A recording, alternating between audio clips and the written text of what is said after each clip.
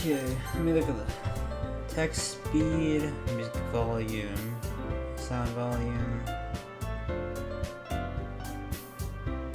display skip, contain text after choices. Game. Your name.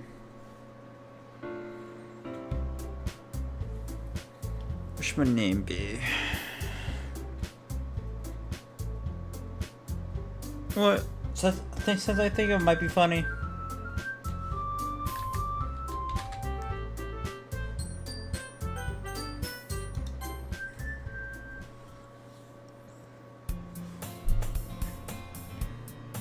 Hey. I see an annoying girl running toward me from the distance, waving her arms in the air like she's totally oblivious to any attention she might draw to herself. That girl is Sayori, my neighbor and good friend since we were children. You know, the kind of friend you'd never see yourself making today, but it just kind of works out because you've known each other for so long. We used to walk to school together on days like this. But starting around high school, she would oversleep more and more frequently, and I would get tired of waiting up. But if she's going to chase me after me like this, I almost feel better off running away. However, I just sign and idle front of the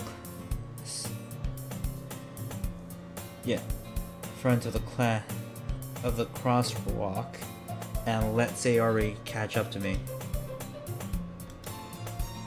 I overslept again, but I caught you this time. Maybe, but only because I decided to stop and wait for you. I know nothing about this game. You say that like you were thinking about ignoring me. I would. That's mean, Dante.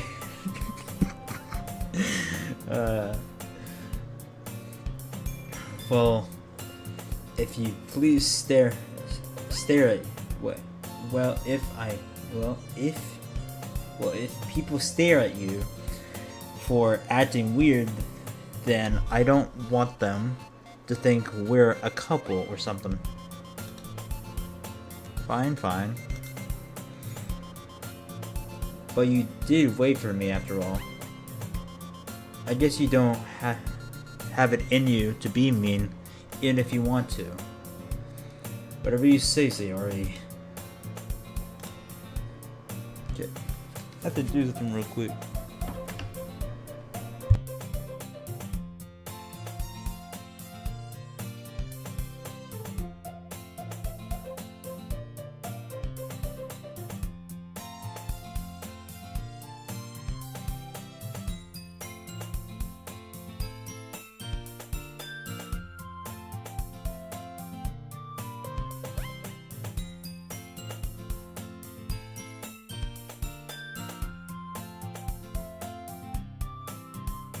Alright, I'm back.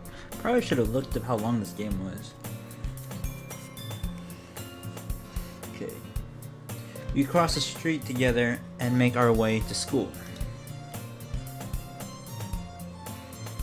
As we draw near, the streets become increasingly speckled with other students making their daily something. I didn't get to read that. Have you decided on a club to join yet? A club? I told you already, I'm really not interested in joining any clubs.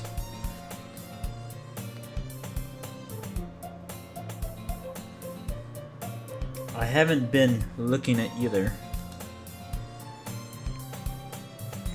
That's not true. You told me you would join a club this year. Did I? I'm sure it's possible that I did in one of our many conversations where I something go along with whatever she's going on about. Sayori likes to worry a little too much about me when I'm perfectly content just getting by on the average while spending my free time on games and anime.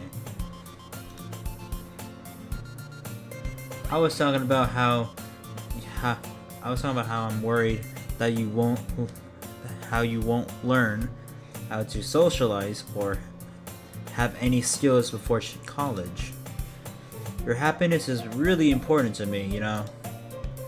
And I know you're happy now, but I die at the thought of you becoming a NEET in a few years because you're not used to the real world. You trust me, right? Don't make me keep worrying about you. Alright. I'll look at a few clubs if it makes you happy. No promises though. Will you at least promise me you'll try a little? Yeah, I guess. I'll promise you that. Why do I let myself get lectured by such a carefree girl? More than that, I'm surprised I even let myself relent to her. I guess seeing her worry so much about me makes me want to erase her mind. Ease her mind at least a little bit, even if she does exaggerate everything inside of her head. The school day is almost ordinary as ever, and it's over before I know it. After I pack up my things, I stare blankly at the wall, looking for an ounce of motivation. Clubs. Sayori wants me to check out the clubs. I guess I have no choice but to start with the anime club. Sayori? Sayori must have come into the classroom while I was spacing out. I look around and realize that I'm the only one left in the classroom. I thought I'd catch you coming out of the classroom, but I saw you just sitting here and spacing out, so I came in. Honestly, you're even worse than me sometimes. I'm impressed. You don't need to wait up for me if it's going to make you late to your own club. Well, I thought you might need some encouragement, so I thought you know what? Well, that you could come try my club, Sayori. There is no way I'm going to your club. Meaning, Sayori is vice president of the literature club. Not that I was ever aware that she had any interest in literature. In fact, I'm 99% sure she only did it because she thought it would be fun to help start a new club. Since she was the first one to show interest after the one who proposed the club, she the title vice president. Inherited the title. She said my interest in literature is guaranteed to be even less. Or something. Yeah, I'm going to do the anime club. Why do you care so much anyway? Well, I kind of told the club yesterday I would bring in a new member. and Natsuki made cupcakes and everything. Don't make promises you can't keep. I can't tell if Sayori is really that much of an airhead, or if she's so cunning as to have planned all of this out. I let out a long sigh. Fine. I'll stop for a cupcake, okay?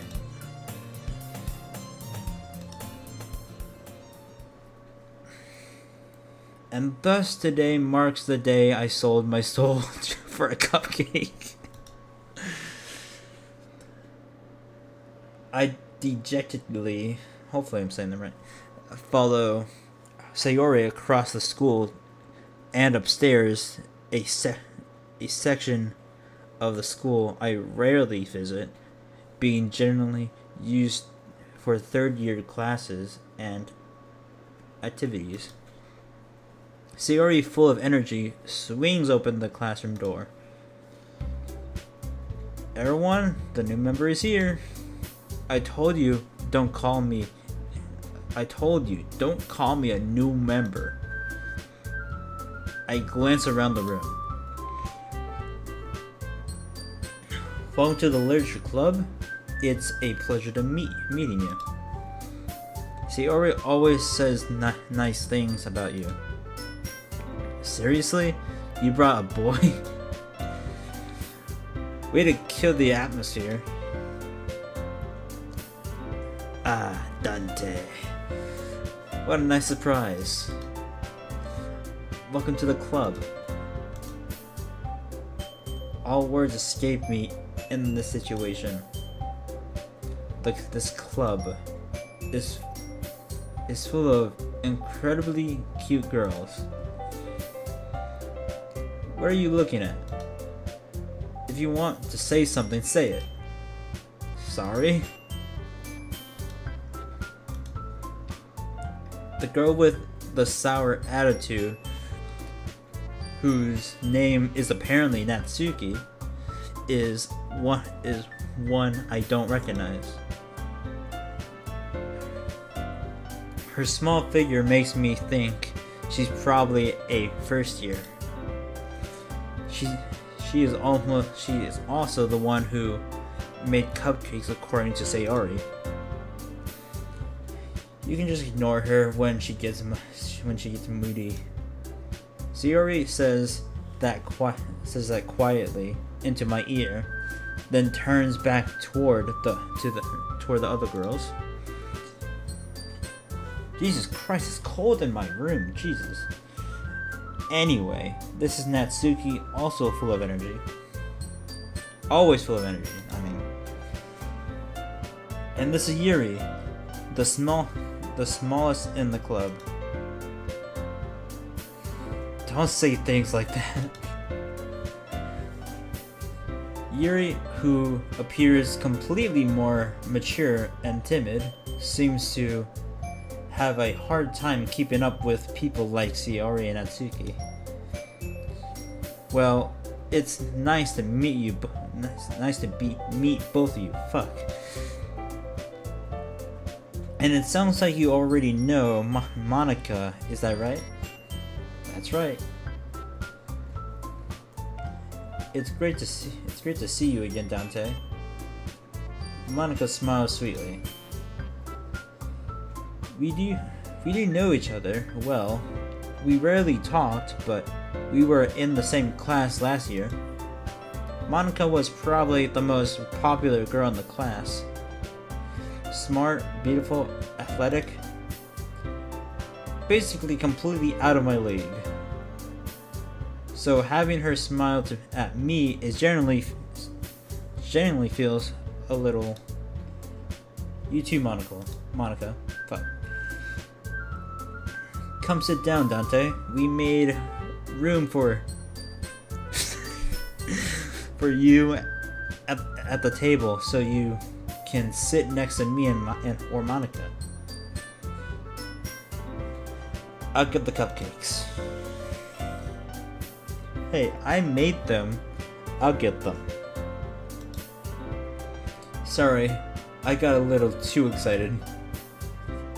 Then how about I make some tea as well?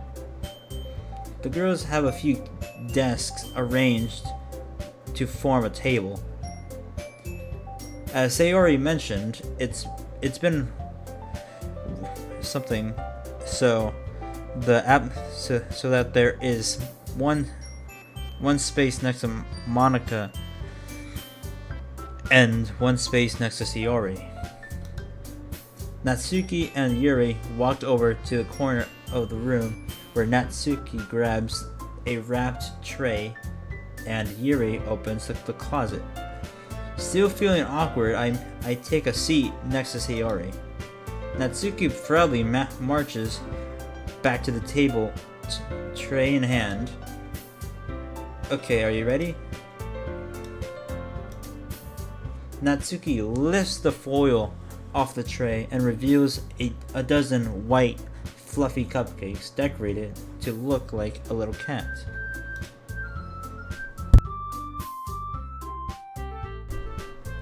The whiskers are drawn with icing, and little pieces of chocolate were used to make ears. I had no idea you were so good at baking, Natsuki. Well, just hurry and take one. Sayori grabs one first, then Monica, I follow.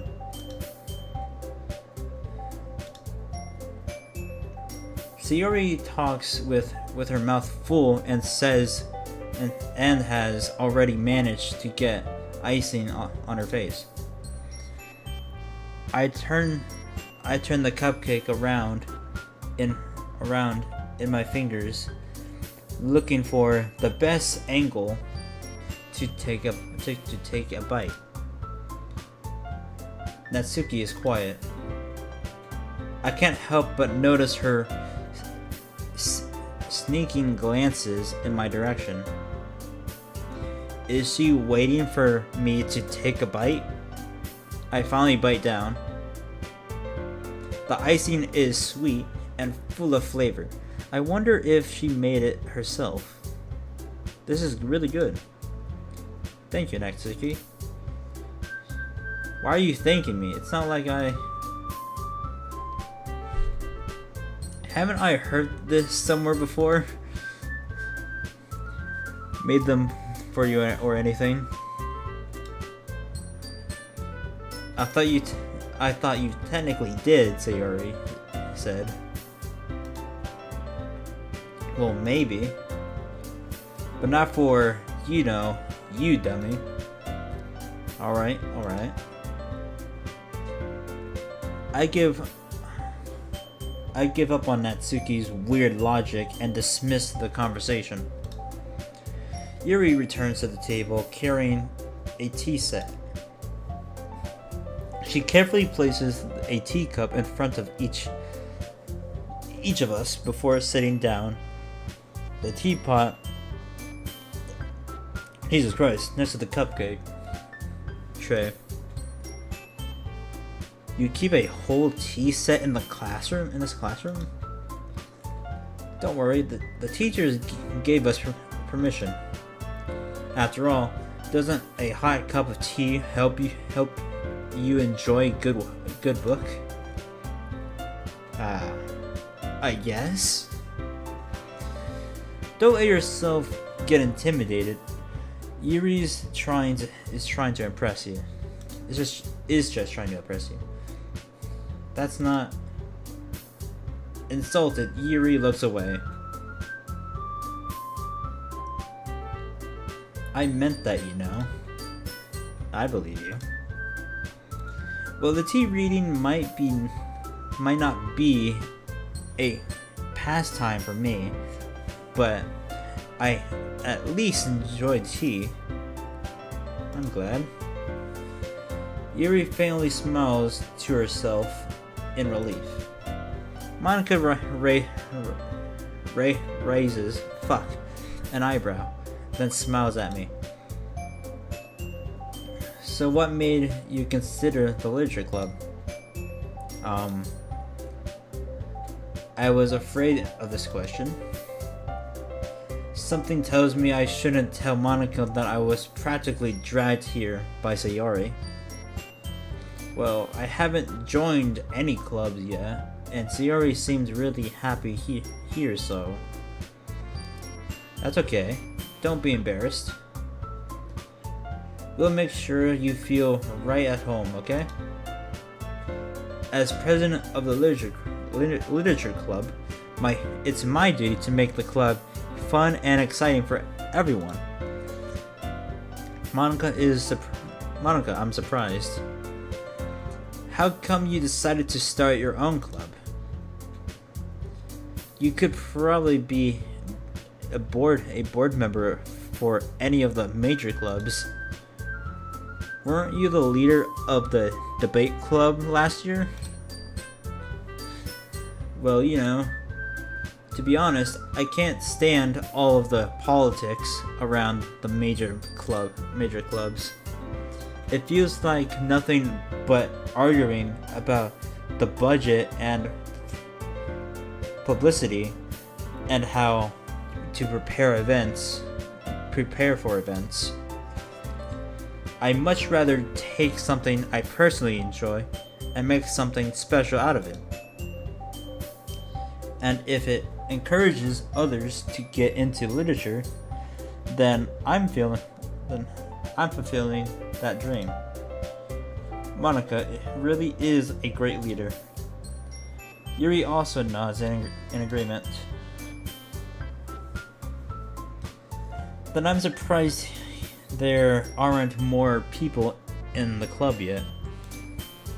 It must be hard to start a new club. You could put it that way. Not many people are very interested in putting out all the effort to start something brand new, especially when it's something that doesn't grab your attention like literature. You have to work hard to convince people that you're both fun and worthwhile. But it makes school events like the festival that much more important. I'm confident that we can all really grow this club before we graduate. Right, everyone? We'll do our best. Everyone enthusiastically agrees. Such different girls all interested in the same goal. Monica must have worked really hard just to find these three.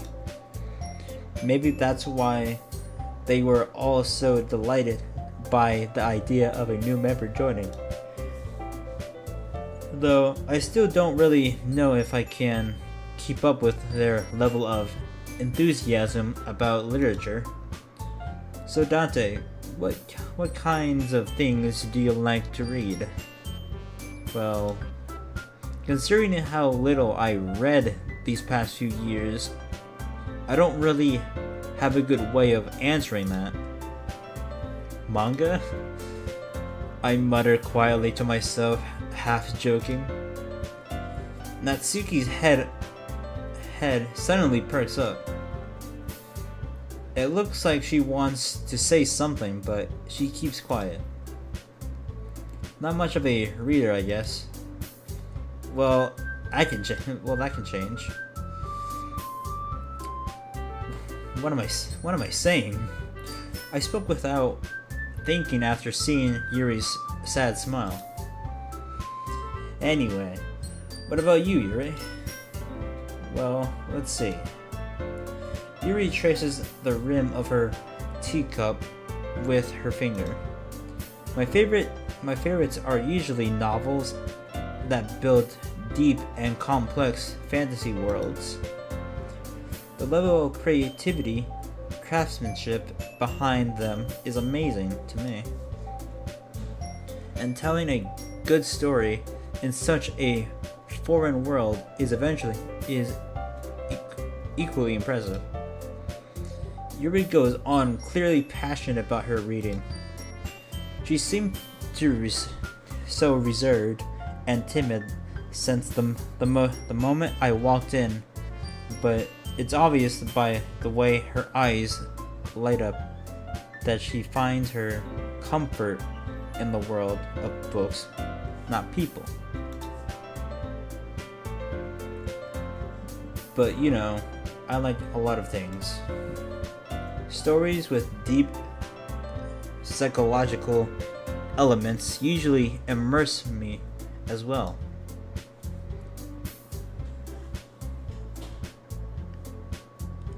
Isn't it amazing how a writer can so deliberately take advantage of your own lack of imagination to completely throw you for a loop? Anyway, I've been reading a lot of horror lately. I read a horror book once. I desperately grasped something I can relate to at the minimal level. At this rate, Yuri might as well be having a conversation with a rock. Really? I wouldn't have expected that, Yuri. For someone as gentle as you. I guess you could say that. But if a story makes me think, or takes me to another world, then I really can't put it down. Surreal horror is often very successful at changing the way you look at the world, if only for a brief moment. I hate horror. Oh? Why is that? Well, Natsuki's eyes dart over to me for a split second. Never mind. That's right, you usually like to write about cute things, don't you, Natsuki? What? What gives you that idea? You left a piece of scrap paper behind the last club meeting. It looks like you were working on a poem called Don't Say It Out Loud. And give that back. Fine. Your cupcakes, your poems. Everything you do is just as cute as you are. Sayori, I tried to say that. Up behind. I'm just gonna say Sayori sneaks up behind Natsuki and puts her hands on her shoulders. I'm not cute. Natsuki, you write your own poems? Well, I guess sometimes. Why do you care? I think that's impressive. Why don't you share them sometime? No. Natsuki averts her eyes. You wouldn't like them. Not a very confident writer yet. I understand how Natsuki feels. Sharing that level of writing takes more than just confidence. I trust the truest form of writing is writing to oneself. You must be willing to open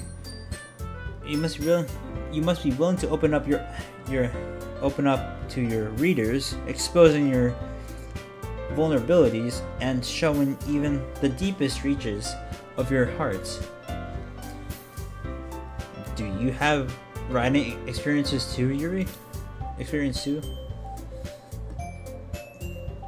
Maybe if you share some of your work, you can set an example and help Natsuki feel comfortable enough to share hers.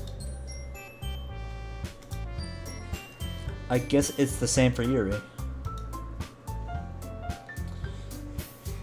I wanted to read everyone's poems. Well, we all sit in silence for a moment. Okay. I have an idea, everyone. Natsuki and Yuri look... I don't know how to say that word at all. I've never seen that word in my life. At Monica. I'm gonna say look confusingly at not Monica. Let's all go home and write a poem of our own. Then, next time we meet, we'll all share them with each other. That way, everyone is even. Let's do it. Plus, now that we have a new member, I think it will help us all get a little more comfortable with each other and strengthen the bond of the club. Isn't that right, Dante? Monica smiles warmly at me once again. Hold on. There's still one problem. What's that? Now that we're back to the original topic of me joining the club, I bluntly come forth with what's been on my mind the entire time. I never said I would join this club. Sayori may have convinced me to stop by, but I never made any decision. I still have other clubs to look at, and I lose my train of thought. All four girls stare at me with dejected eyes. But I'm sorry, I thought. Dante. You all... I'm defenseless against these girls. How am I supposed to make a clear-headed decision when it's like this? This is if writing poems is the price I need to pay in order to spend every day with these beautiful girls. Right. Okay, I've decided then. I'll join the literature club. One by one, the girls' eyes lit up. Sayori wraps her arms around me, jumping up and down. You really did scare me for a moment. If you really just came for the cupcakes, I would be super pissed. And then that makes it official. Welcome to the literature club. Thanks, I guess. Okay, everyone. I think with that, we can officially end today's meeting on a good note. Everyone remember tonight's assignment. Write a poem to bring to the next meeting so we can all share. Monica looks over at me once more. Dante, I look forward to seeing how you express yourself. Yeah. Can I really impress the class star Monica with my mediocre writing skills? I already feel the anxiety welling up inside me. Meanwhile, the girls continue to chit-chat as Yuri and Natsuki clean up their food. Hey Dante, since we're already here, do you want to walk home together? That's right, Sayori and I never walk home together anymore because she always stayed for school clubs. Sure, might as well. Yay. With that, the two of us depart the club room and make our way home. The whole way, my mind wanders back and forth between the four girls: Sayori, Natsuki, Yuri, and of course Monica. Well, will I really be happy spending every day after school in literature club? Perhaps I'll have the chance to grow closer to one of these girls. Alright? I'll just need to make the most of my circumstances, and I'm sure good fortune will find me. And I guess that starts with writing a poem tonight. It's time to write a poem. Pick words you think your favorite club members will like. Something good might happen with whoever likes the poem the most. Okay.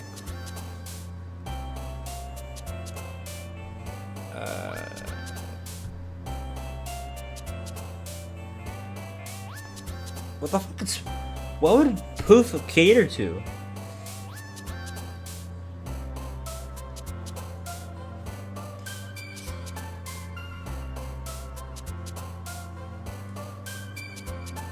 What? I don't even know what vertigo means.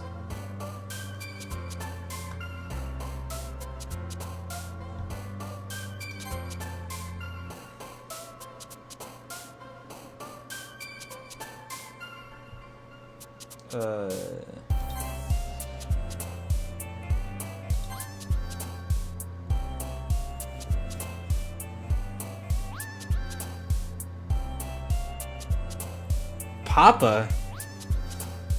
Captive.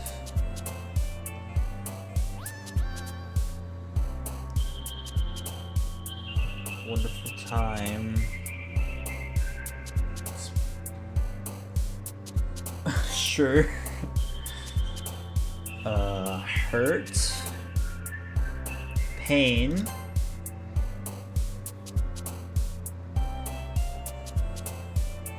Death. Wrath affinity. Aura.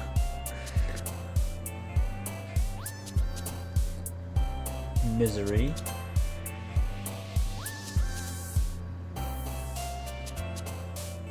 Hopeless. Like a hopeless clash. Universe. Shame. Inferno. Like Dante's Inferno. Climax. Something after marriage, I'm guessing? Or after image. Amazing. Whistle. Raindrops. And Jesus Christ, this game is bright. Jesus. Let's go with climax. Loud cry. Lollipop. Despise. Cry, I guess. Alone. Insight. Fun. Imagination. Shiny. Holiday Infinite. Headphones. Family. Extreme. Cheeks. Pink. Boop. What? Breathe. Tragedy.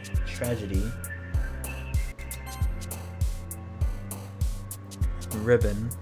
Landscape. Pout. Flower. Atone. Promise. Romance. I guess hope. Comfort. Prayer. Rose. Heart. Determination. Disaster.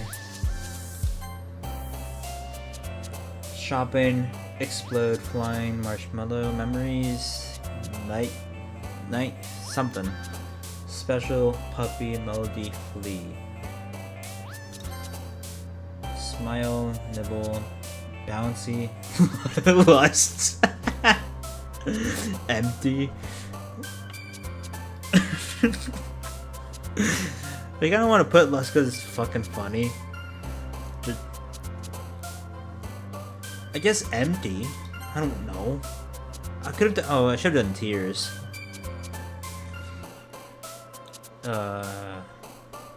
Broken. Pleasure. Sugar. Hippie. Childhood. Treasure. Mouse. Vibrant. Unstable. I guess broken. Hi again, Dante. Glad to see you didn't run away on us. Don't worry. Nah, don't worry. This might be a little strange for me, but I at least keep my word. Well, I'm back at the literature club. I was the last to come in, so everyone else is already hanging out. Thanks for keeping your promise, Dante. I hope this isn't too overwhelming of a commitment for you, making you dive headfirst into literature when you're not accustomed to it. Oh, come on. Like he deserves any slack. See, Ori told me you didn't even want to join any clubs in this year. And last year too. I don't know if you plan to just come here and hang out or what. But if you don't take us seriously, then you won't see the end of it. Natsuki, you certainly have a big mouth for someone who keeps her manga collection in the club room. Natsuki finds herself stuck between saying Monica and manga. Manga is literature. Swiftly defeated, Natsuki plops back into her seat. Don't worry, guys. Dante always gives his best as long as he's having fun. He helps me with busy work without me even asking. Like cooking, cleaning my room. How dependable. See, Ori, that's because your room is so messy it's distracting. And you almost set your house on fire once. Is that so? You two are really good friends, aren't you? I might be a little jealous. How come? You and Dante can become good friends too. Sayori. As usual, Sayori seems oblivious to the weird situation she just put me into. Oh, Yuri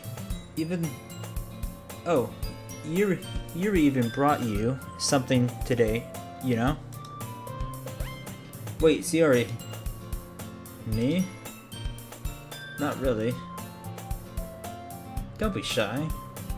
It's really nothing. What is it? Never mind. Sayori made it sound like a big deal when it's really not. What do I do? I'm sorry, Yuri. I wasn't thinking. I guess that means it's up to me to rescue the situation.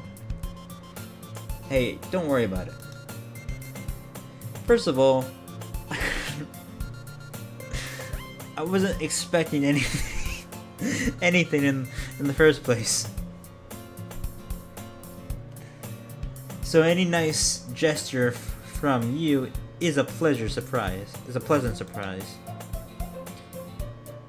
It'll make me happy no matter what. Is that so? Yeah, I won't make it a big deal if you don't want it to be. Alright? Well, here. She reaches into her bag and pulls out a book. I didn't want to feel left out. I didn't want you to feel left out. So I picked out a book that I thought you might enjoy. It's a short read, so it should keep your attention even if you don't usually read. And we could, you know, discuss it if you wanted. This is...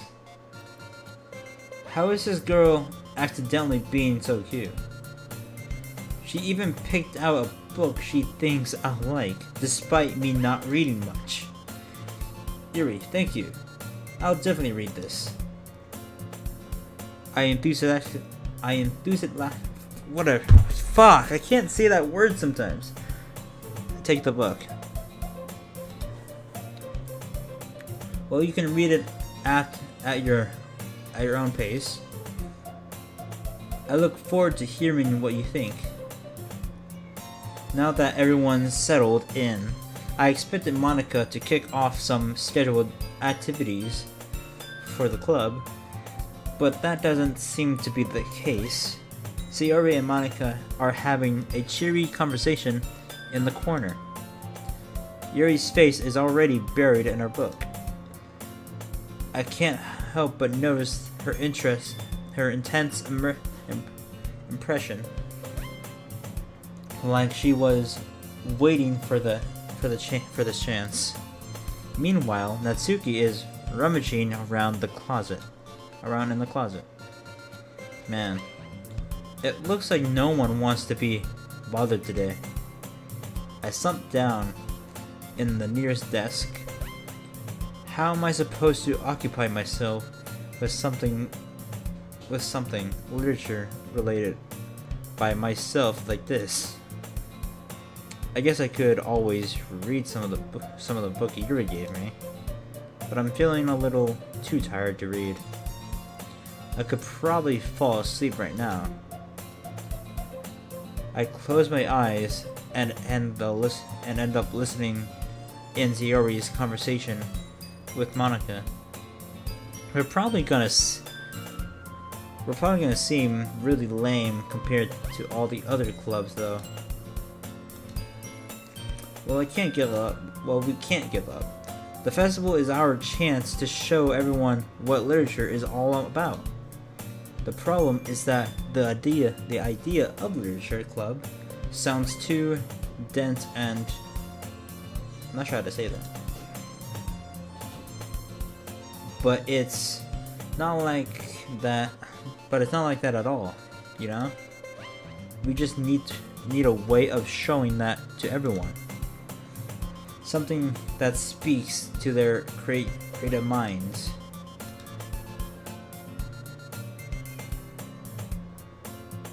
That doesn't solve the problem, though.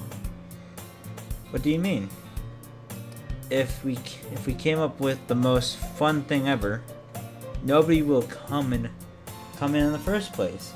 If it's a literature event,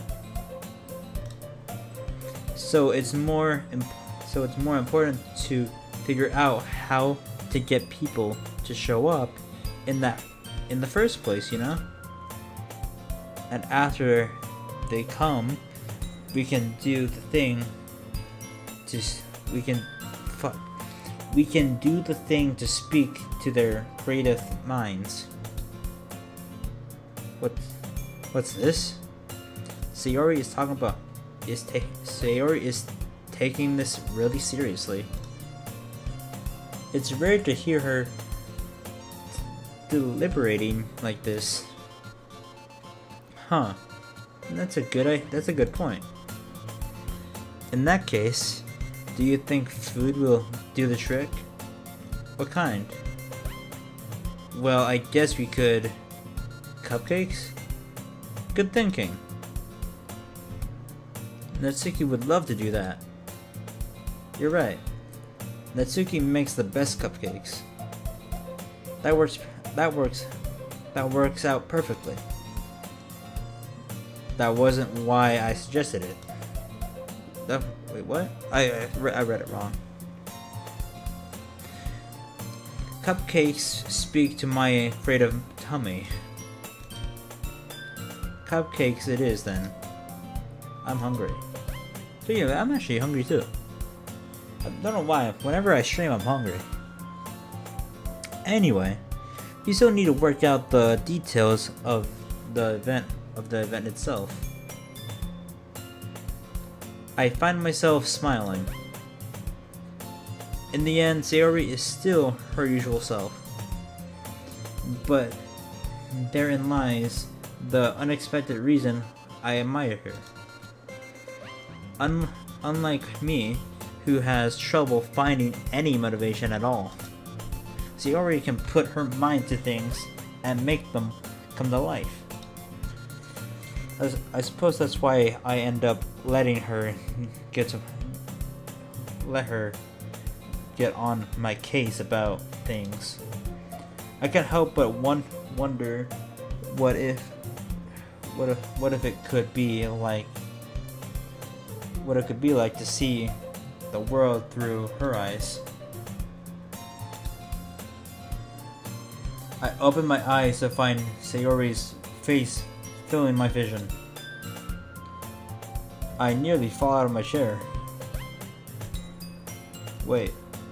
Actually, I'm not sorry at all. It's your fault for sleeping like that. This isn't the napping club.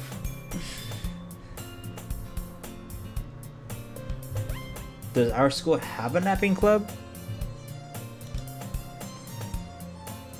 You're staying up late again, aren't you?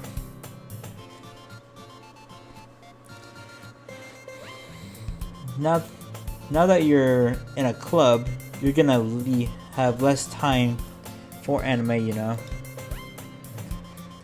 You'll need to get used to it. Don't say that. Don't say that so loud. I glance over my shoulder to see if Monica overheard. It's true though. Yeah. I know. You're always looking out for me, Sayori. It's what I do best. That's a problem. What about you? You look out for me better than you look out for yourself. You're still oversleeping every day, aren't you? Not every day. That's not very convincing. How many days this past week have you gotten up on time? It's a secret. I knew it. Come on. At least give me the benefit of the doubt. I can't even do that. Look, Sayori, it's written all over you.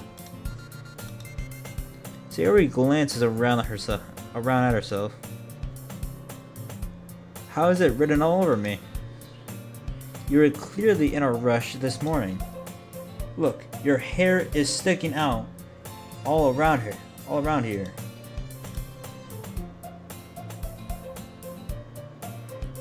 I run my fingertips down the side of Sayori's hair, trying to straighten it out. Dear God, dude. Man, you really need to brush for this. My hair is just really hard to get right. I won't fall for that. There's more than just your hair. Look, your bow isn't straight either. And there's a... You know what?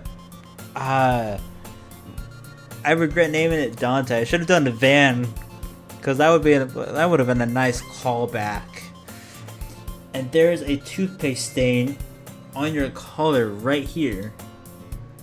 I try to wipe off the stain with my finger, but nobody would ever notice that. Of course they would. Nobody's gonna tell you about it because they don't want to embarrass you. Fortunately, I really don't care about that. Hey, you meanie. And you don't even keep your blazer buttoned up. Seriously, Sayori. Why do you think you don't have a boyfriend yet? That's Silvermane. Sorry, but you'll thank me later. I start to button up her blazer from the bottom. Once you see how much better it looks, you'll change your mind.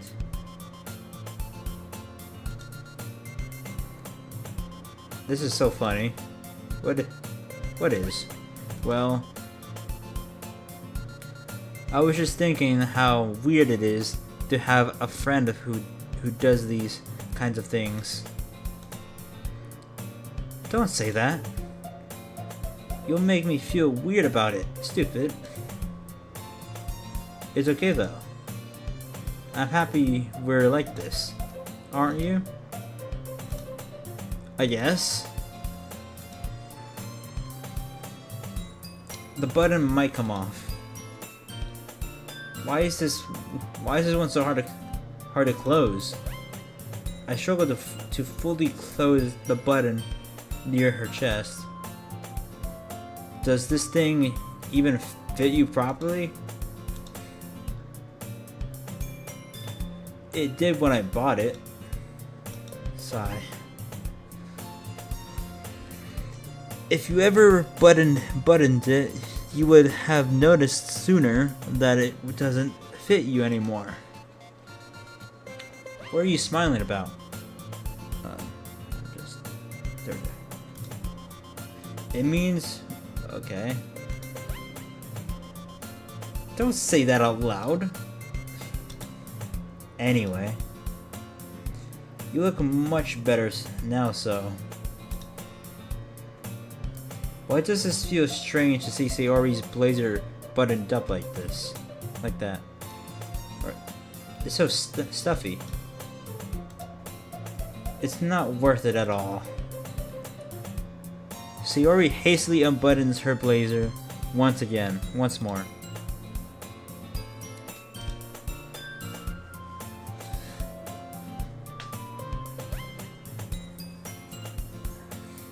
That's so much better. Sayori puts her arms out and twirls around.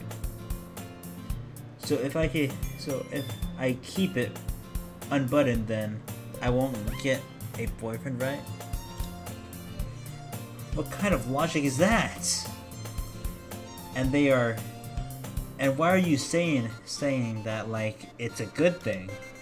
Because if I had a boyfriend, then he wouldn't even let you do these. Let you do things like this. God, I don't know why I'm struggling to read this. And you take care of me better than anyone else would anyway. So that's why I'm keeping it unbuttoned.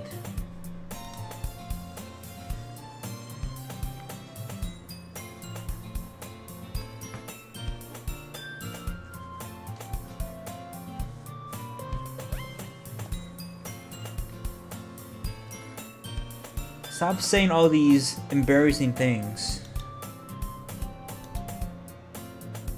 I fucking called it. I was wondering when you were gonna show up. By the way, I named the main character Dante. Jeez. So yeah, I named him Dante. Because it's funny. But I'm not sure if I should have named him Van, because that would have been a nice callback, you know? Well, anyway, just focus on trying to wake up a little earlier. Only if you focus on going to bed earlier. Fine. Dante. Your dailies. It's a deal. This is Dante before Olympus Company. This is his origin story, man. This is what happened before he was a clock. Van, I actually don't know. Is it shit from Lunacid? Yeah. How could you forget the Van, bro? How could you forget the goats? I guess we really are better at taking care of each other than we are.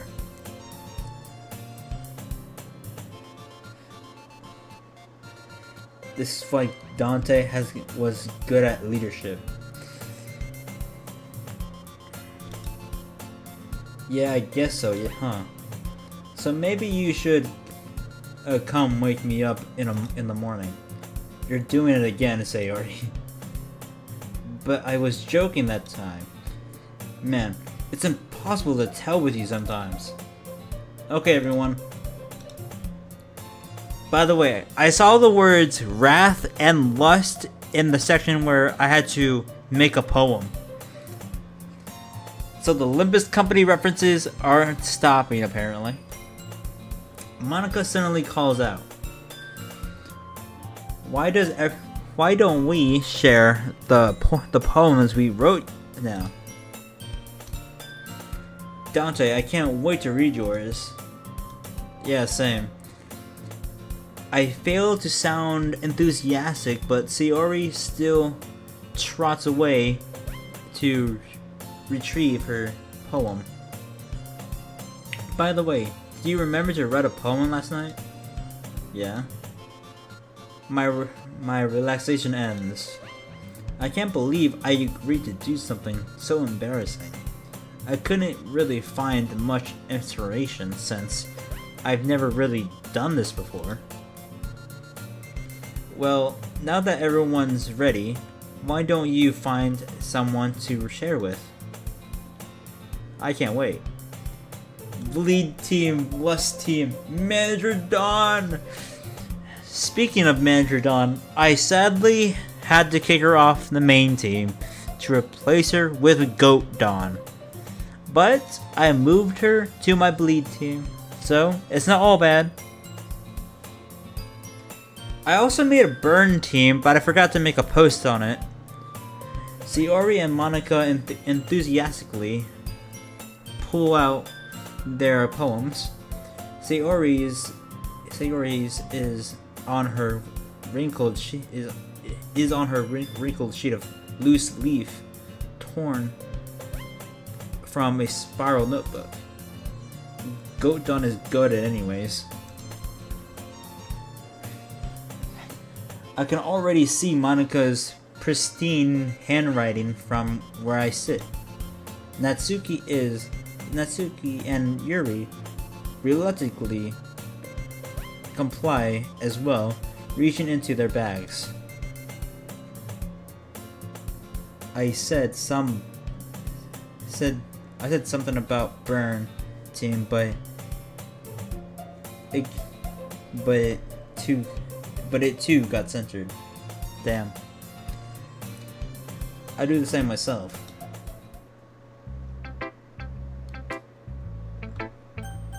Yuri. Because most of my shit is horror anyways.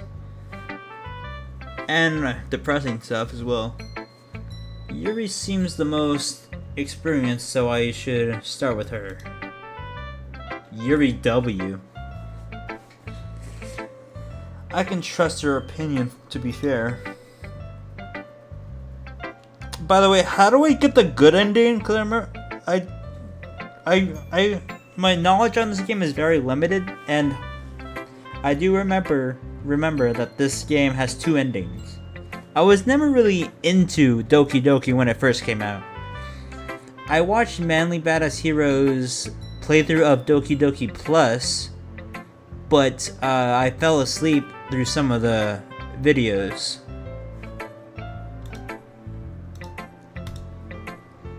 Yuri stares at the poem. A minute passes, more than enough time for her to finish reading. Oh, sorry. I forgot to start speaking. It's fine. You don't force yourself. I'm not. I just need to put my thoughts into words. Hold on. Okay. This is your first time writing a poem, right?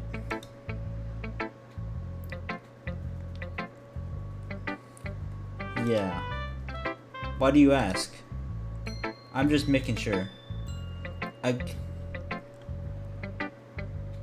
I just know about Monica being evil. I guess that might be after reading through it. So it's that bad. No. Did I just raise my voice? I'm so sorry. Yuri buries her face in her hands. I couldn't help but notice that it's been several minutes and we really haven't gotten anywhere. It might take Yuri a while to get used to new people. It's fine. I really didn't notice. What were you saying? Right, it's just that there are specific writing habits that are usually typical for new writers.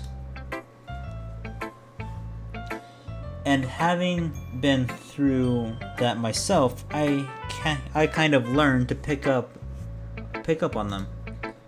I think the most noticeable thing I recognize in new writers is that they try to make their style very deliberate. In other words, they tend to pick a writing style separate from the topic matter, and they form fit the two together.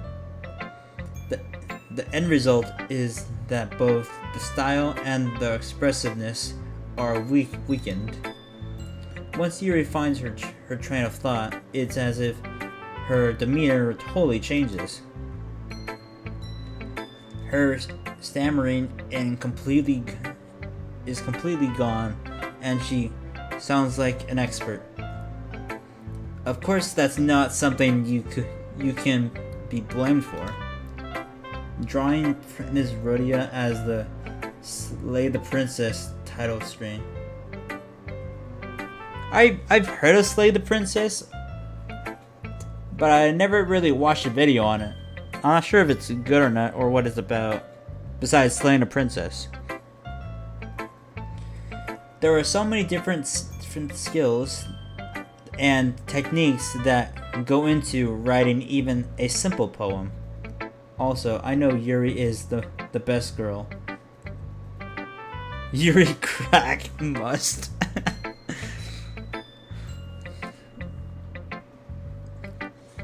Not just finding them and building them, but getting them to work together is probably the most challenging part. It might take you some time, but it all comes with practice and learning by example and trying new things. It's a visual novel where, depending on what you do, the story changes her identity. Identity, you say? How many stars are we talking? I also hope that everyone else in the club gives you valuable feedback. Natsuki can be a little bit biased though. Biased how? Well, never mind. I shouldn't be talking about people like that. Sorry. It's fine. I'm not sure if Yuri is apologizing to herself, or to me, or to Natsuki. Do you mind if I read your poem now? Please do. On one ending, she becomes a cosmic entity that looks too much like distorted Cromer. or the other, she's a wolf that eats you and you get bored. Watch it on something stream. Getting really good art. It's really good art. I'd rather watch Manly Badass Hero. Cause he's manly, he's badass, and he's a hero. I'd love to share my thought process behind it. Yuri smiles dreamily, as if also the the cosmic entity thing reminds me of one of the Don't Look Outside endings. Yuri smiles dreamily as if that's the rare opportunity for her. That's a rare opportunity for her. Which itself is kind of funny. Man, I gotta get something to drink. After all,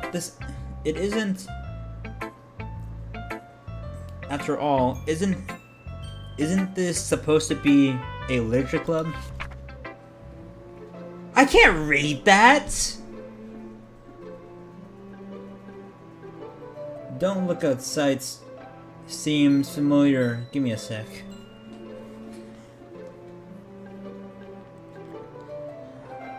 I'm tempted on playing it. It's just it's a traditional RPG, if that makes sense. Like you click, you push buttons, and stuff happens, you know?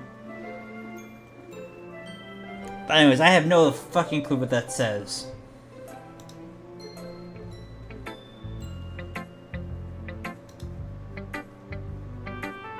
The music in Don't Look Outside is pretty good too, and then it recently got an update which included the best ending or true ending. I'm not sure what it's called in the game. I'm sorry, I have such terrible handwriting.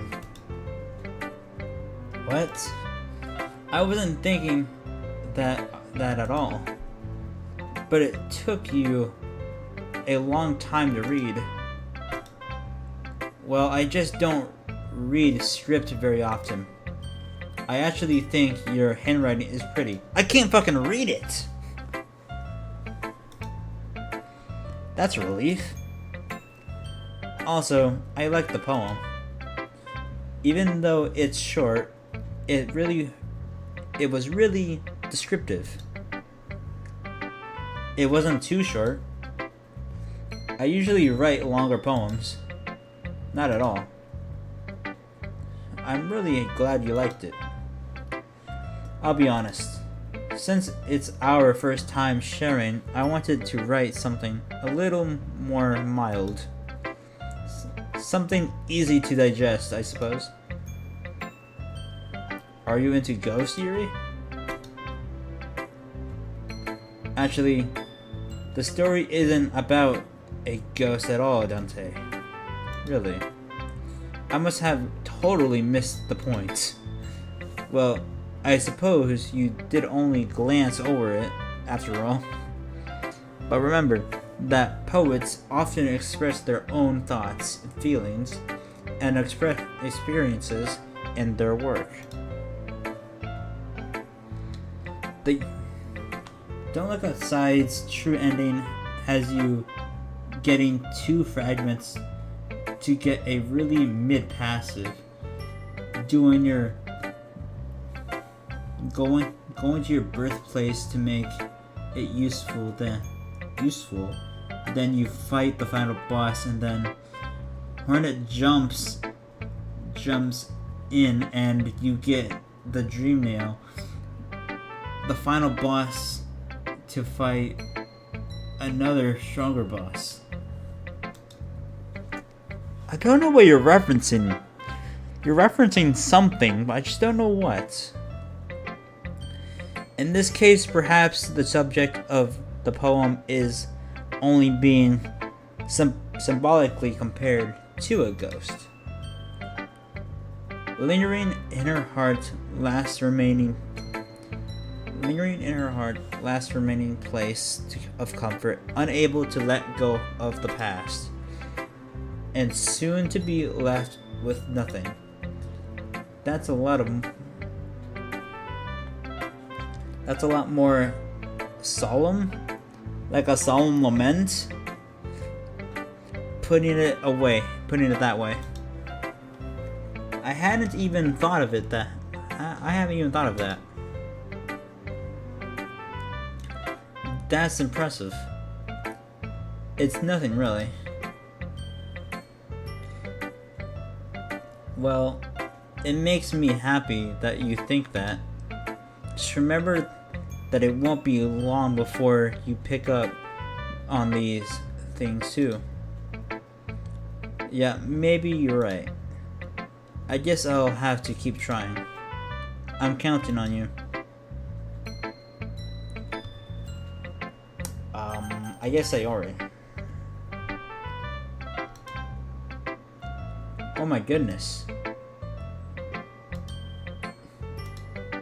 I love it. I had no idea you were such a good writer, Sayori. You must be seriously overreacting. I'm not a good writer at all. I honestly have no idea what I'm doing. Well, maybe that's okay. Maybe that's why. Because I have no idea what I like, either. Jeez. Yuri's opinion was way more constructive than this. Maybe even Natsuki's. Are you sure you don't like it just because I wrote it? Well, I'm sure that's part of it. I think I understand you better than a lot of other people, you know? So when I read your poem, it's not just a poem, it's a Dante poem. And that makes it feel extra special.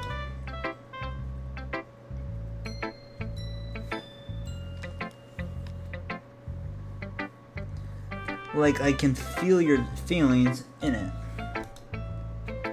Sayori hugs the sheet against her chest. So, you're so weird, Sayori. I'm really happy just that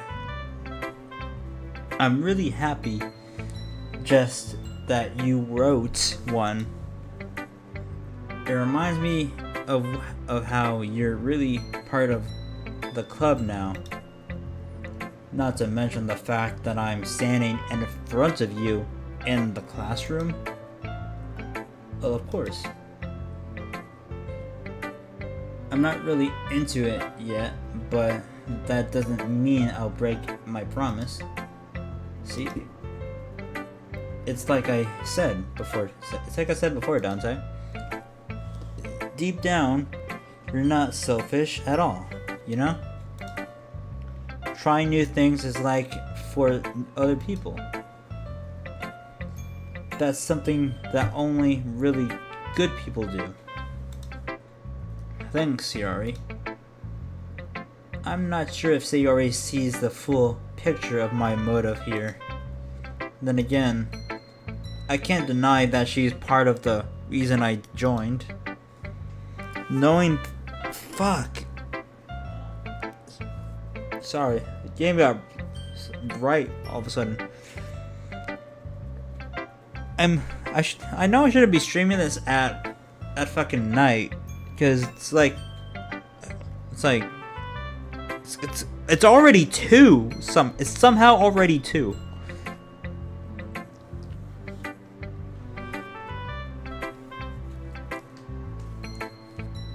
That combined with a very dark room, Jesus Christ.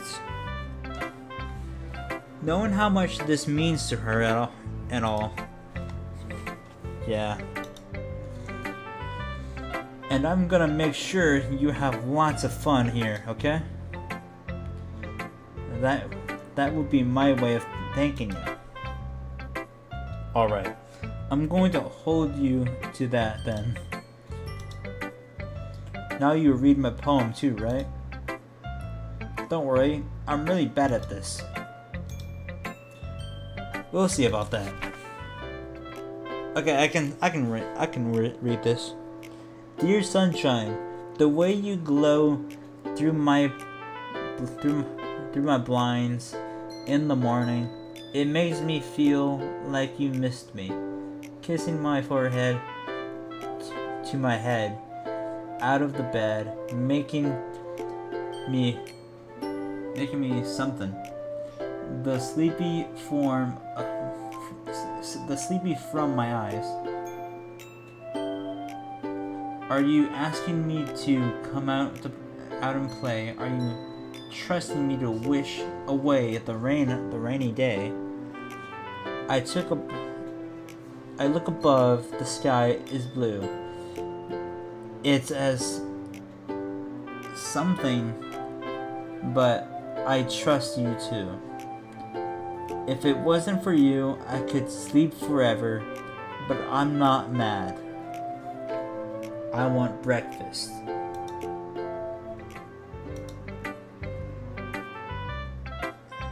This is just a guess, but did you wait until this morning to write this? No. Just a little bit. You can't answer just a little bit to a yes or no question. I forgot to do it last night. Well, at least that makes me feel a little better about myself. Don't be mean. I still tried my best. Yeah. I didn't mean to say that it was a bad poem. It came out nice, or how should I put it? It sounds just like you. Really? Yeah. Especially the last line.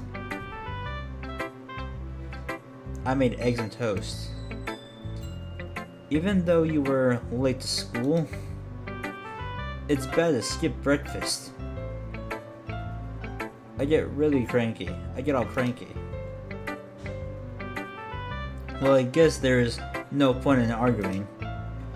Anyway, thanks for showing me. This was so much fun. Monica's the best. Yeah. But next time, I won't forget. And I'm gonna write the best poem ever. Well, I guess I look forward to it.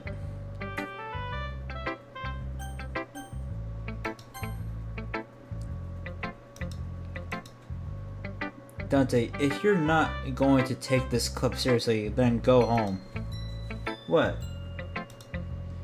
Harsh?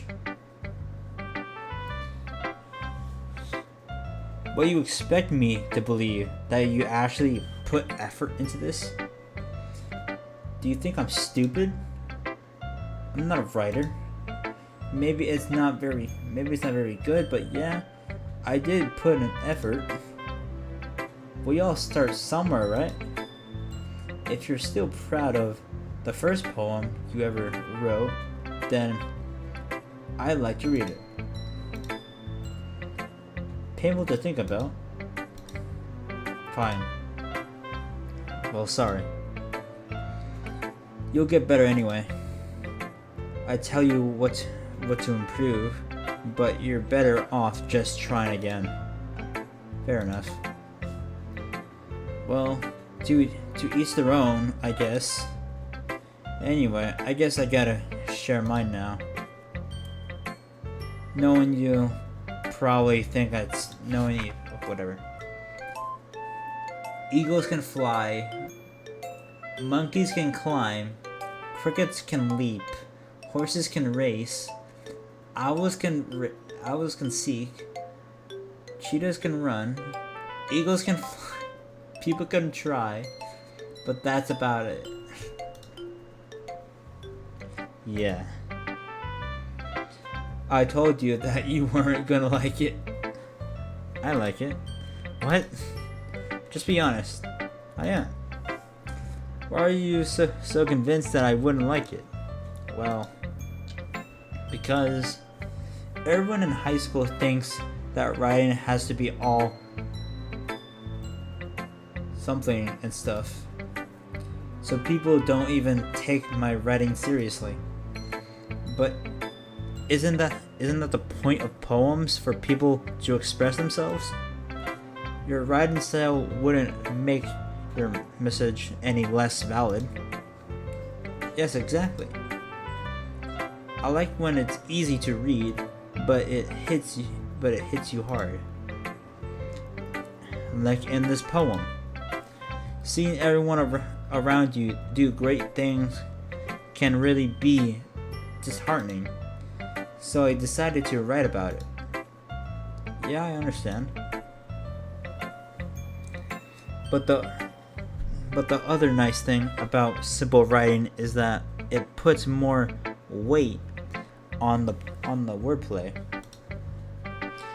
Like I set up for a rhythm at the end, a rhyme at the end, but then made it fall flat on purpose.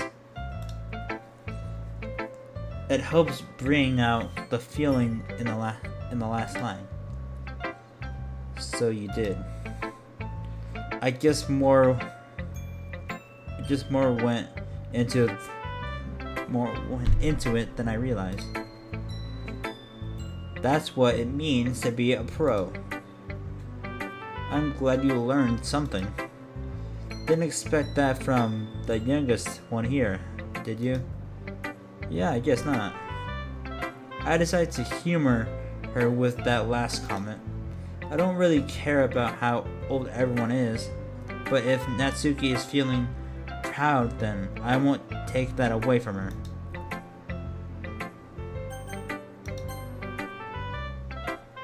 Hi, Dante. Having a good time so far? Yeah. Good, I'm glad to hear it. By the way, since you're new and everything, if you ever have any suggestions for the club, like new activities or things we can do better, I'm always listening. Don't be afraid to bring things up, okay? Alright, I'll keep that in mind. Of course I'll be afraid to bring things up. I'm much better off just going with the flow until I'm more settled in. Anyway, want to share my poem with me? Want to share your poem with me? It's kind of embarrassing, but I guess I have to. Don't worry, Dante. We're all a little embarrassed today, you know? But it's that sort of barrier that we'll all learn to get past soon. Yeah, that's true. I hand Monica my poem. I like this one. Sayori? Weird. I was trying to go. Whatever. It makes me think of something Sayori would like. Is that so? You and Sayori really are really good friends, right? I wouldn't be surprised if you had those sort of things in common. Well, we may be good friends, but Sayori and I are actually really different. Well, that may be the case, but maybe there are also some similarities that you wouldn't expect. The way she talks about you, it sounds like the two of you really care about each other's well-being. Even if you show it in different ways, it ends up being more similar than you think. So I think that's the kind of vibe I get when reading your poem.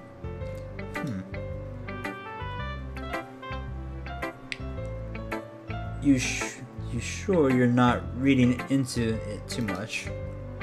I could be. Oh gosh, I sound like Yuri. But in any case, Sayori's writing has kind of a gentle feel to it. I can tell that she likes exploring with emotions, like happiness and sadness. I knew that someone so happy would enjoy sad things too. Yeah, that's totally unexpected. To each their own. And you shouldn't be afraid to experiment a little bit either. I'm sure I'll end up trying different things a lot. I could take a while before I feel comfortable doing this. That's okay. I love to see you try new things.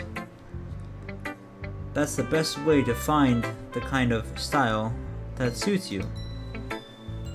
Everyone else might be a bit biased toward their own kinds of styles,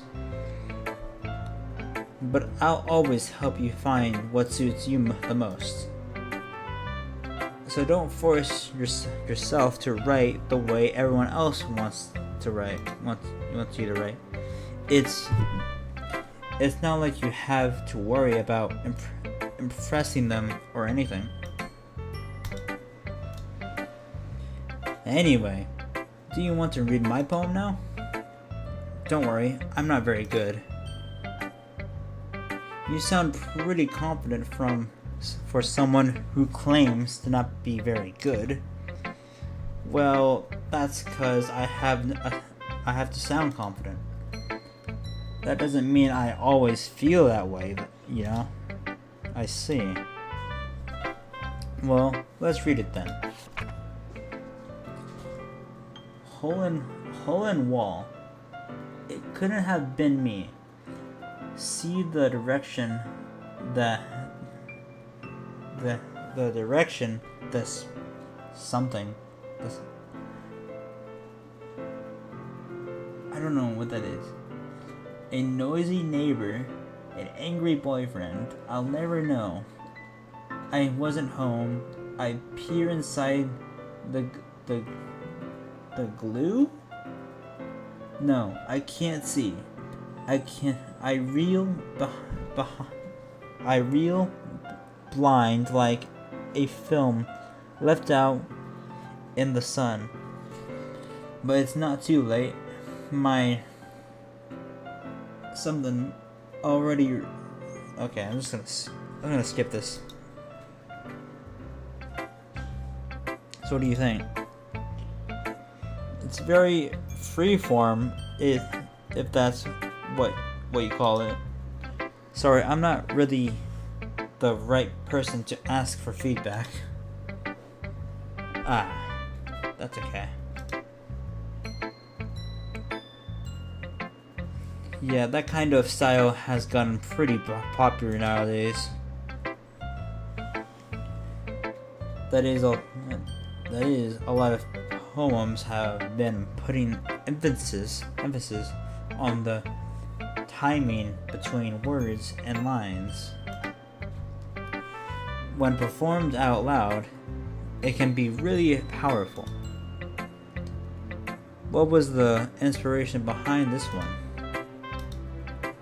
Well, I'm not sure if I know how to put it. I guess you could say that I had some kind of empathy or something recently. It's been influencing my poems a bit. Empathy. I'm not sure I'm saying that right. Yeah, something like that. I'm kind of nervous to talk about deep stuff like that because it's kind of coming on strongly. God, I really gotta get something to drink. Hold on.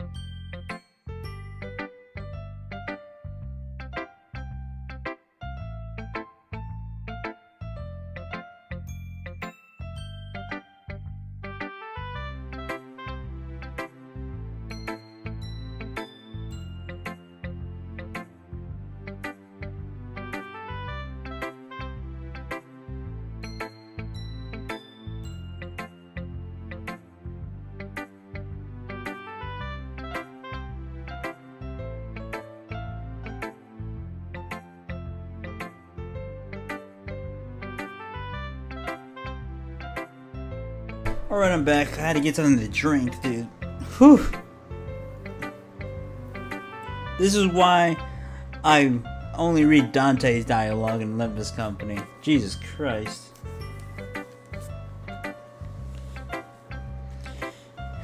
Maybe after everyone is better friends with each other. Anyway. Here's Monica's writing tip of the day. Sometimes when you're writing a poem or a story, your brain gets too fixated on specific points. If you try too hard to make it perfect, then you'll never make any progress. Just force yourself to get something down on the paper and tidy it up later. Another way to think about it is this. If you keep your pen in the same spot for too long, you'll just keep a big dark puddle of ink. So just move your hand and go with the flow. That's my advice for today. Thanks for listening. I guess that's everyone. I glance around the room. That was a little more stressful than I anticipated. It's as if everyone is judging me for my mediocre writing abilities. Even if they're just being nice, there's no way my poems can stand up to theirs. This is a literature club after all. I sigh. I guess that's what I intended. That's what I ended up getting myself into. Across the room, Sayori and Monica are happily chatting. My eyes land on Yuri and Natsuki. They exchange sheets of paper, sharing their respective poems. As they read in tandem, I watch each of their expressions change. Natsuki's eyebrows furrow in frustration. Meanwhile, Yuri smiles sadly. What the language? Did you say something? Oh, it's nothing. Natsuki dismissively returns to the poem to the desk with one hand. I guess you could say it's fancy. Thanks. Yours is cute. Cute? Did you completely miss the symbolism or something? It's clearly about the feeling of giving up. How can that be cute? I know that. I just meant the language, I guess.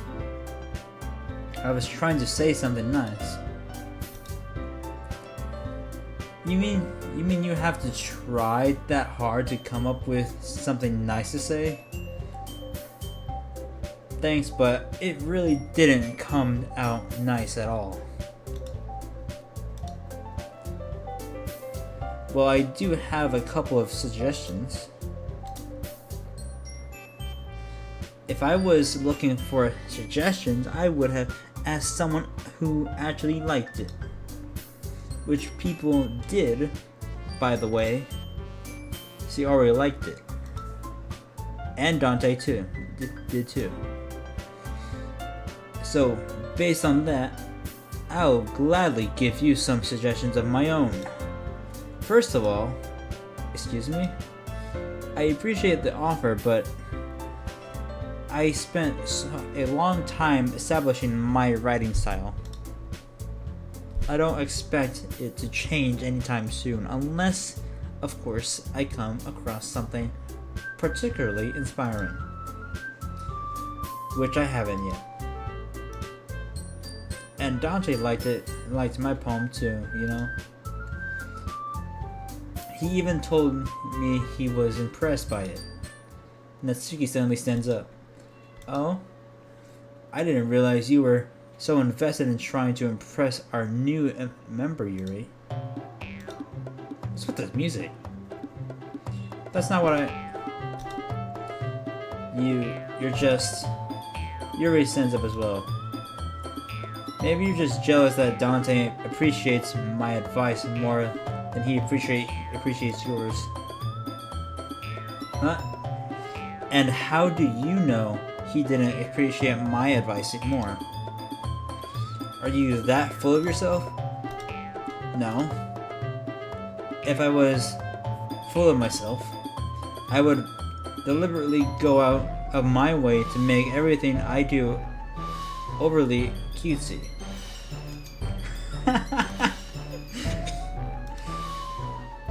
Well, you know what? I wasn't one. Okay. Magically grew the size bigger as soon as Dante started showing up. Okay, Natsuki, that's a little. This doesn't involve you. I don't like fighting guys. Suddenly, both girls turned towards me as if they just noticed I was standing there. Dante. She's just trying to make me look bad. That's not true. She started it. If she could get over herself and learn to appreciate that simple writing is more effective, then this wouldn't have happened in the first place. What's the point of making your poems all convoluted for no reason? The meaning should just jump out at the reader, not force them to have to figure it out. Help me explain to her, Dante. Wait.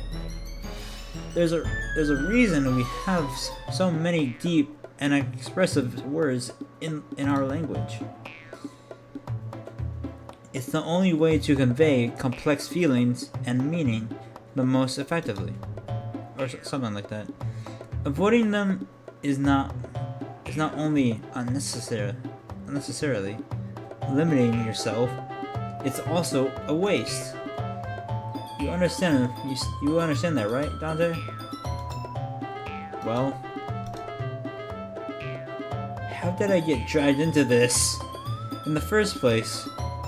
It's not like I know anything about writing, but whoever I agree with, they'll probably think more highly of me. You're right. Natsuki, you're right that I liked your poem. See? Wait. That's not an excuse for you to be so mean. You shouldn't pick a fight just because someone's opinion is different. That's not what happened at all. Yuri wouldn't even take my poem seriously. I understand, Yuri. You're a seriously talented writer. It's no secret that I was impressed. Well, but here's the thing. No matter how simple or refined someone's writing style is, they're still putting feelings into it, and it becomes something really, really personal. That's why Natsuki felt threatened when you said her poem was cute. I see. I didn't notice that. I'm sorry.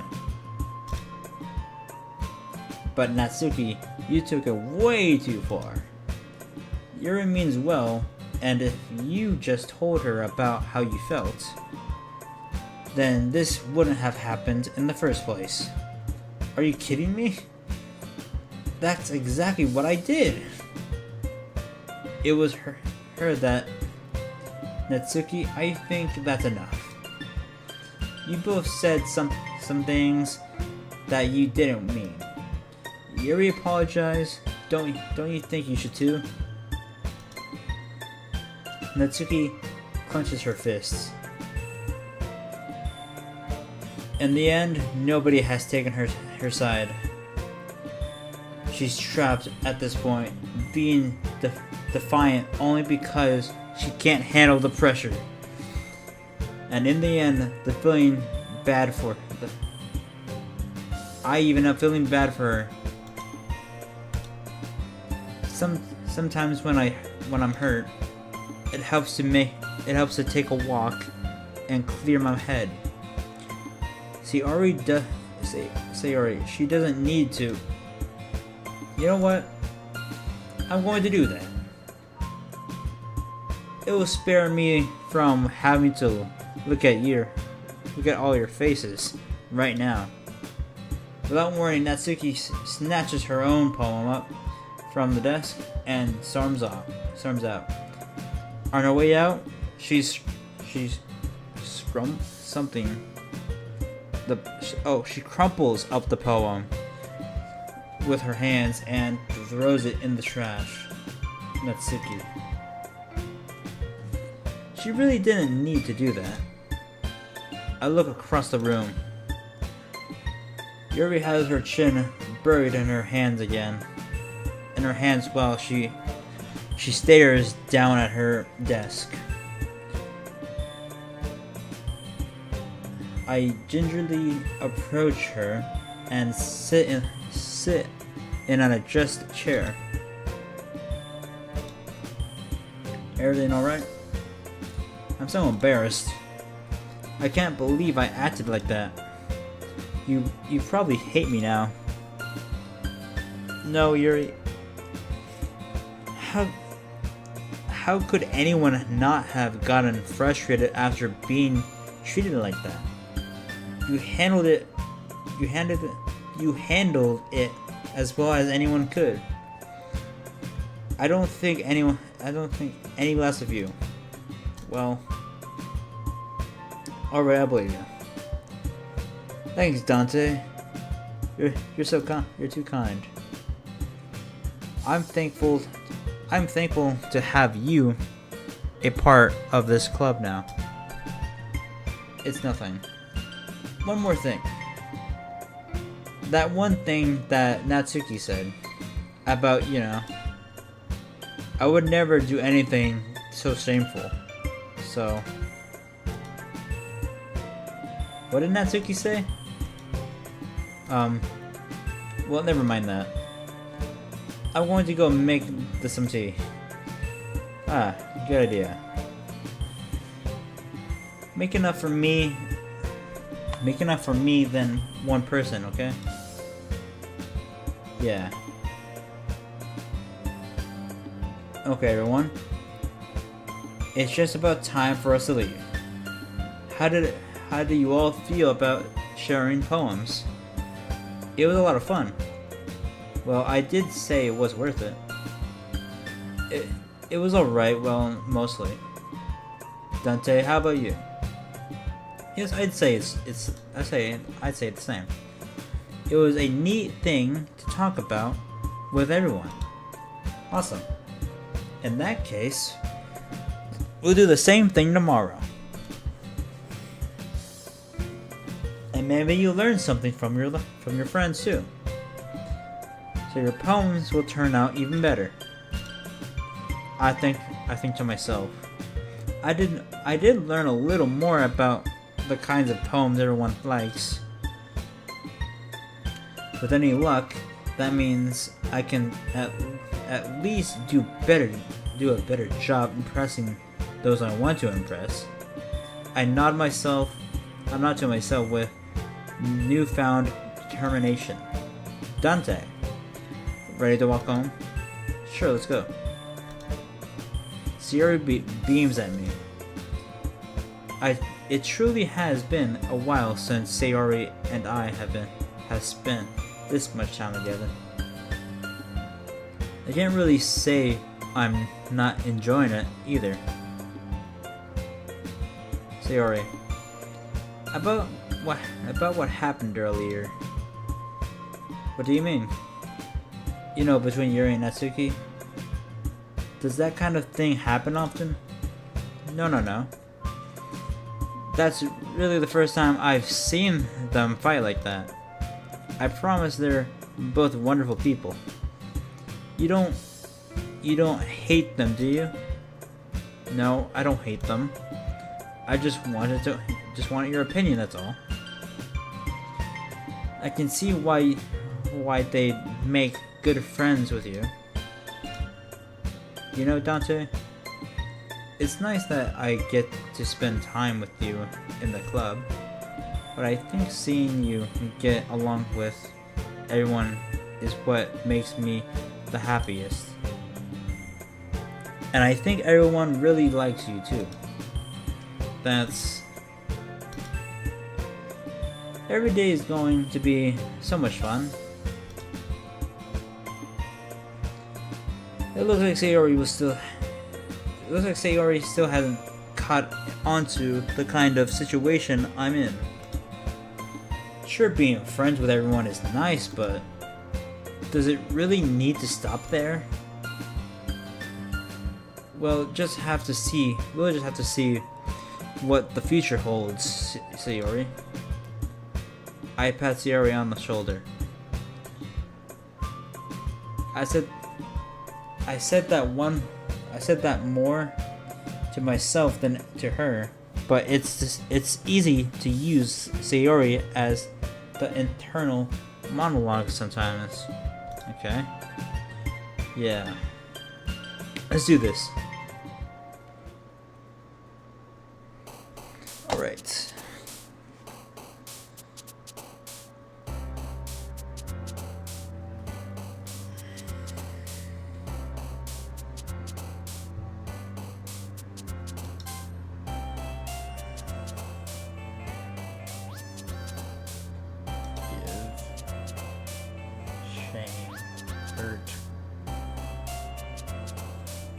Inferno, chocolate, okay, romance question.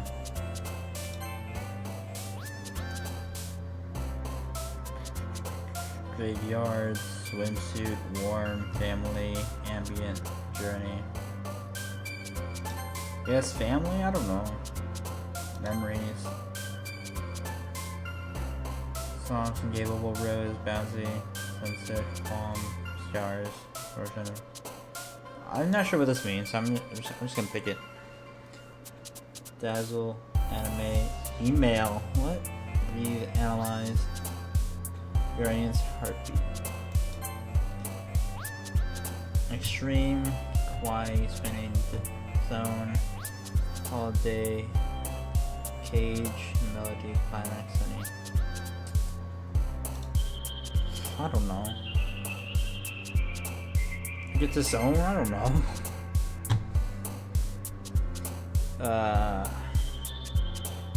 Grief, sticky, horror, destiny, jumpy, beauty, loud, dark.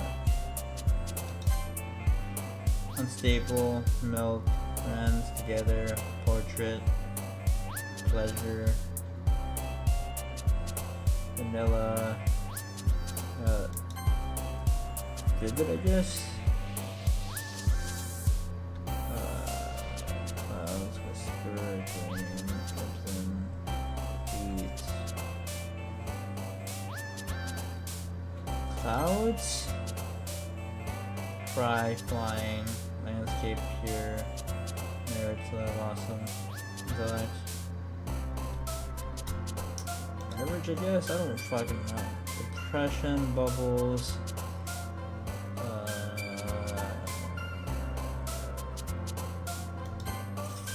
I don't know what I'm doing. Fireplace, speed, ready to go. Disarray. I don't know what Doki Doki means. Now that I think about it, I don't really know what that means.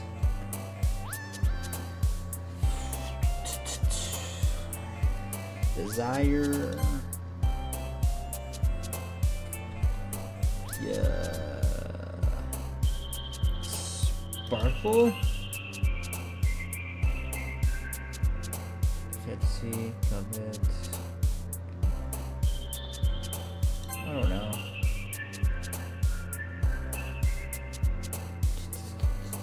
A bunch of philosophy. Not sure if I said that right. Another day passes and it's time for the club meeting already. I've gotten a little more comfortable here over the past couple days. Entertaining the club room, the usual scene greets me. Hi Dante. Yo Sayori. Looks like you're in a good mood today. I'm just still not used to you being in the club, that's all. I see. It's a pretty simple thing to get you in a good mood. But I guess it's always the simple things with you anyway. Speaking of which, I'm kind of hungry. Will you come with me to buy a snack? No thanks. It's not like you at all. I have many reasons. Why don't we take a look at your why don't we take a look at your purse then, Sayori?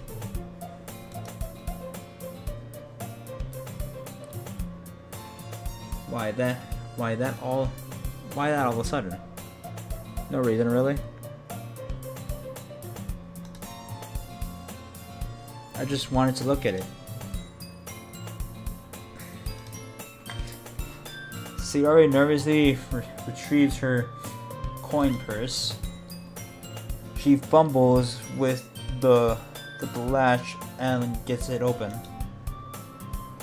Then she turns it upside down and lets its contents spill onto the desk. Only 2 small coins fall out.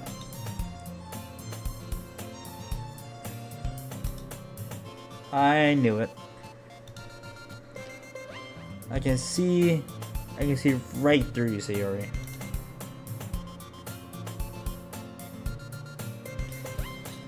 That's not fair. How did you even know?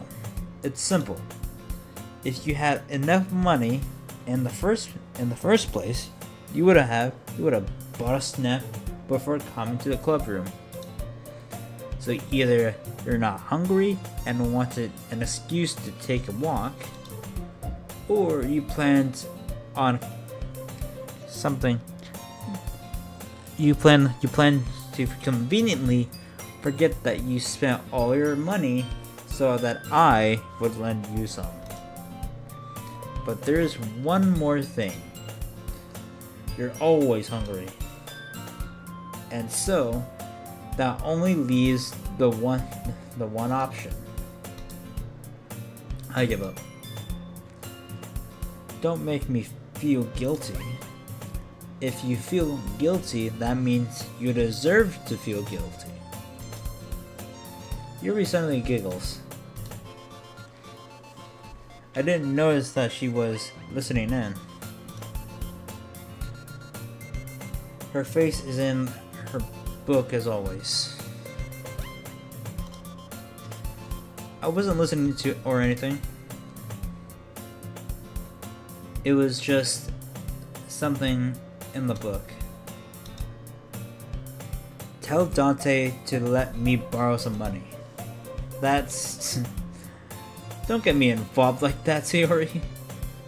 Besides, you should only buy what you can responsibly afford. And frankly, after pulling a mischievous little stunt like that, your suffering is fair enough retribution.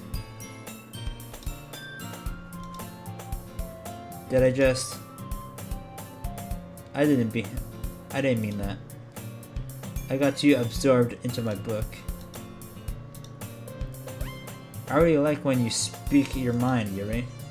It doesn't happen much, but it's fun to, but it's a fun side of you. There's no way you could think that. You're right though. I did something bad, and now I have to accept the revolution. Retribution. That. Still, coming from you, Sayori, I guess there's a little devil inside of all of us, isn't there? Don't let her fool you. Sayori knows exactly what she's doing. After all, she told you guys she was bringing me to the club before she even told me. But you wouldn't have come if it weren't for the cupcakes. So I had to trick Natsuki into making them. Come on, give me more credit than that, Sayori.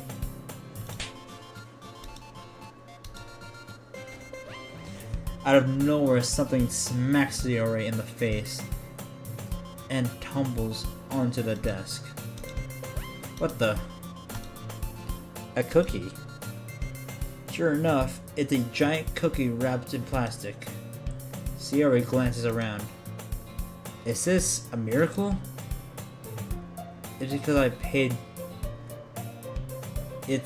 paid my retribution, or something.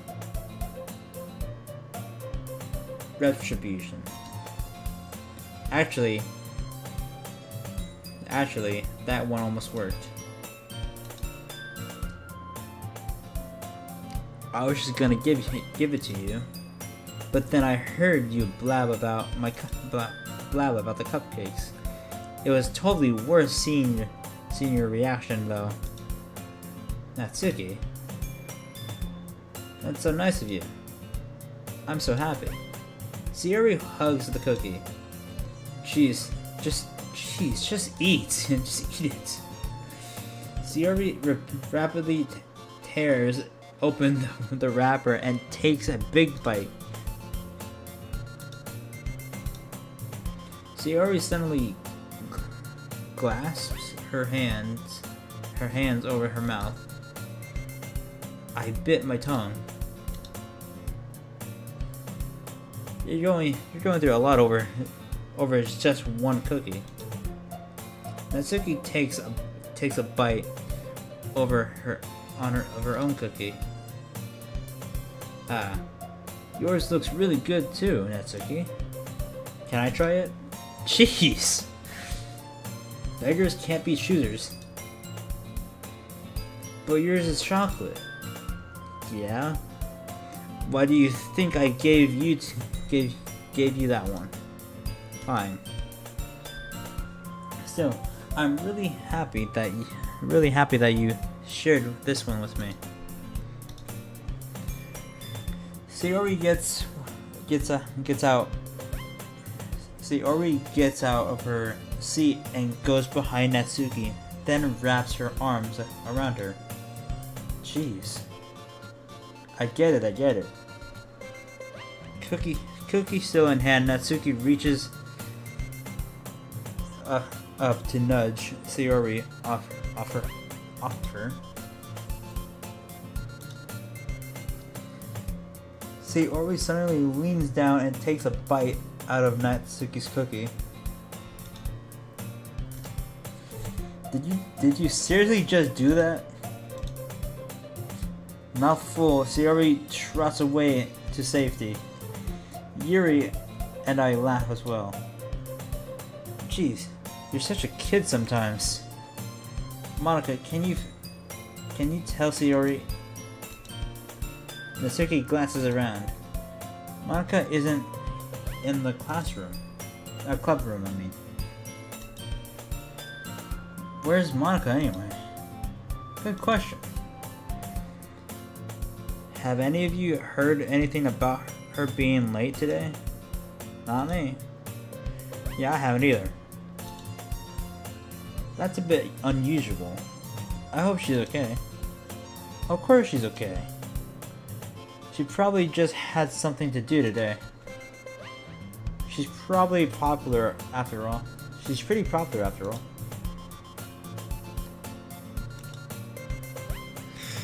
You don't think she has a...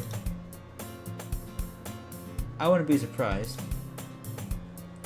She's probably more desirable than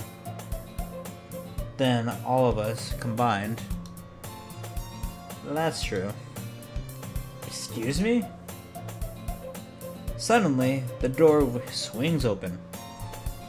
Sorry, I'm super sorry. There you are. I didn't mean to be late. I hope you guys weren't worried or anything. Monica chose the club over her boyfriend after all. You're so strong-willed. Boyfriend? What on earth are you talking about? Monica confusingly glances at me. Ah, never mind that. What held you up anyway? Ah. Well, my last period today was study hall. To be honest, I kind of just lost track of time. That makes no sense though. You would have heard the bell ring at least. I must have not heard it since I was practicing piano. Piano? I wasn't aware you played music as well, Monica. I kind of just started recently. I've always wanted to learn piano. That's so cool. You should play something for us, Monica. Monica looks at me. Maybe once I get a little better, I will.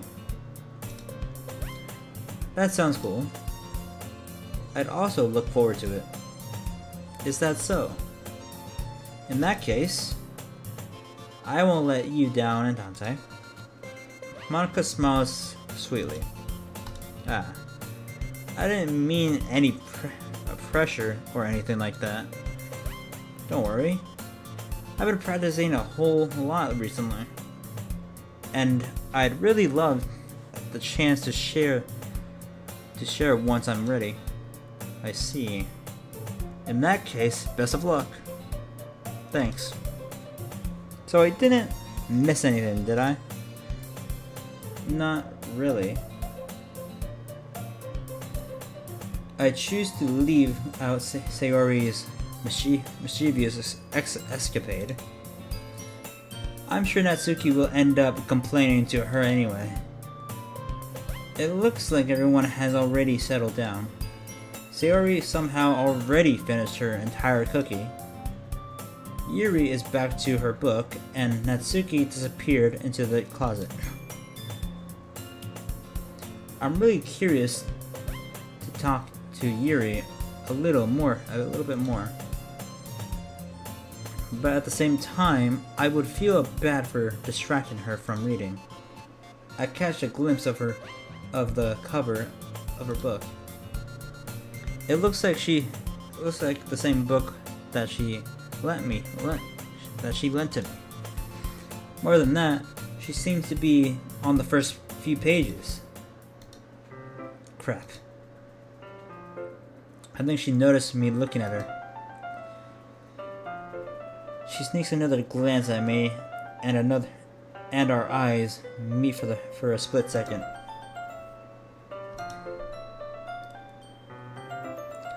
But that only makes her hide her face deeper in her book. Sorry. I was just spacing out. I mutter this, sensing I made her uncomfortable. Oh. It's fine. If I was focused, then then I probably wouldn't have noticed in the first place. But I'm just rereading a bit of this, so that's the book you gave me, right? I wanted to reread some of it. Not for any particular reason. Just curious how come you have 2 copies of the same book. Well, when I stopped at the bookstore yesterday, that's not what I meant. I mean, I just happened to buy 2 of them. I see. There's something very obvious but here that Yuri isn't telling me, but I decided to let it go. I'll definitely start reading it soon. I'm glad to hear. Once it starts to pick up, you might have a hard time putting it down. Kind of like Limbus Company. It's a very engaging and a relatable story. Is that so? What is it? What's it about? Well, Yuri closes the book and scans her eyes over the back. The book is titled Portrait of Markov. More like Escape from Tarkov. There's an anonymous. Fuck. First, I see this word in Limbus Company. Now it's in fucking Doki Doki. Looking eye symbol. Looking eye symbol on the front cover. Alright. I just wanted to make sure I don't accidentally give anything away. Basically, it's about this girl in high school who moves in with her long-lost younger sister. But as soon as she does so, her life gets really strange. She gets targeted by these people who escaped from a human experiment person. And while her life is in danger, she needs to desperately choose who to trust. No matter what she does, she ends up destroying most of her relationships, and her life starts to fall apart. Jesus. I gotta bring something to drink next time I play this game. That's kind of dark, isn't it? Yuri made it sound like it was going to be a nice story. So that dark turn came from nowhere. Jesus. Yuri gently giggles all of a sudden. Are you not a fan of that sort of thing, Dante? No, not that. It's not that. I mean, I can definitely enjoy those kinds of stories, so don't worry. I hope so. Yeah, I totally forgot that Yuri is into those things. She's so shy and reclusive that on the outside, but her mind seems to be completely different. It's just that those kinds of stories, they challenge you to look at life from a strange new perspective.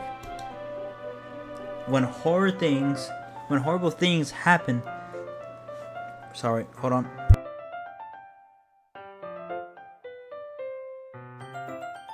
God, I'm coughing.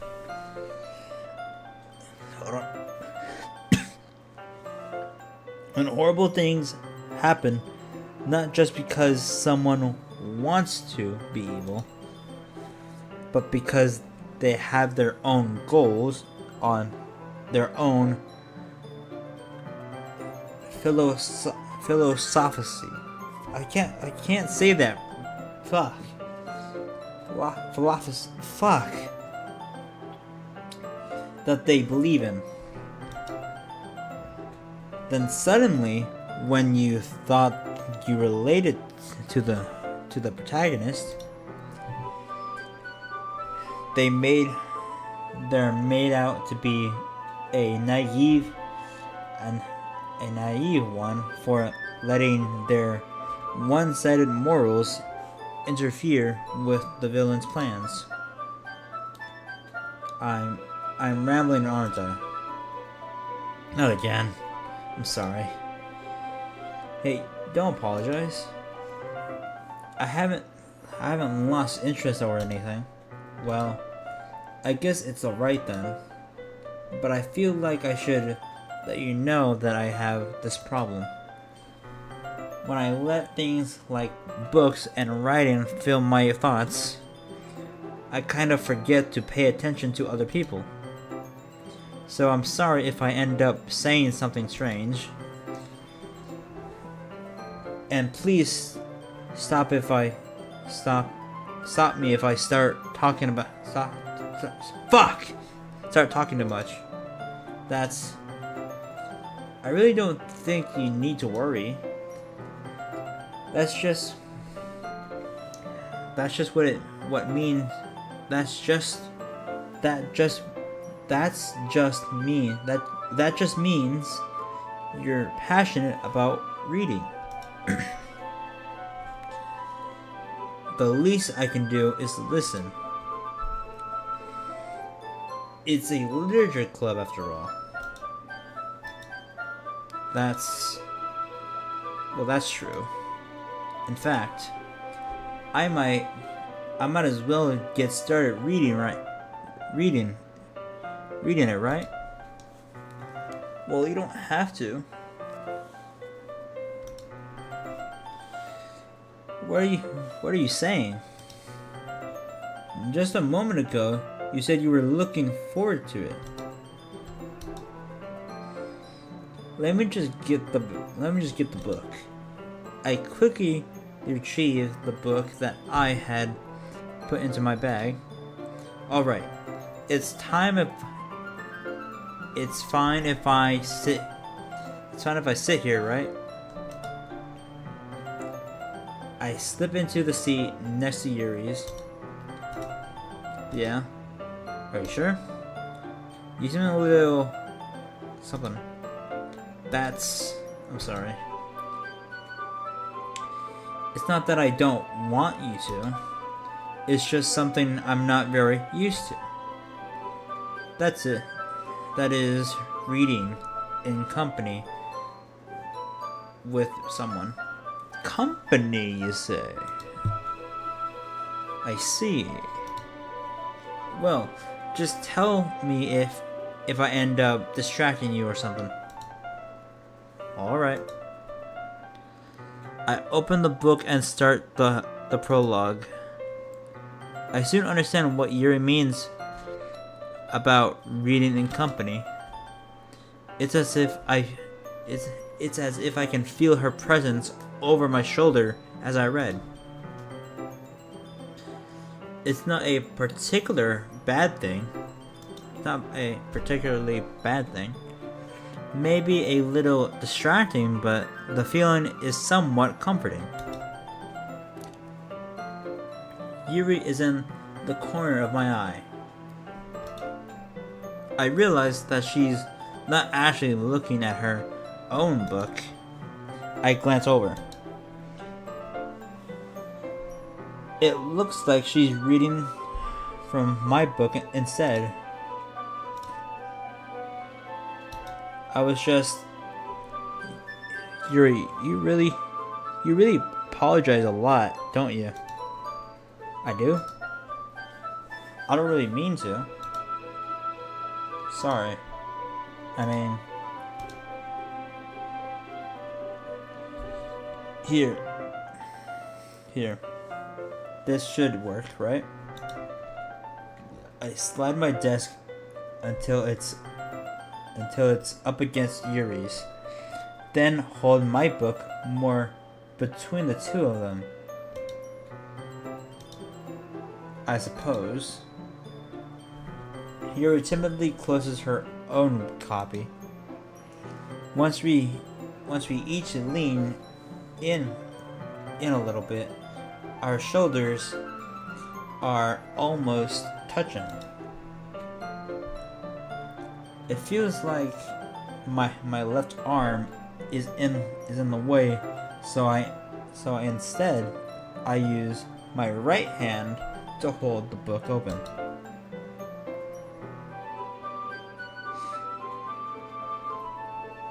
I guess that makes it kind of difficult to turn the page.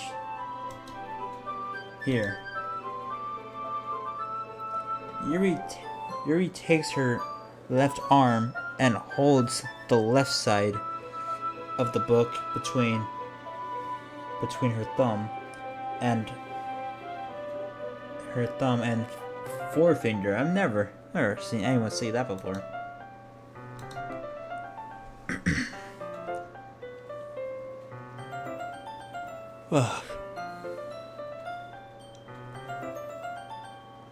I do the same with my right arm on the right side of the book.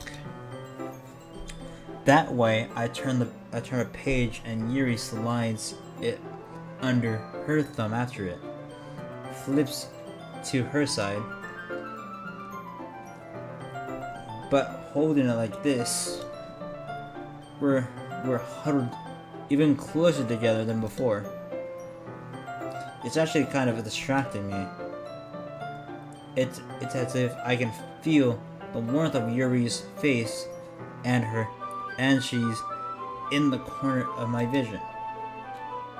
Are you ready to turn the page? Oh, sorry. I think I got a bit distracted for a second. I glance over to Yuri's face again, and our eyes meet. I don't know how I'll be able to keep up with her. That's okay. You're not used to reading, right? I don't mind being patient if it takes you a bit longer. It's probably the least I can do. Since you've been so patient with me. Yeah. Thanks. We continue reading. Yuri no longer asks me if I'm ready to turn the page. Instead, I just assume that she finishes the page before me, so I turn it by my own something. We continue the first chapter in silence. Even so, turning each page almost feels like an intimate exchange. My thumb gently letting go of the page, letting it flutter over her side as she catches it under her own thumb. Hey Yuri. This might be a silly thought, but the main character kind of reminds me of you a little bit. You think so? How does she? Well, I guess she's more blunt in her way, in a lot of ways. But she also second guesses all of the things that she says and does. Like she's afraid she'll do something wrong. It's not like I can see into your head or anything. But I think they're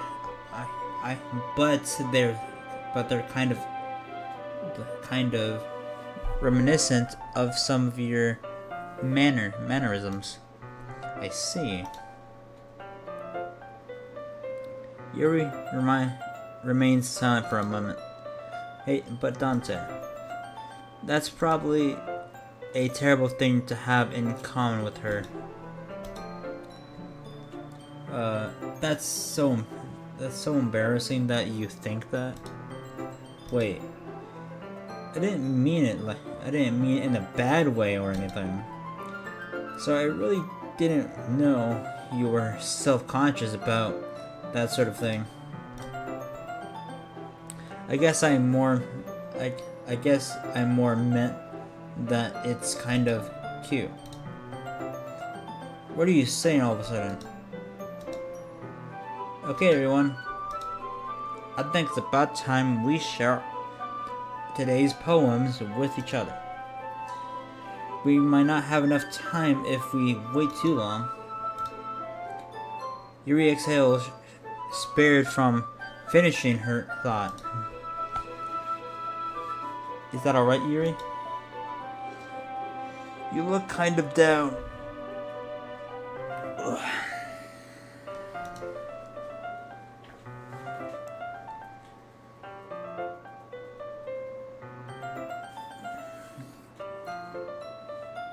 I'm sorry if you hadn't been looking forward to this. It's not. It's fine. Yuri releases her hand from the book, causing it to close on top of my thumb. All right.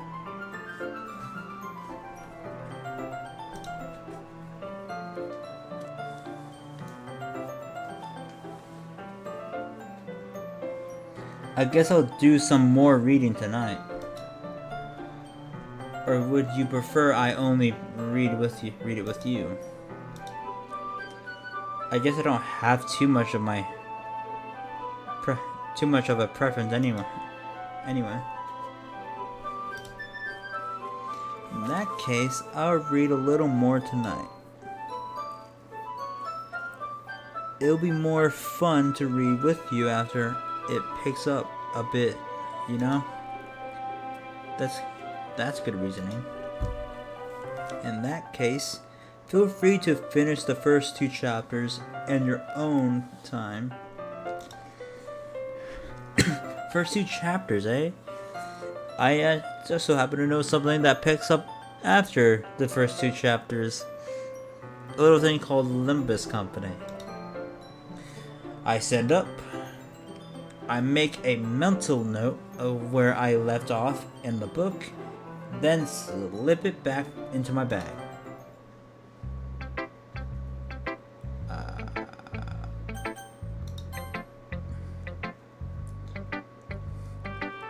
Let's see what you've written for today. Yuri stares at the poem with a surprised expression on her face. Do you like it? Dante. How did you pick up on this so quickly? Just yesterday, I was telling you what kind of techniques were worth practicing. Maybe that's why. You did a good job explaining. What? I just picked random shit. I really wanted to try giving it more imagery. Yuri visibly swallows. Even her hands appear sweaty. I'm not used to this. Used to what? I don't know. It's fine, take your time. Yuri breathes and collects her thoughts. I know Yuri likes to think before she speaks, so I offer that patience to her. Yeah. Just being appreciated like this, I guess. It probably sounds really stupid, but seeing someone motivated by my writing, it just makes me really happy. Are you saying you've never shared your writing before? Yuri nods. Really? I don't believe it. I really only write to myself. And besides, people would just laugh at me. Do you really think that? Again, Yuri nods. Huh. Even your close friends? Yuri does not respond to that. Wonder why. Anyway, do you want to share the poem you wrote today? Yeah, I do. If it's with you. Stupid. I was a little more daring with this one than yesterday's. I can see that. It's a lot more something metaphorical, I think. I don't know if it's my fault, but I can't begin to imagine what this poem is about. That's right. It's a bit closer to my preferred writing style, using the poem as a canvas to express vivid imagery and convey emotions through them. Yeah, if I take it at face value, then I can't even figure out what it's supposed to mean. Well, I think it's something that different people can relate to in their own way. I want to express that way. I want to express the way it feels for me to indulge in my more unusual hobbies. It's those sorts of things I'm usually forced to keep to myself. So sometimes I enjoy writing about them.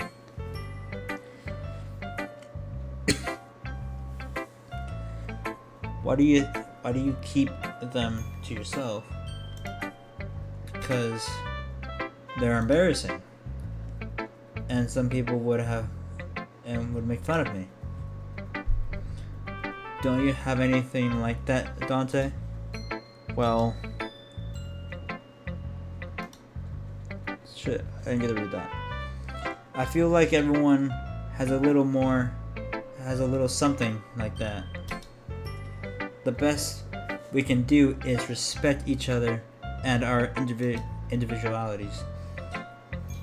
If it's difficult sometimes and some things make us uncomfortable, after all, if I hadn't learned to embrace my own weirdness, I would probably hate myself. I might be ranting a little bit now, but I'm glad that you're good at. But I'm glad you're a good listener. To message you. Well, I can admit it's a bit better than the last one. It's nice to see that you're putting in some effort. That's good. Come to think of it, this kind of reminds me of Sayori's poem from yesterday. You think so? Yeah, well, I guess you've been friends with her for so long you might be on the same wavelength. But you never really struck me as her type. Sayori has a type all of a sudden? Well, I don't know. But honestly, how can someone so fluffy spend so much time with someone like you. It's like she's dragging around a dead weight. I almost said dead body. That was a little unnecessary. But think of it this way. If it weren't for me, she would probably just fly away like letting go of a balloon. You could say we each take care of each other in our own way. Whatever it is, I don't get it. Oh yeah, I guess I'm supposed to show you my poem. Here. Amy likes spiders. You know what I heard about Amy? Amy likes spiders. Icky, wiggly, hairy, ugly spiders. That's why I'm not friends with her. Amy has a cute singing voice. I heard her singing my favorite love song. Every time she sang the chorus, my heart would pound to the rhythm of the words. But she likes spiders. That's why I'm not friends with her. One time I hurt my leg really bad. She helped me up and took me to the nurse. I tried not to let her touch me. She likes spiders, so her hands are probably gross. That's why I'm not friends with her.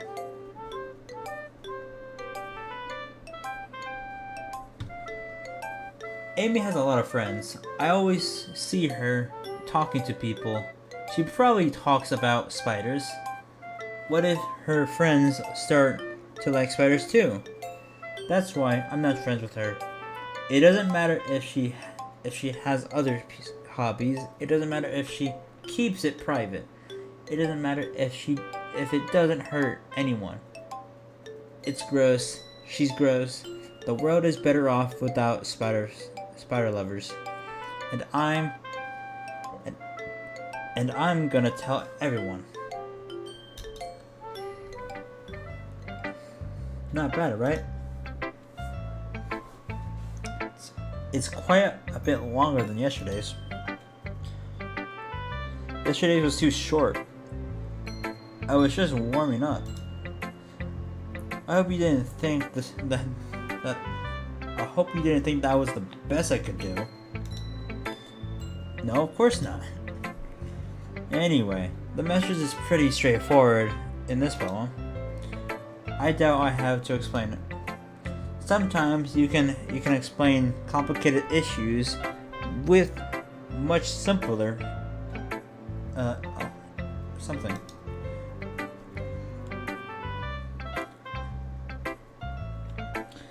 And it helps people realize how stupid they're being. Like, anyone would agree that the subject of this poem is an ignorant jerk. Do you know people like that? Of course, it's about how everyone thinks that doesn't matter. It can be about anything. I wrote it to be easy to relate to. Everyone has some kind of weird hobby or guilty pleasure.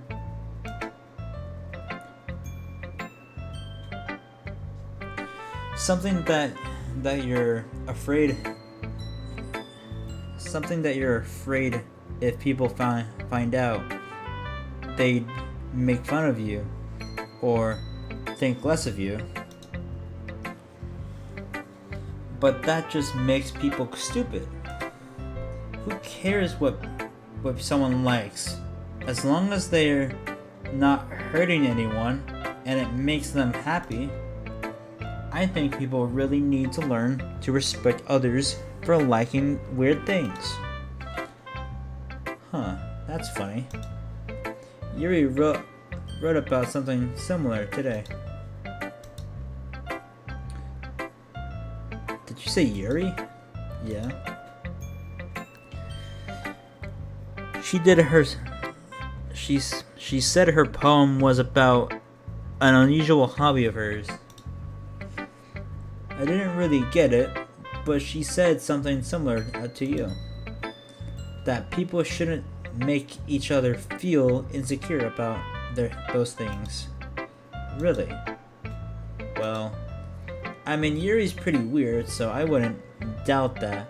She has some weird hobbies. Not that there's anything wrong with that. It's not like I would judge her or anything. Natsuki has trouble finding words. I guess I should try not being so mean to her. If she feels insecure about her weird behaviors and stuff. I mean, I always hate people who make me feel insecure. And Yuri made me feel insecure yesterday. But the way you put it, it sounds like she's learned her lesson. Well, I would say so. Even if her writing style is really different, I'm sure she'll appreciate the message in your poem. It's what I do best after all. I don't like writing unless there's a good message to take away from it. Like conveying emotions is important. But I want to make people think. I want to make people think, not just feel. Remember that. I'm going to write a good one for tomorrow, too. So look forward to it.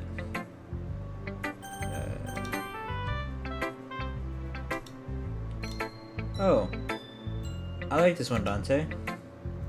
It has some nice feelings in it. I'm glad. It's just random shit, man. Still though, your tone makes it sound like you liked yesterday's poem better. I guess you caught me. Sometimes you know me a little too well for my own good.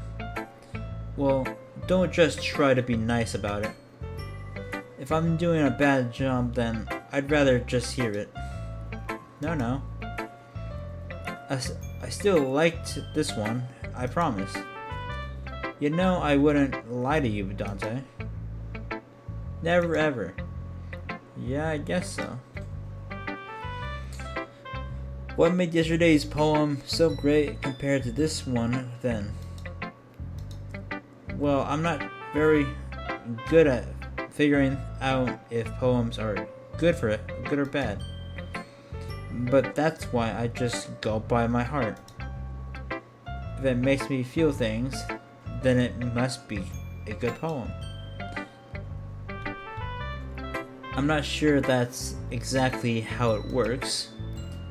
Then again, I guess conveying feelings is a pretty important part of the whole thing.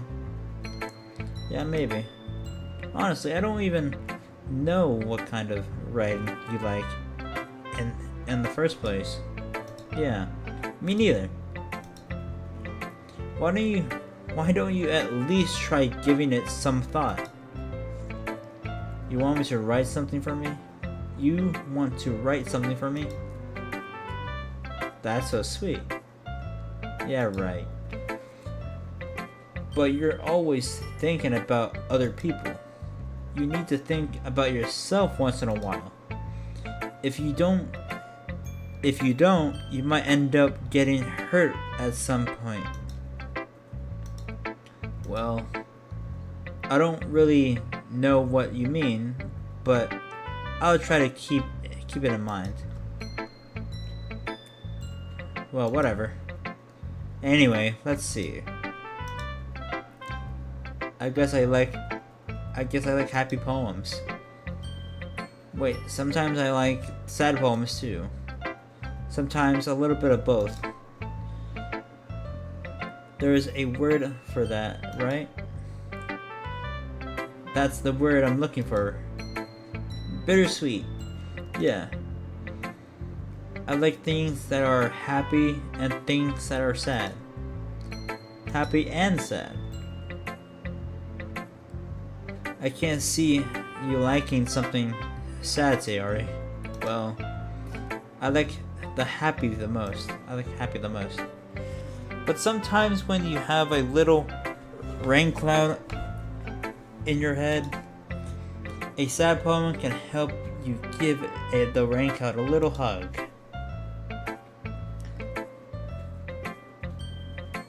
And make a nice happy rainbow. Sayori, that's unexpectedly poetic. It is? Maybe I'm getting better at expressing my feelings after all. Thanks, Dante. I should go write that down then. You can read my poem now, okay?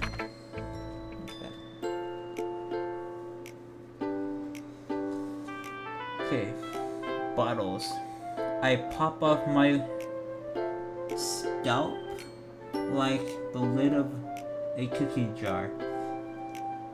It's the secret place where I keep all my dreams. Little balls of sunshine all rubbing together like a bundle of kittens. I reach inside with my thumb and forefinger and pluck one out. It's warm and tingly, but there's no time to waste. I put it in the bottle to keep it safe, and I put the bottle on the shelf with all the other bottles. Happy thoughts in bottles, all in a row. My collection makes me lots of friends. Each bottle a starlight to make amends. Sometimes my friend feels a certain way. Down comes a bottle to save the day.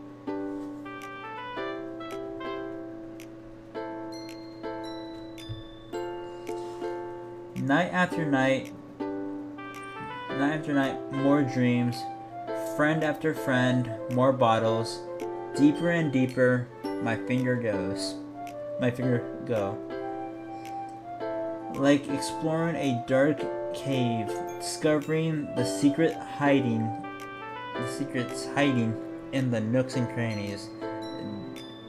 Digging and digging, scraping and scraping.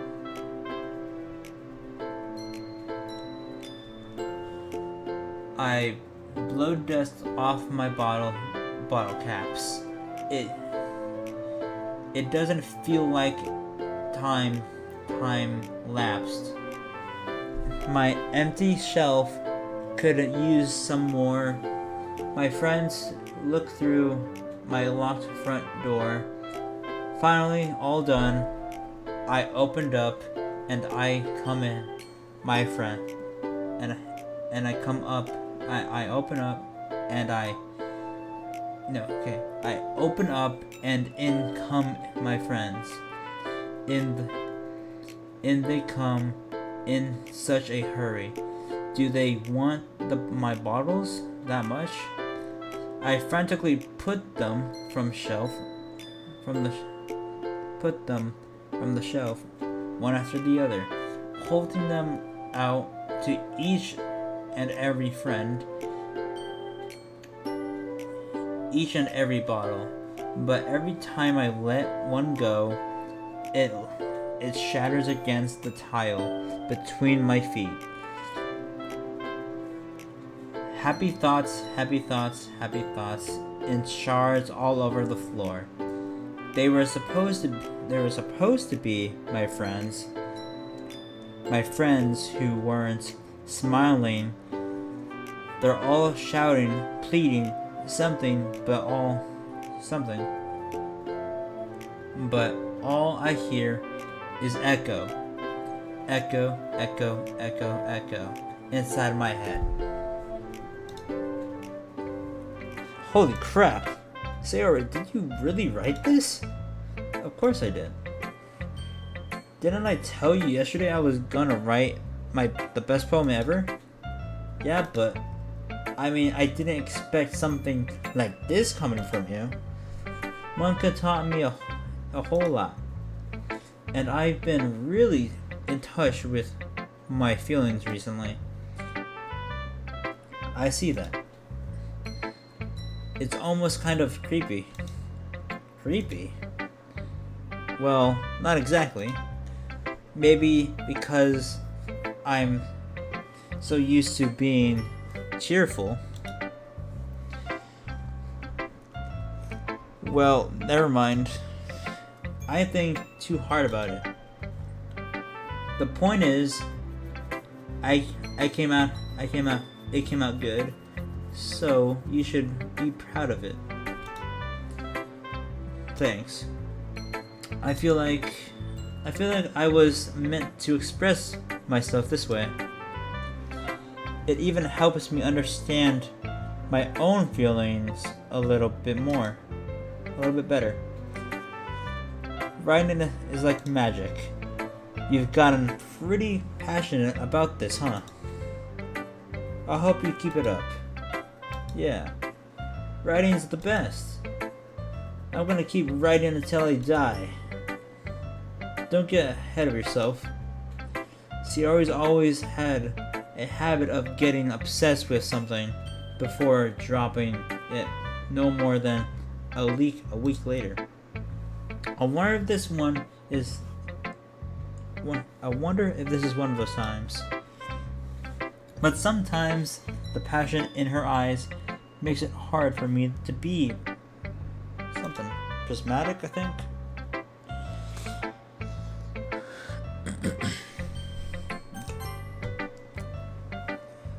Hello, hi again, Dante. How's the writing going? Alright, I guess. I'll take that. As long as it's not going bad. I'm happy that you're applying yourself. Maybe soon you'll come up with a masterpiece. Whew. I wouldn't count on that. You never know. Want to share what you wrote for the day? Sure. Here you go. Alright. Great job, Dante. I was going, oh, in my head while reading it. It's really metaphorical. I'm not sure why, but I didn't expect you to go for something so deep. It's just random shit. I guess I underestimated you. It's easiest for me to keep everyone's expectations low. That way, I always count. That way, it always counts when I put in some effort. That's not very fair. I guess it works anyways.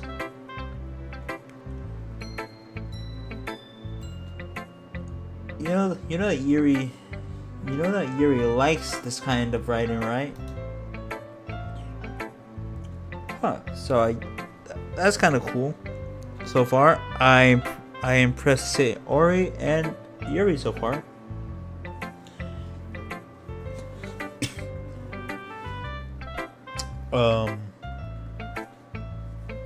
I guess I can go for Natsuki because it should be pretty easy because I'm not.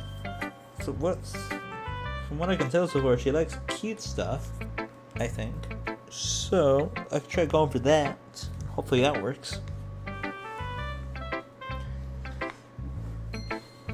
writing that's full of imagery and symbolism. Unlike Sayori, who likes using simple and direct words to describe happiness and sadness, Yuri likes it when readers are left to drive their own meaning out of it. It's very challenging to write like that effectively, but allowing people to get something out of it just by feel, or by letting them deeply analyze all of the nuance. It can take years of practice, which I'm assuming Yuri has at this point. I never really asked though. I'm sure I'm nowhere near her level yet. Don't worry so much about that. You do your own thing. Just keep exploring and learn by trying new things. But anyway, you want to read my poem now? I like the way this one turned out. I hope you do too.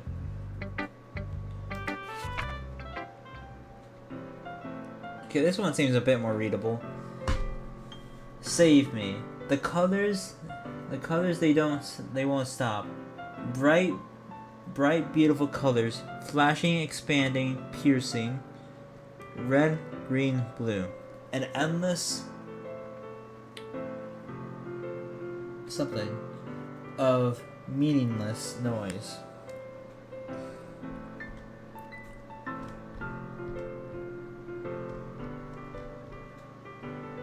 The noise, it won't stop. Violet grading waveforms.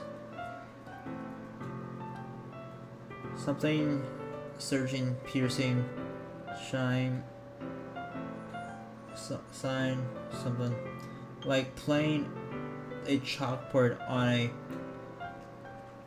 turnable, like turn something like playing a violin on a pizza crust. An endless poem of meaningless.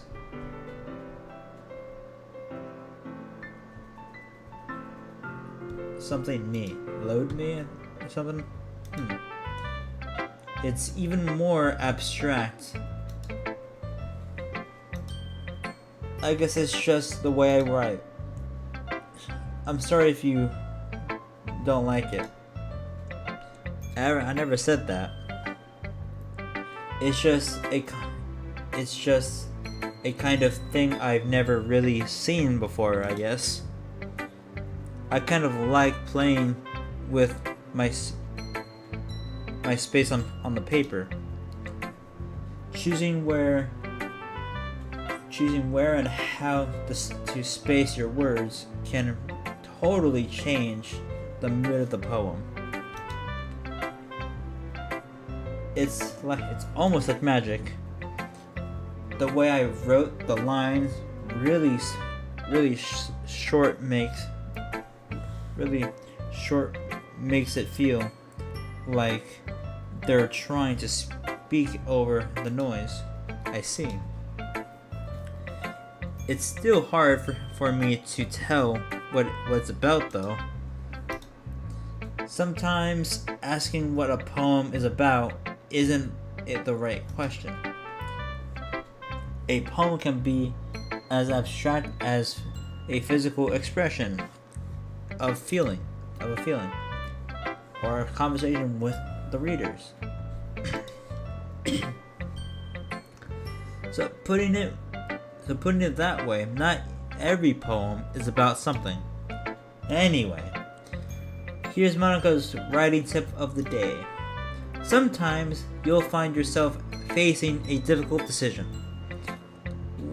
When that happens, don't forget to save your game.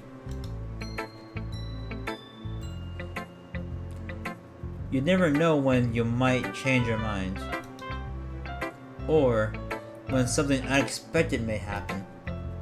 Wait, is this tip even about writing? What am I even talking about? That's my advice for today. Thanks for listening. Okay, everyone. We're all done reading each other's poems, right? I have something extra planned today. So if everyone could come sit in front of the room. Is this about the festival? Well, sort of. Do we really have to do something for the festival? It's not like we can put together anything good in just a few days. We'll just end up embarrassing ourselves instead of getting any new members. That's a concern of mine as well. I don't really do well with last minute preparations. Don't worry so much. We're all going to keep it simple, okay? We won't need much more than a few decorations. Sayori has been working on posters, and I've designed some pamphlets we can give out during the event. Okay, that's great and all, but that doesn't tell us what we're actually going to be doing for the event. Sorry. I thought you heard about it already. We're going to be performing. Performing? Monica. Yeah, we're going to be having a poetry performance. Which of us are going to choose a poem to recite during the event? But the cool part is, we're also going to let anyone else come up and recite poems too. Sayori's putting it on all the posters in case anyone wants to prepare ahead of time. Sayori, who's been coloring a poster, holds it up for us to see. Are you kidding me, Monica? You didn't already start putting those posters up, did you? Well, I did. Do you really think it's that bad of an idea? Well, no. It's not a bad idea. But I didn't sign up for this. You know. There is no way I'm going to be performing in front of a group of people like that. I agreed with Natsuki. I could never in my life do something like that. Imagining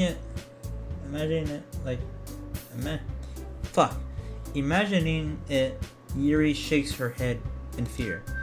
Guys, no, Sayori. I understand where they're coming from. Remember that Natsuki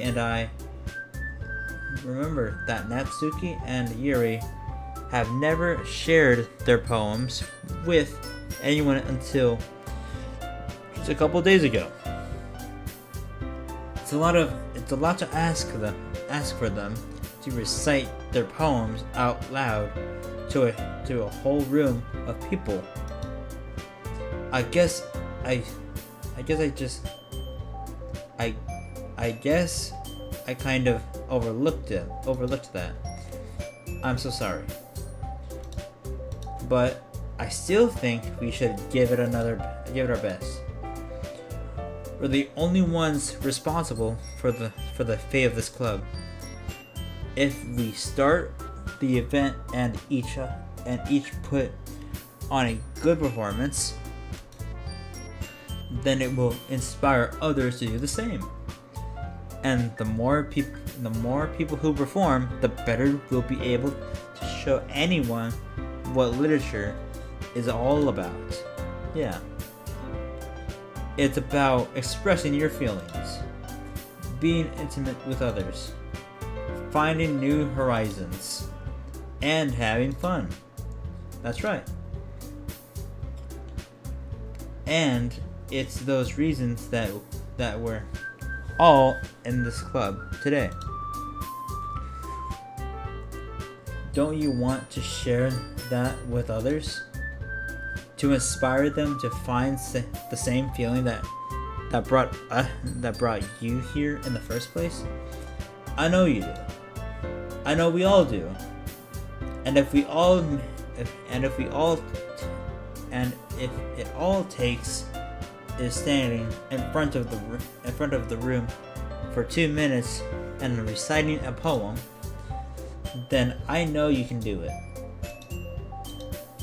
Natsuki and Yuri remain silent. Sayori looks worried. A gift that leaves me no choice. I agree. I don't think it's too much to ask.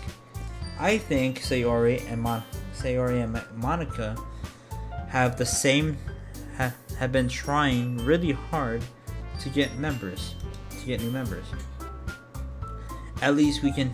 The least we can do is help them out a little bit. Well, maybe, but it looks like Natsuki doesn't have any arguments left.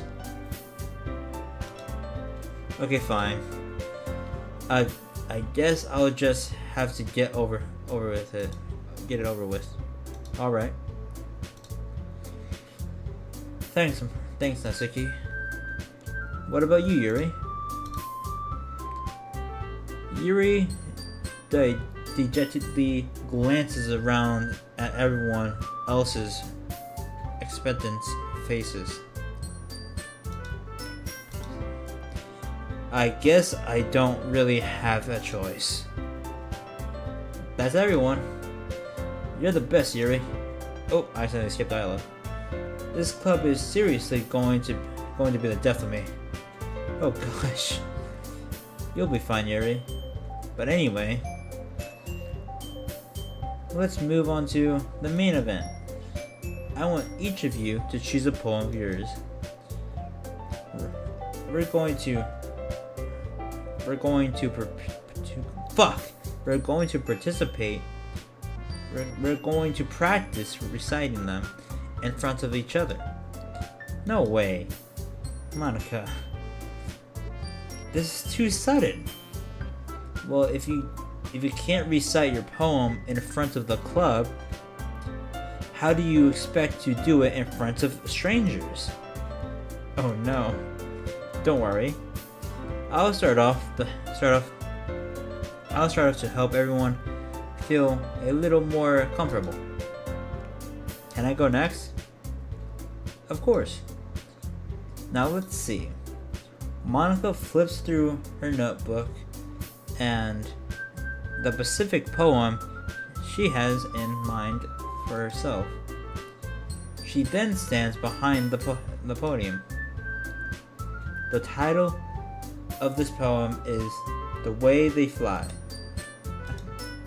Monica begins reciting her poem. Her clear, confident voice fills the room. More than that, her inflection is pristine. She knows exactly how to apply emotion behind each line. She recites, bringing the words to life.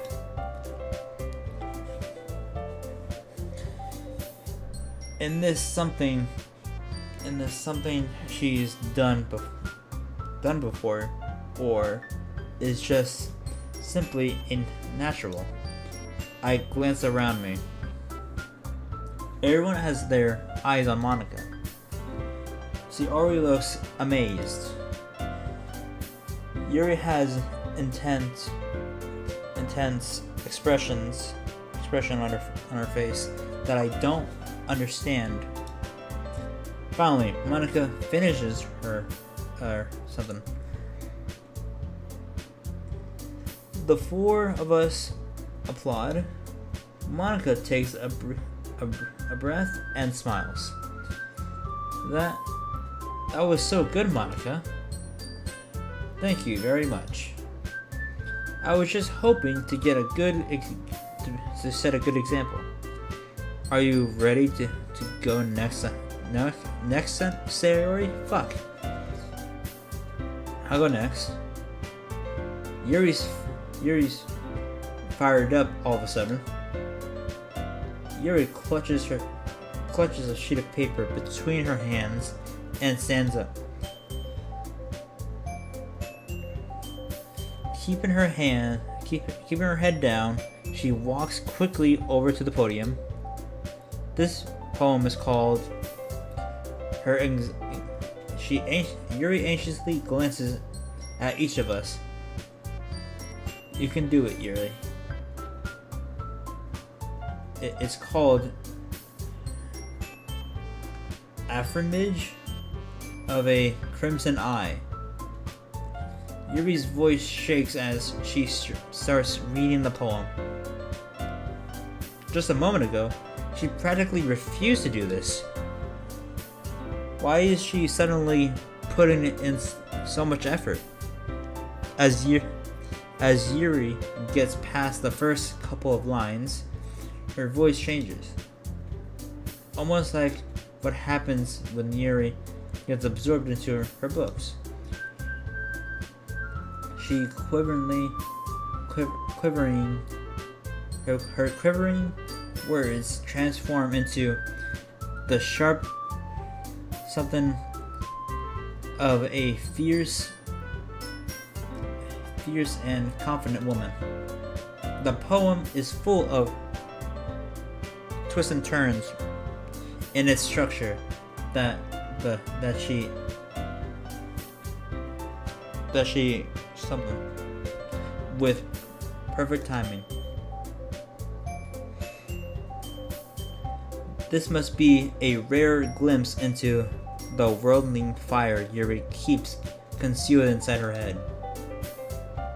Suddenly, she's finished. Everyone is stunned. Yuri snaps back into reality. Whoops, there goes gravity, and glances around her as if she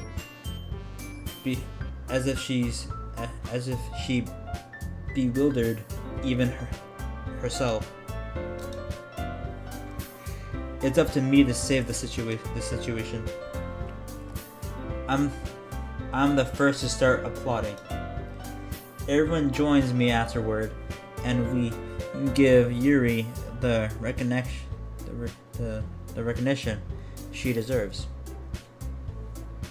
It's not that we didn't want to applaud for her, but we were caught so off guard that we must have forgotten. As we applaud, Yuri holds the poem to her chest and rushes back into her seat. Yuri, that was really good. Thanks for sharing. Looks like Yuri is down for the count. Okay, I guess I'm next then. Sayori hops out of her chair and cheerfully walks to the podium. This one's called My Meadow. Sorry, I giggled. Sayori. It's a lot harder than I thought. How did you guys do it so easily? Try not to think of it like you're reciting other people.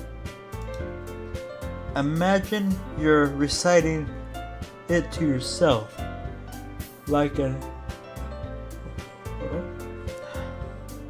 front of a mirror or in your own head. It's your poem, so it'll come out the best way. the best that way. I see. Okay then. Shiori begins her poem. Somehow it feels like her soft voice was made as a perfect match. The poem isn't aimlessly cheery like Shiori is. It's something and bittersweet. If I were to read this on paper, I probably wouldn't think much of it. But hearing it come out of Shiori's voice almost gives it a whole new meaning. Maybe this is what Shiori meant when she said she likes my poems. It's like I get to reach more deeply into someone I thought I knew through and through. Shiori finishes and we applaud. I did it. Good job, Shiori. Even Dante liked it. I guess that's okay. What does that even mean? It came out nicely, Shiori. The atmosphere of the poem fits you really nicely. But it might be that other poems wouldn't work quite as well with that kind of delivery. I don't really understand. In other words, I've seen poems of yours where that sort of gentle delivery wouldn't work as well. They might need a little more force behind them, depending on what you're reading. Oh, I know what you mean.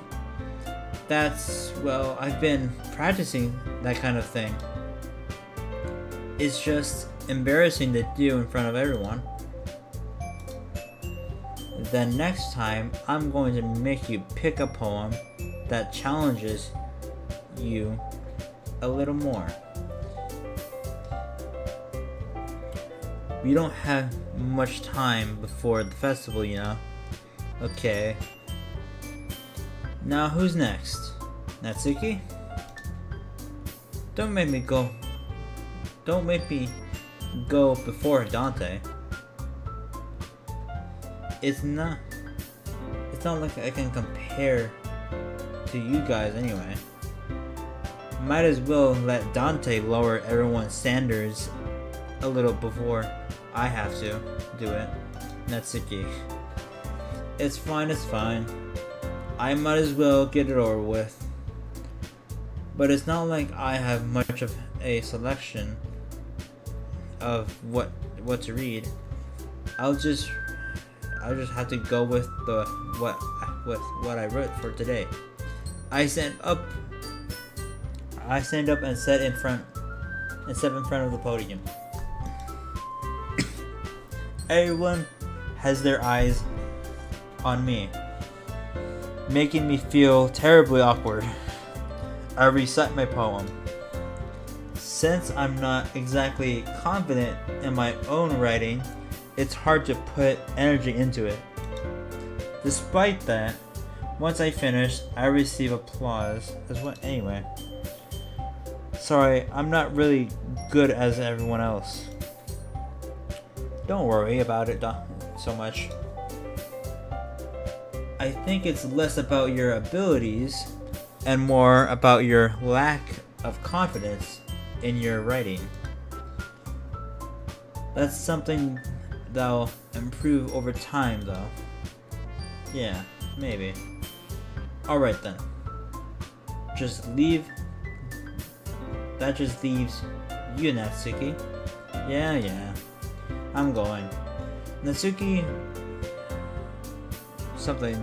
gets out of her seat and makes her way to the podium. The poem is called Why Are You All Looking at Me? Because you're presenting. Anyway, the poem is just called Jump. Natsuki takes a breath. Once she starts reciting the poem, her sour attitude disappears a little. While she's still a little something, her poem has a rhythm, has a rhythm and rhyme to it. It's Natsuki's trademark style, and it works surprisingly well when it's spoken aloud. The words feel like they bounce up and down, as if giving life to the poem. Natsuki finishes, and everyone applauds. She huffs back to her seat. That wasn't so bad, was it? Easy for you to say. You better not make me do that again. Well, do you at least feel prepared enough to recite a poem in front of other people? I mean, doing it in front of other people will be way easier. I could put on whatever face I want for other people. But when it's just for my friends, it's just embarrassing. That's a surprise, Natsuki. I think it would be the other way around for me. Well, that's just how it is. Okay, so, well, I guess that's the case. You won't have much to worry about for the festival. That said, I want to thank everyone for coming through. It might be hard, but I hope you all have an idea of what it's like now. Make sure to pick a poem and get enough practice before the festival, okay? I'll be making pamphlets, so let me know ahead of time what you'll be reciting. Jeez, I should probably find some other poem to recite instead. That's fine too. It doesn't have to be your own. I'm already pleasantly surprised that you're putting in all this effort for this club. It makes me really happy. Yeah, no problem. Okay, everyone. I think that is it for today. I know the festival is coming up, but let's try to recite poems for tomorrow as well. It's been working out really nicely so far, so I like to continue that. As for the festival, we'll finish planning tomorrow, and then we'll have the weekend to prepare. Monday's the big day. I can't wait. I can do this. Alright. I stand up. There is no way I'll be able to find the same enthusiasm as Sayori and Monica, but I'll do my best to get through it. If it's for the sake of the club, I'm impressing Monica, then I'll have to do my best. Ready to go, Sayori? Yep. Look at you two always going home together like that. It's kind of adorable, isn't it? Jeez, guys. Don't make such a big deal out of it. It must be a little nice, though. Well, I suppose I am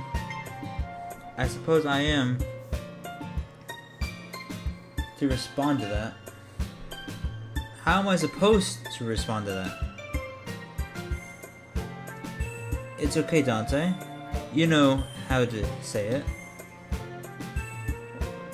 Whatever, let's go already. I walk home with Sayori once more. Even though it's only been a few days, and a lot of things have already changed. But today, Sayori is being a little quieter than usual on the way home. Hey Sayori. Sorry, I was spacing out. No wonder. And the hornet is cute. Oh, hello, Monica. I didn't expect you to be here. I was thinking about something from earlier. I like how we get to. I mean, Sayori fumbles with her words. So let's just say that one day Yuri asked to walk home with you. Huh? What would you do? What kind of question is that? You're kind of putting me on the spot here. Hello. You're cute too. With that baby face. I'm gonna assume that's something she says in the game, because that's a little weird.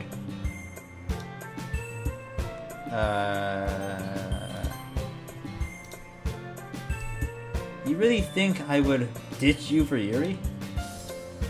But she's so beautiful and smart. Jeez, I already see her in the club every day. Besides, you always seem to really like going home together. I wouldn't just ruin that for you. You're so silly, Dante. You think about me too much sometimes. Yuri would deserve it if she wanted it so. Sayori, I've already made up my mind. I really can't whatchamacallit, figure you out sometimes. I was trying to think of the word. Sorry. Besides, what's the point of speculating sometimes? Speculating something that's never going to happen. The conversation trails off. It's kind of a weird thing for Sayori to care so much about, but I want to respect her and keep her happy too. Then again, the festival is almost a few days away. Who knows what will happen in that time?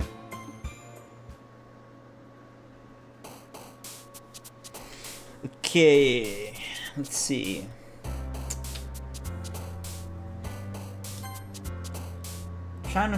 Let's try to make something that Natsuki would like. There's sunset, waterfall, promise, crimson, desire, raindrops, dazzle.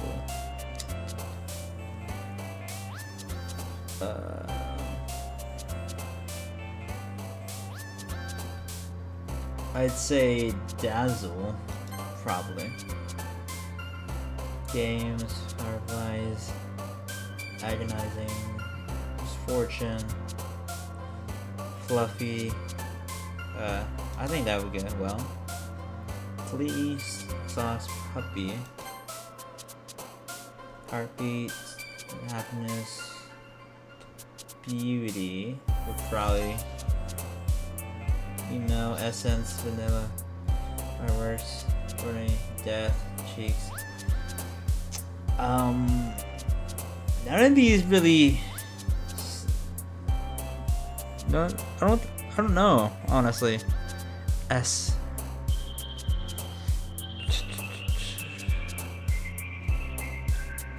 I guess fireworks? Time, depression, embrace. Pure, vacation, lollipop, anime. Okay, I'm pretty sure anime might work. Bouncy, sweet. Jumpy.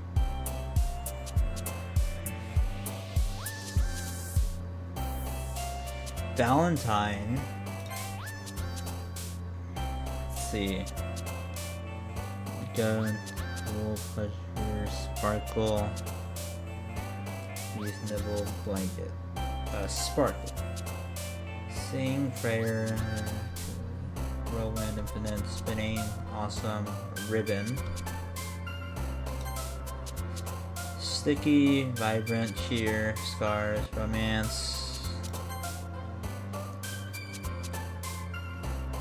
Doable, together. I guess together. Smile, sadness, anger, tone, hope.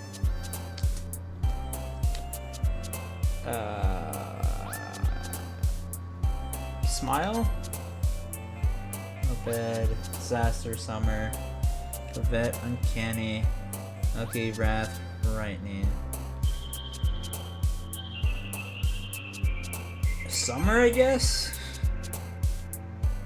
Forgive, playground, peaceful, giggle, clumsy. I guess maybe giggle? Extreme, bliss, something, fester, something, insight, strawberry. I guess strawberries. Tears.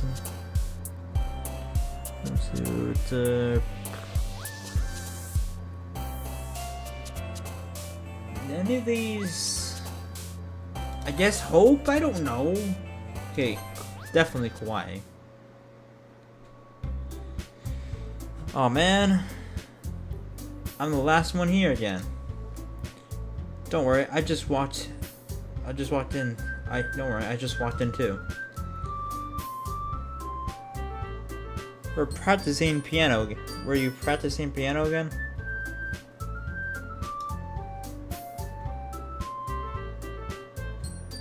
Yeah. You must have a lot of determination. Okay, let's see. Just gonna take a quick look. Huh. Okay. Interesting. Anyways. You must have a lot of determination. I already read that. What time is it? Okay. Well, maybe not determination, but I guess passion. Remember that the club wouldn't be here if it wasn't for all of you. And I'm super happy that you're all willing to help out for the festival too. I can't wait for the festival. It's gonna be great. Weren't you complaining about it just yesterday, Natsuki? Well, yeah. I'm not talking about our part of the festival, but it's a whole day of school where we get to play and eat all kinds of delicious food.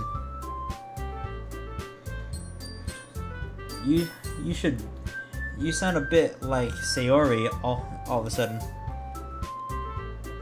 Monica, do they usually have fried squid? Squid? That's a pretty specific thing to look forward to. Oh, come on. Are you saying you don't like squid? You of all people. I didn't say I don't like it. Besides, what do you mean, you of all people? Because it's right in front of it's right in your name, Monica. I don't get it. That's not how you say my name at all. Also, that joke makes no sense in translation. Never mind.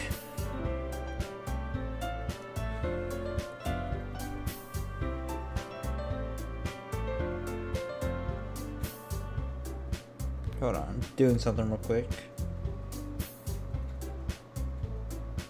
Okay.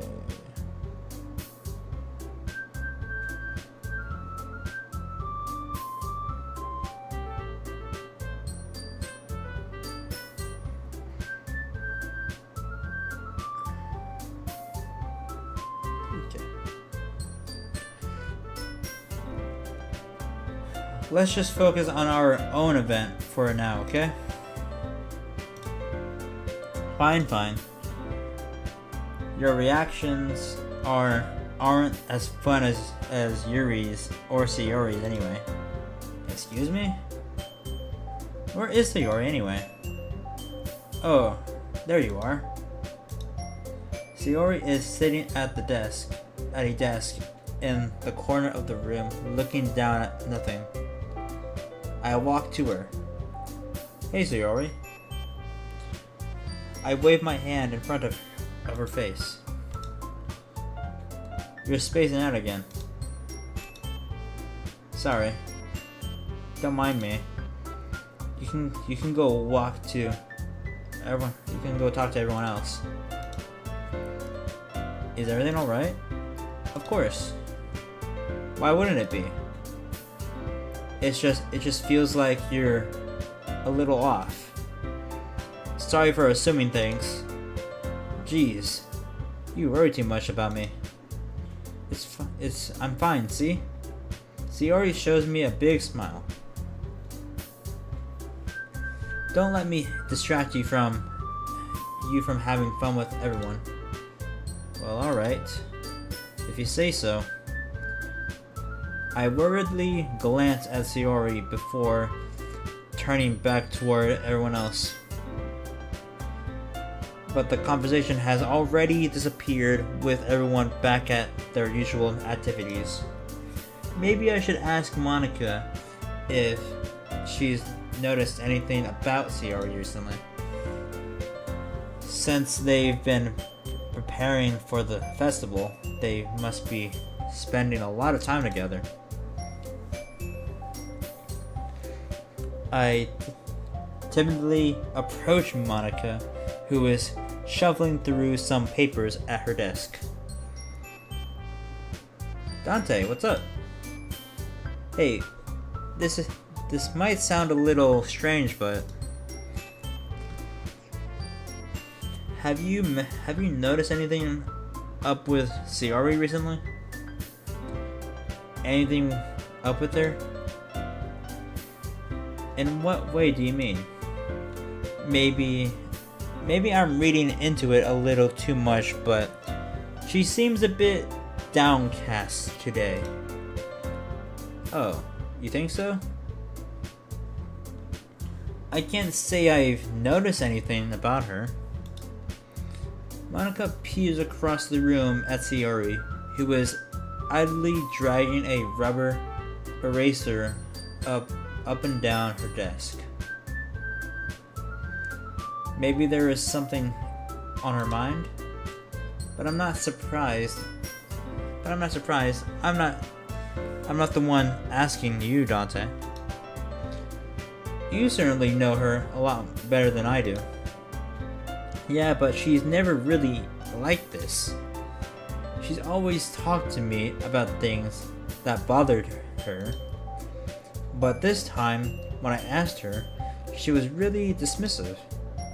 Sorry, I know it's not your problem. I just wanted to ask if you knew anything, so I'll drop it for now. Drop it now. No. It's important to me. It's important to me too. I mean, I'm also friends with her. I also care about the well-being of my club members, you know? Maybe I'll try talking to her myself. Are you sure about that? She seemed like she wanted to be left alone. Are you sure? Maybe she just has a hard time bringing it up with a person of interest. Person of interest? What do you mean by that? I'm saying that saying that maybe the thing on her mind is you, Dante. Oof. Me?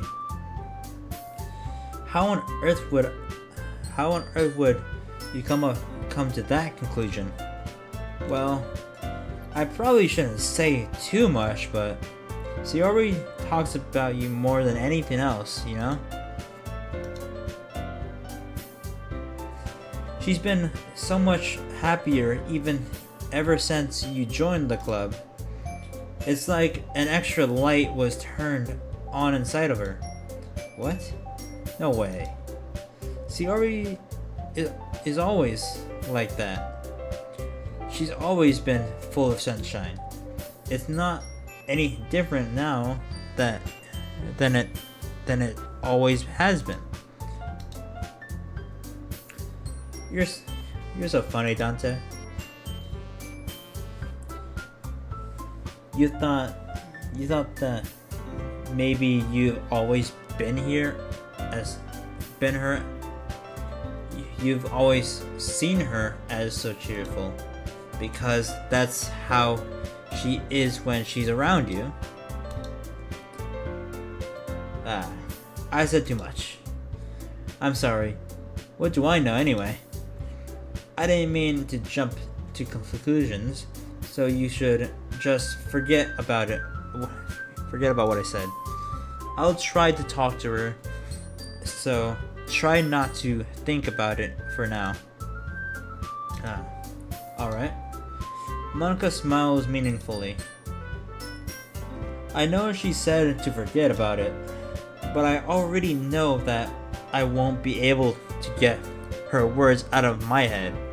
Monica stands up from her desk and walks across the room to where Sayori is sitting. I watched her kneel down next to Sayori and gently talk to her. But she's keeping her voice so quiet that I can't hear her from here. I sigh and sit myself down. I know Sayori told me not to worry about her and to have fun with everyone else, but it's impossible to do when she's behaving like this. Exactly how much do I care about her that I'm letting this weigh me down so much? Now it feels like I'm the one behaving out of the ordinary. But there's nothing I can do besides wait for Monica.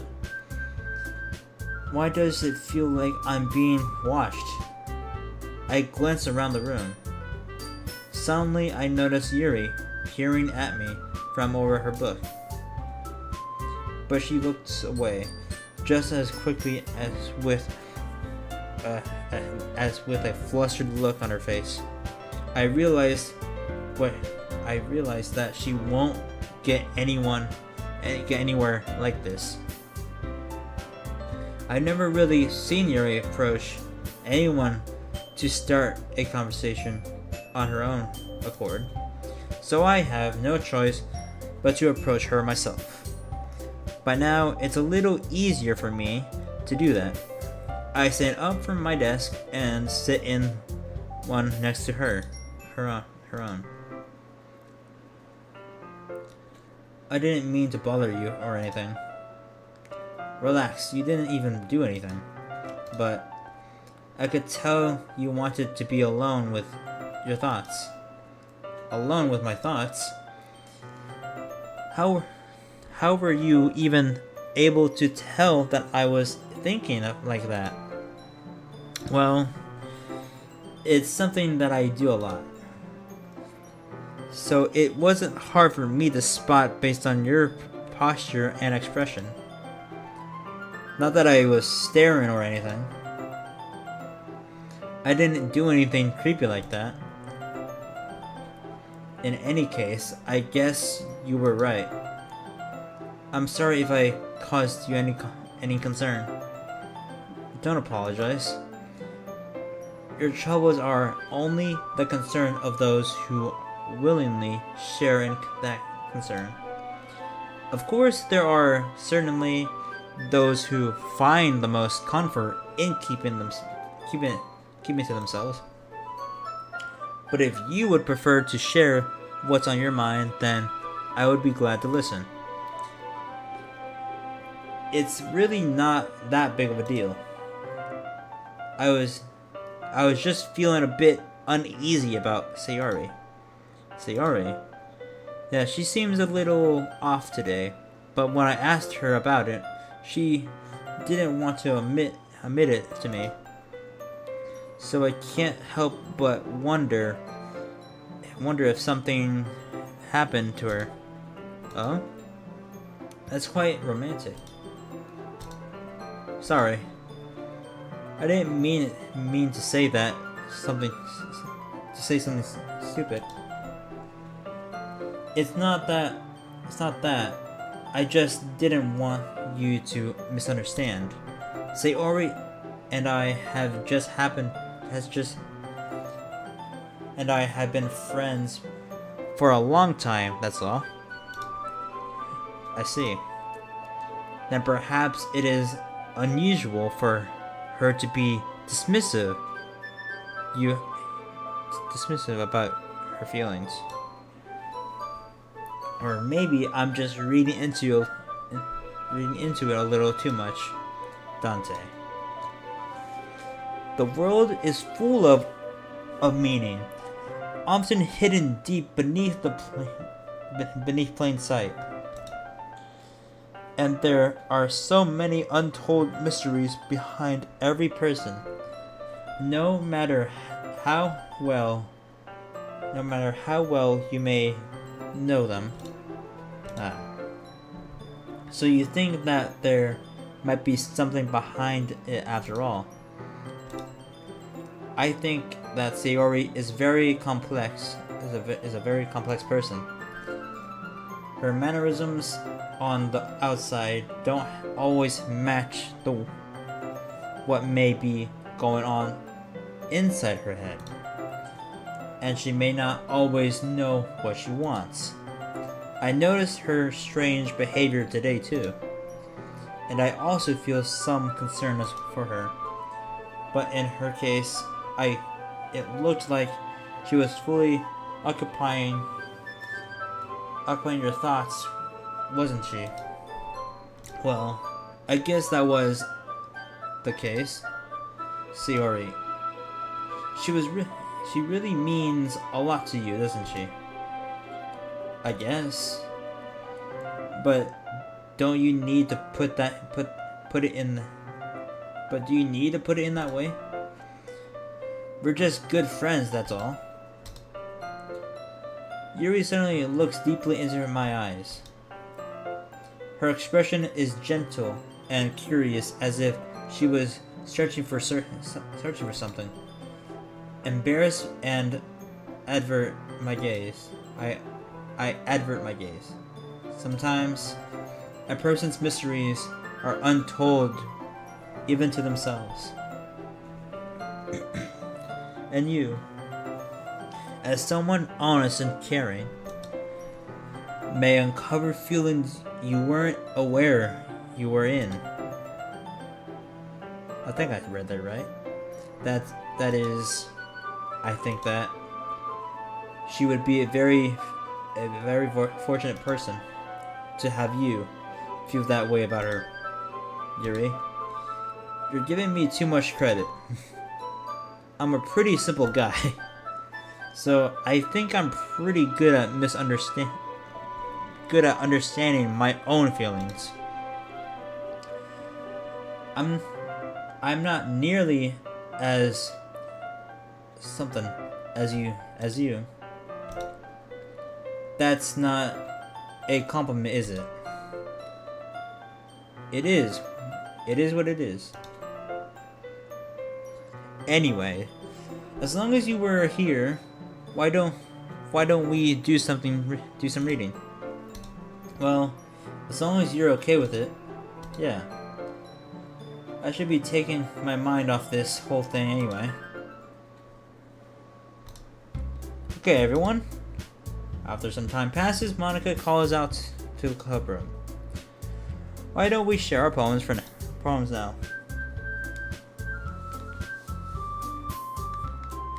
Oof. Before I know it, everything is back to normal. Everyone goes to retrieve their poems and do the same. I make eye contact with Monica and she smiles at me. I wonder what she was talking about with Yuri. Okay, Yuri.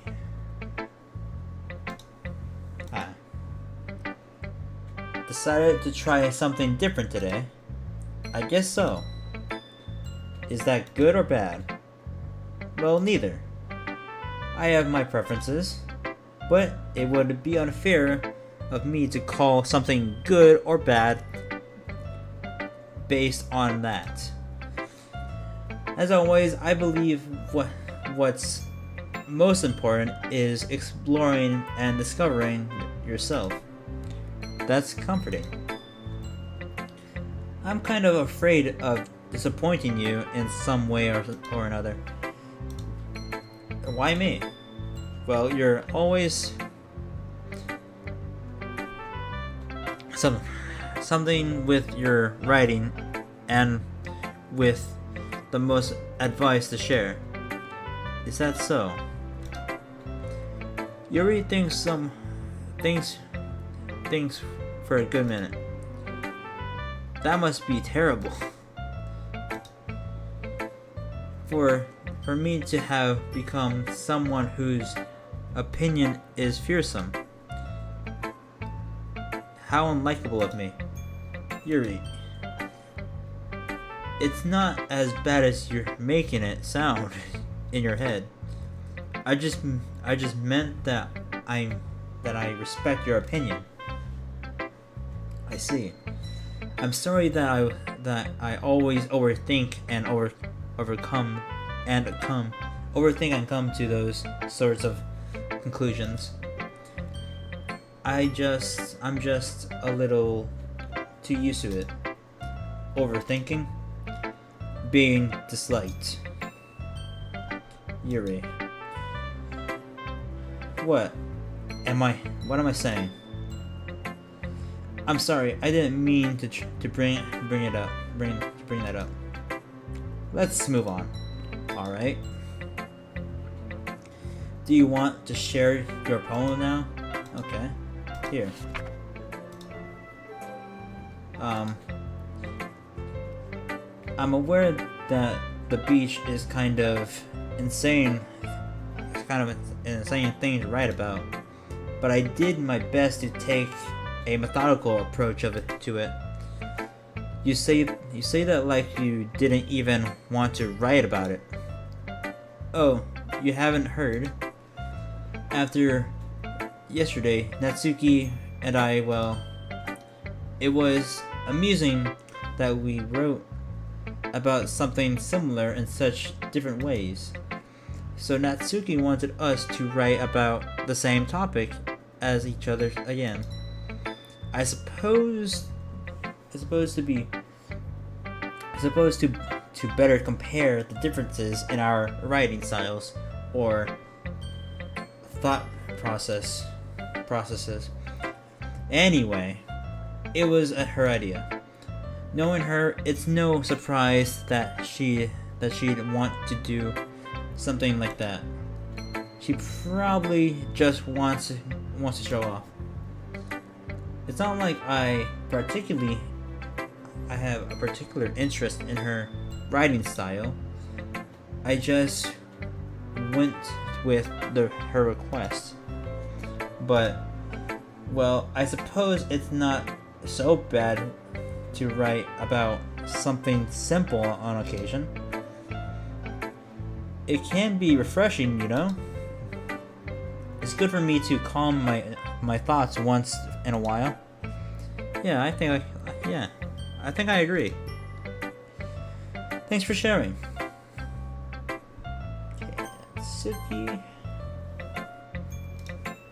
Finally.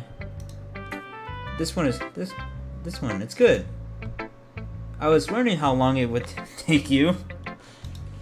Okay, so I guess that means I did it. Which also means I'm so smart. Alright. Yeah, seriously.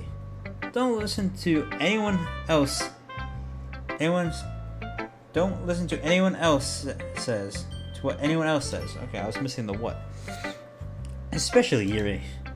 Just keep writing poems like this. That's all you need. Are you sure that's not just what you want? Excuse me? You're talking to a pro, you know. Don't you think you should trust my opinion the most? I guess that depends. Aren't you biased towards poems that are more simple and cute? Biased? Of course not. My opinion just happens to be the best. There is one thing I still can't tell. Is Natsuki actually self-aware of her spoiled behavior? At this rate, I don't know if I'll ever figure it out. Fair enough. I'm glad that you liked my poem after all. I knew you'd finally understand. Just keep showing me your poems and you'll be a pro before you know it. Anyway, here's the one I wrote. Okay. I'll be your beach. Your mind is so full of troubles and fears that diminished your wonder over the years. But today I have a special place, a beach for us to go to. For us to go. A shore reaching beyond your sight, a sea that sparkles with brilliant light.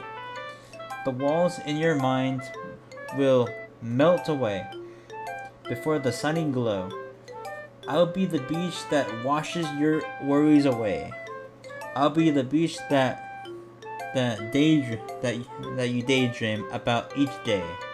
I'll be the beach that makes your heart leap in a way you thought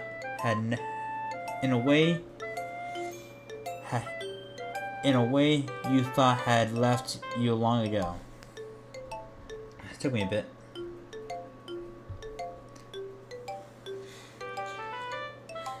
Let's bury the heavy thoughts in a pile of sand beneath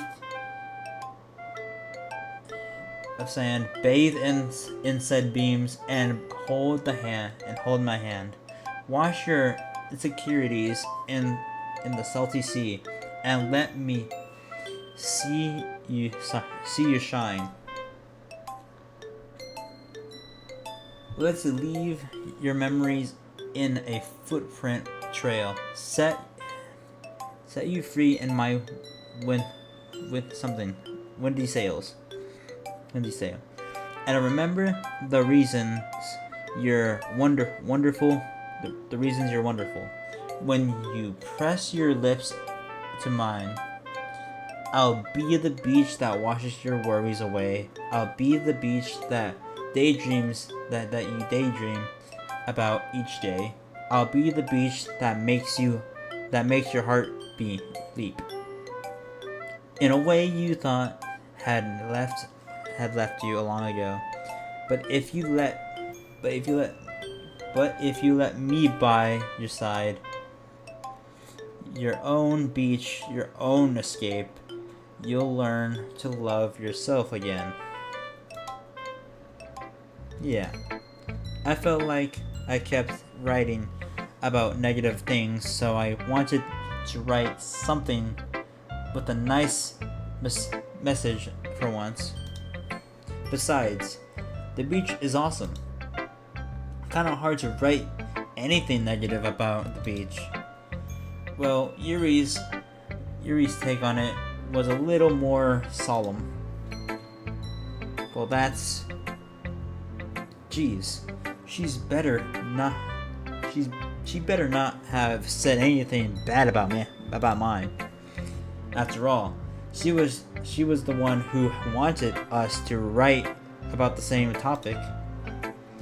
You can really see her doing that too. Making us write about a simple topic when then trying to impress me by coming up with something all fancy. Well, it's not like I care. I just did it anyway. I mean, I guess mine ended up being kind of metaphorical too. But there's nothing wrong with doing that once in a while. At the very least, it was good practice. Sorry.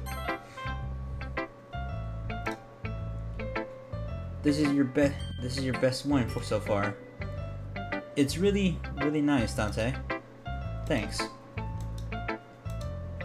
Siri, you've been a little quiet today.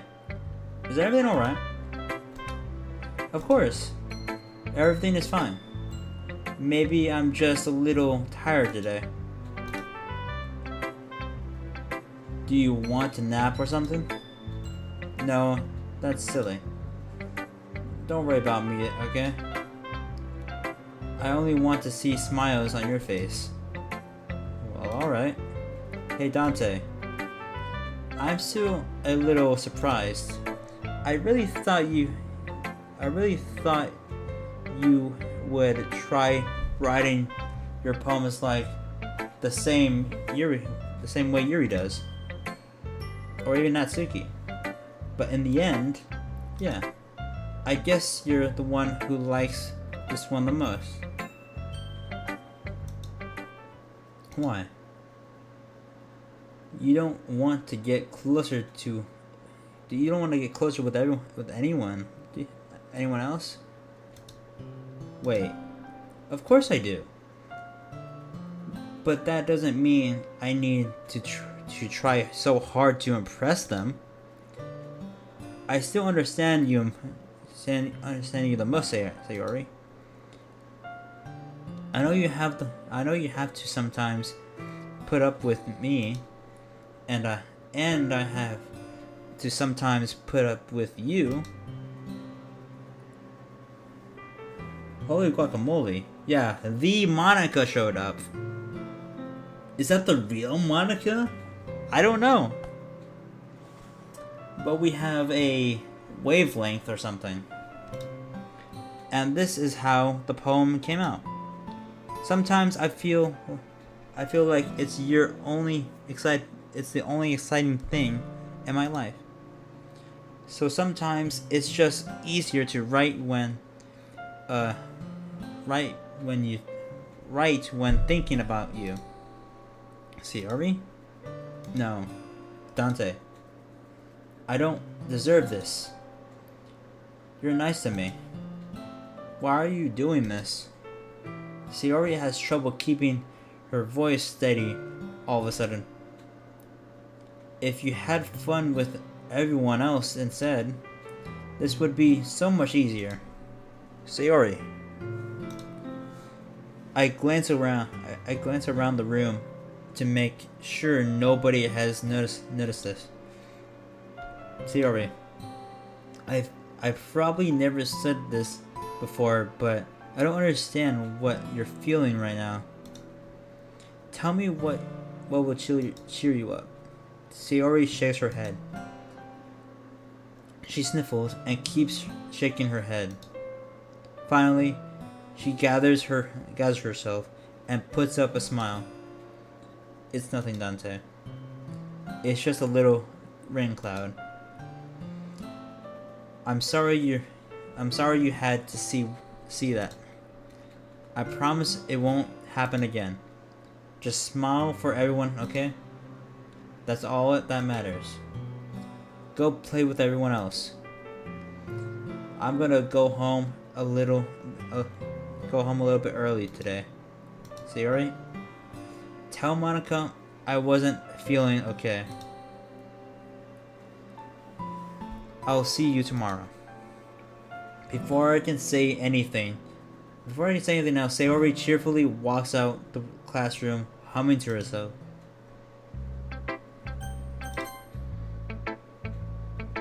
Hi, Dante. Have you thought about what you want to submit and to perform to the festival? Well, being in this club is one thing, but performing in front of a bunch of people,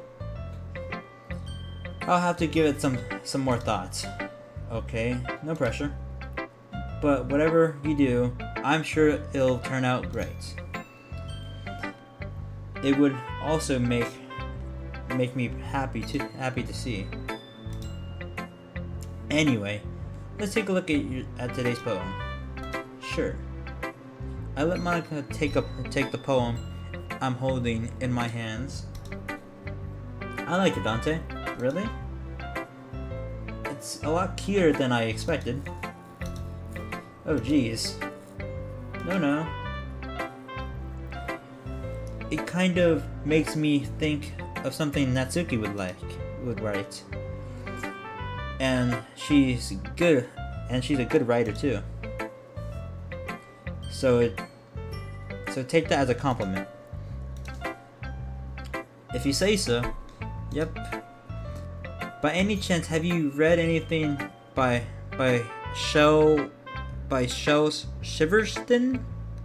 Silverstein? I'm not sure if I'm saying that right. Maybe a long time ago.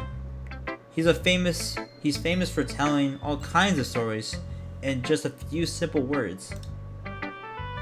His poems can be funny, endearing, or even sad. And sometimes there's only a few lines long.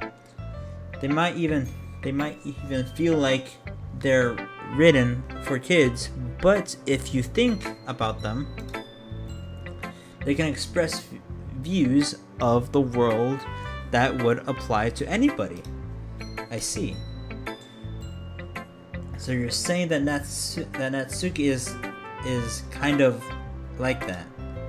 Sort of. Maybe she's not an expert. But you probably won't find much filler in her poems. They might be easy to write, but they're super challenging to get the meaning through. So I can see why it would be your kind of poem to explore. Anyway, I'll share my poem with you, alright? Alright. Okay. The Lady Who Knows Everything.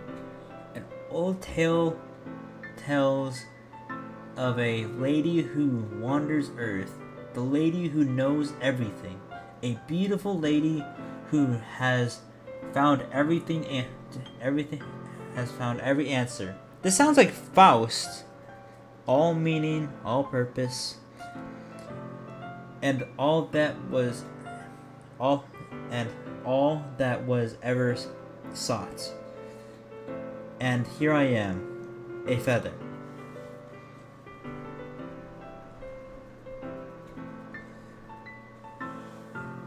Lost something, the sky, victim of the currents of the wind. Day after day I search with little hope, knowing legends don't exist. But when all else has failed me, when all others have turned away,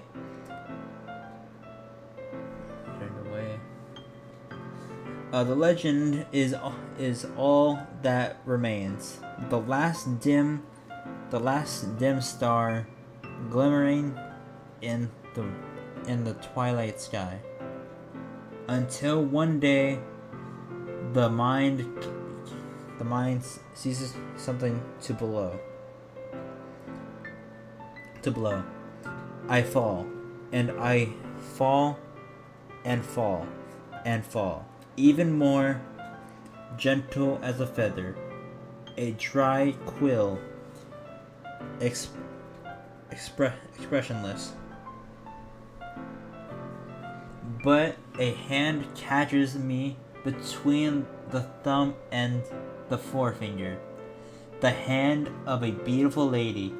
I look at her eyes and find no end to her gaze. The lady who knows everything, knows what I am thinking. Before I can speak, she responds in a hollow voice. I have found every answer, all of which to nothing. This really sounds like Faust.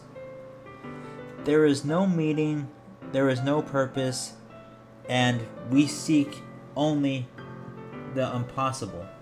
I'm not your legend. Your legend does not exist. And with a breath, she blows me back afloat, and I pick up a gust of wind. You know, I feel like learning and looking for answers are the sorts of things that give life meaning. Not to get philosophical or anything, but it was kind of on my mind. But it was kind of on my mind. So that's what I wrote about it. That's what I wrote about. I see. I never really put much thought into it. In a way, it's almost something. Because if we had all the answers, wouldn't the world start to lose its meaning? You know, there's one thing I noticed. It seems like everyone in the club prefers writing about things that are more sad or than happy. Are you surprised? I mean, even if everything was okay, if we wouldn't really have anything to write about, would we? Humans aren't two-dimensional creatures. I think you know that better than anyone. You mean one-dimensional? Yeah, that.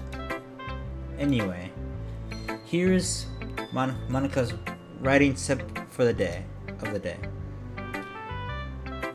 Are you ever too shy to share your writing because you're afraid it's not that good? It can be really disheartening to get a lukewarm response to something you put so much time into. But if you find other people who enjoy writing, then sharing becomes a lot easier. Because instead of just telling that your writing is good or okay or bad, they'll want to focus more on everything that went into it and the things you can work on. It's much more encouraging that way, and it will make you want to continue improving. It's almost like having your own little literature club, don't you think? That's my advice for the day. Thanks for listening. Okay, you three. We're all done sharing poems, right? Why don't we start figuring out... Hold on a second. Is it just me, or did you say something strange just now? Something did sound a bit unusual. That's right. You deviated from your usual catchphrase when addressing the club. Catchphrase? I don't have a catchphrase. Jeez. Why is the mood so weird today? Look, even Yuri isn't immune to it.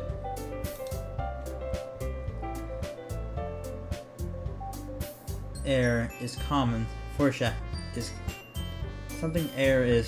common foreshadowing that something terrible is about to happen. In your book, maybe. Look, the only thing different is that Sayori isn't here. It seems you're right. Sayori always helps lighten the mood a little bit, doesn't she? It's almost like everyone's balance is thrown off a little when she's not around. Where the heck did she run off to anyway? I thought she just went to pee. Natsuki, please show some decency. Oh, come on. Actually, she wasn't feeling too well and went home early. Is that so? I hope she's alright. Seriously. All of that time to not go home with her. You picked the time she's not feeling well? So much for you two being lovey-dovey. For all, lovey-dovey. No. First of all, stop misunderstanding my friendship with Sayori. And second, she's kind of been avoiding me today, so I didn't want to force it. That curious expression coming from Yuri, of all people. Calm down, guys. I talked to her earlier, and everything is fine.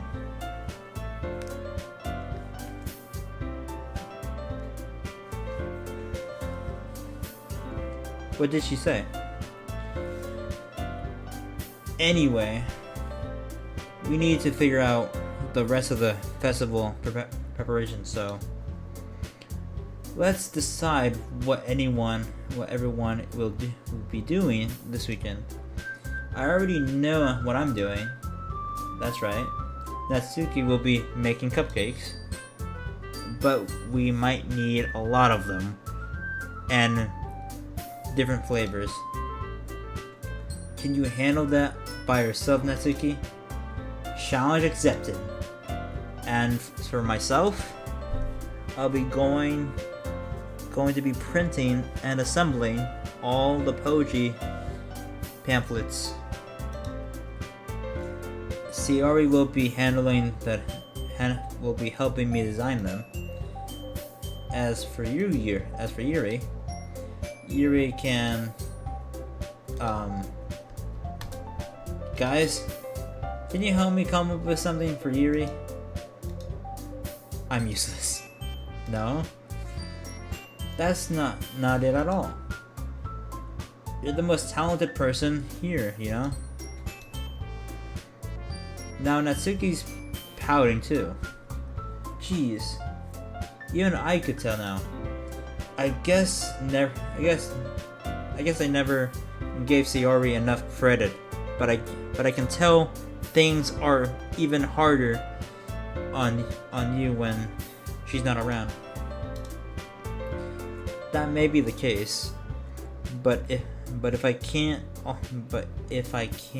also be a leader on my own, then I won't grow as a person. So Yuri, you have beautiful handwriting, don't you? You know, so you should make some banners and decorations to help set the atmosphere. About that, I love atmosphere. Yuri's expression suddenly changes as she stares at her desk in focus and starts nodding to herself.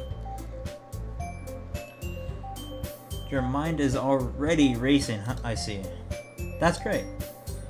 You'll be a wonderful help, Yuri. But anyway, that just leaves you, Dante. The one who is truly useless. Don't say that. In fact, both Natsuki and Yuri have some pretty heavy tasks to handle. It would probably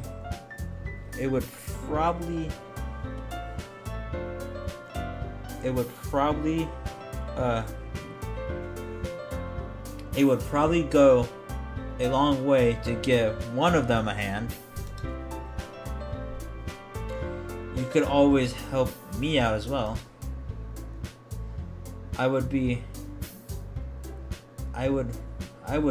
really appreciative of that. Is Monica suggesting I spend the weekend with one of the club members? How on earth are they going to respond to a suggestion like that? I suppose I wouldn't mind a bit of help. Well, even if you don't know how to bake, there's always some dirty work I could give you. It's not like Monica is going to give me a choice, and you shouldn't be sitting on your own butt anyway. Natsuki tries to mumble a bunch of excuses like that. If I could recall, Natsuki, you mentioned that you would like to handle the baking on your own. Dante may not like to be around if you only make him out to be a nuisance. So therefore, he may be more suited to assisting with the decorations. Hold on, I never said that. How hard could it be to make a few decorations anyway?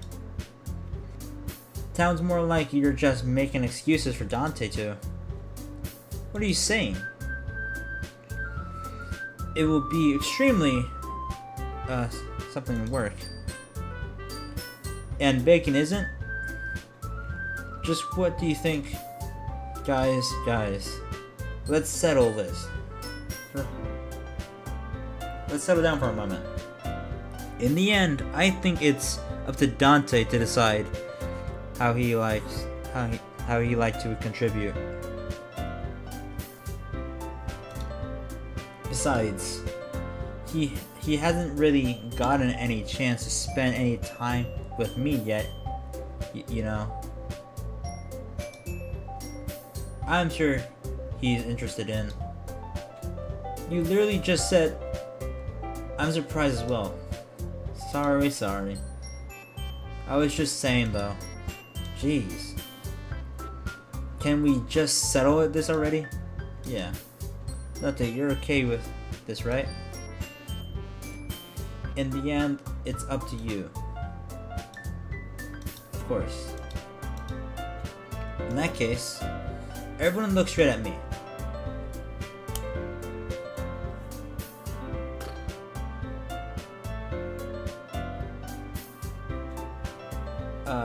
There's definitely something to save. Turn. Pretty sure. No. I know I basically spent time with Yuri in that one scene when we were reading the book. So I think I should do this. Well, baking sounds like it could be fun, and you guys made it sound like a lot of work. so it could probably use 2 people. Don't worry. Baking is a ton of fun. You'll definitely agree. Just a minute ago, you were saying that. That's because. Never mind, okay? Or well, anyway, you'll be fine by yourself, right, Yuri? Of course. I'm used to it after all. That's good. Even though Yuri is being something melodramatic, it's a little hard to not feel bad. So that's everything, right? Anything else we need to talk about? No, I think that's it. Are you guys excited? Yes. Everything except the performance is gonna be awesome. I don't think that really counts. What about Dante? Me? I guess I could say I'm interested to see how it'll turn out. That's good enough for me. What about you, Yuri? Yuri? She's still sulking. Now Natsuki starts pouting. It's not that big of a deal or anything. I think that Yuri might just be feeling a little underappreciated in general. Having to come up with something for her to do, and then nobody offering help. That doesn't mean. Natsuki glances back and forth between everyone with a worried expression. Look, Natsuki goes over and puts her hands down on Yuri's shoulders. Yuri, you really are the most talented one here, and you're going to help make the event a lot more fun and welcoming. I mean, the cupcakes will probably help a lot too, but you're gonna make the atmosphere special. That will be really important for the way that people feel during the performance. So, you need to stop being dumb and give yourself a little more credit. Natsuki releases her hands and turns around and face the other direction. Face the other direction. You didn't really mean that, did you? Not really, but Yuri isn't the only one surprised. Monica and I are also taken aback by Natsuki's words. Natsuki, of all people, to be saying much encouraging things, but I begin to understand. Natsuki was trying to sound like Sayori. Even if it didn't work perfectly, I can tell that she tried to say something Sayori would say at a time like this. Because Sayori always helps everyone smile and feel good about themselves.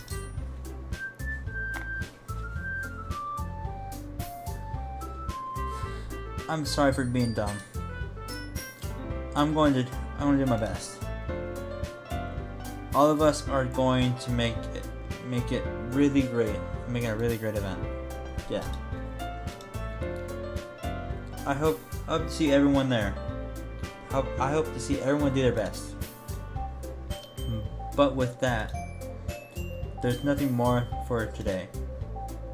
So I guess it's time for us to head out. Okay, but I'm staying here for a bit longer. I barely got to do any reading today, so fair enough. There's nothing wrong with that. Everyone packs up their things, and I start to follow Monica and Yuri out the door as they chat between each other. Where do you think you're going? We still need to figure out what our plans for this weekend. You literally would have gotten home and realized that you didn't even have a way to contact me. Oh, that's true. I had no idea no idea how that slipped from my mind.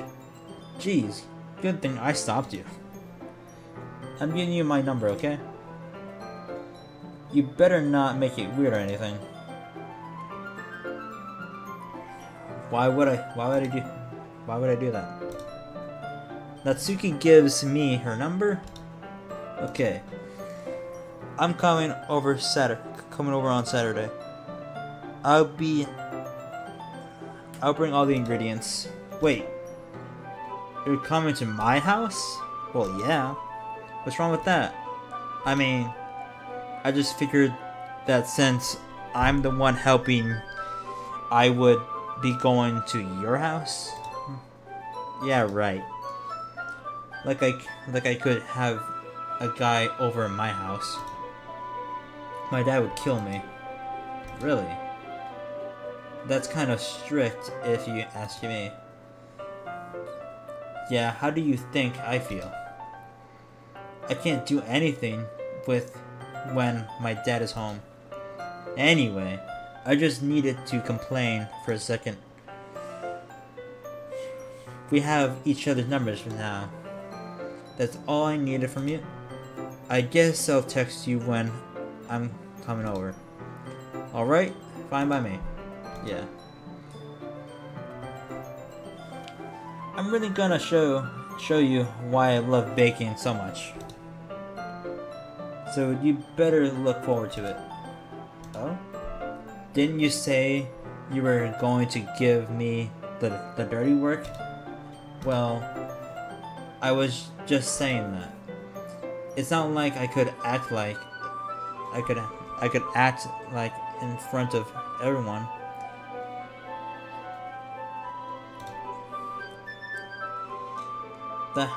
That I was looking forward to this. Wait, really? Well, kind of. Just because I never got to bake with someone else before. That's all it is or so. Alright, I get it. Sorry for overreacting. Anyway, I'll be heading out now. See you on Sunday. Never mind. I can't believe this. Natsuki is going to be coming to my house on Sunday? My anxiety shoots through the roof. Even though I've gotten pretty used to handling her at this point, there is no telling what might end up happening when we're outside of school. More than that, she told me that she was looking forward to it. Is this the chance I have to make something happen between us? Or is it too early for that? Only time will tell. But until then, I won't be able to take my mind off it. I seriously can't wait.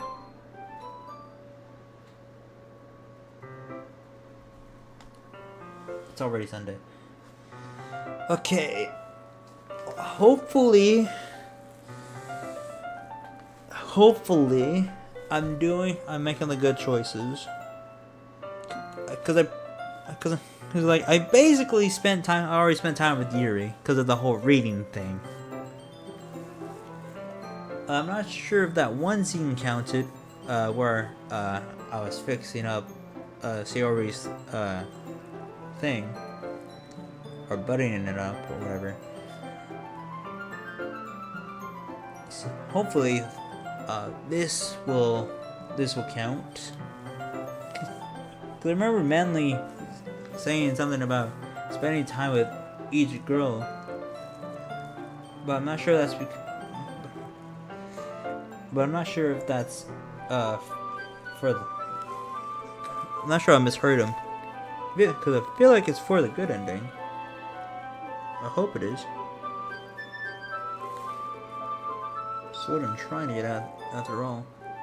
Yeah, I'm gonna look at this real quick. Look at something. I'll be right back.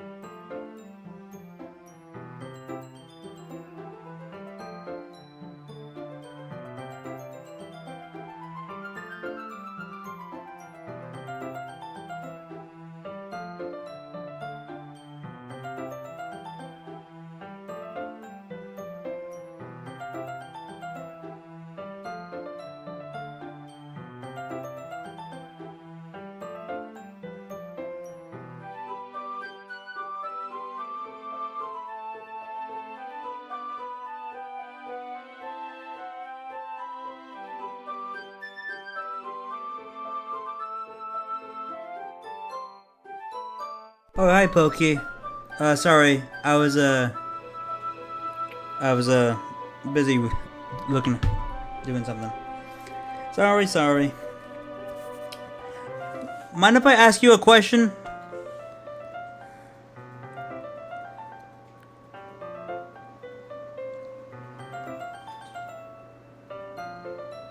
I hope you don't mind.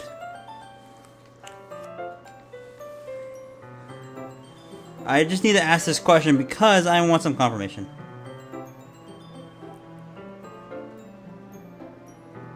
One free trust. What's up? So do you know how to get the true ending in this game? Cause so far, I'm not sure if I'm doing it correctly.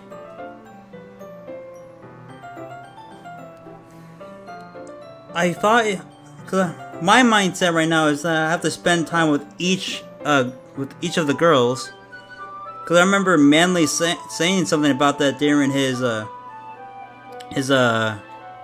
should we call it, Doki Doki Plus playthrough. Fuck. Well, shit.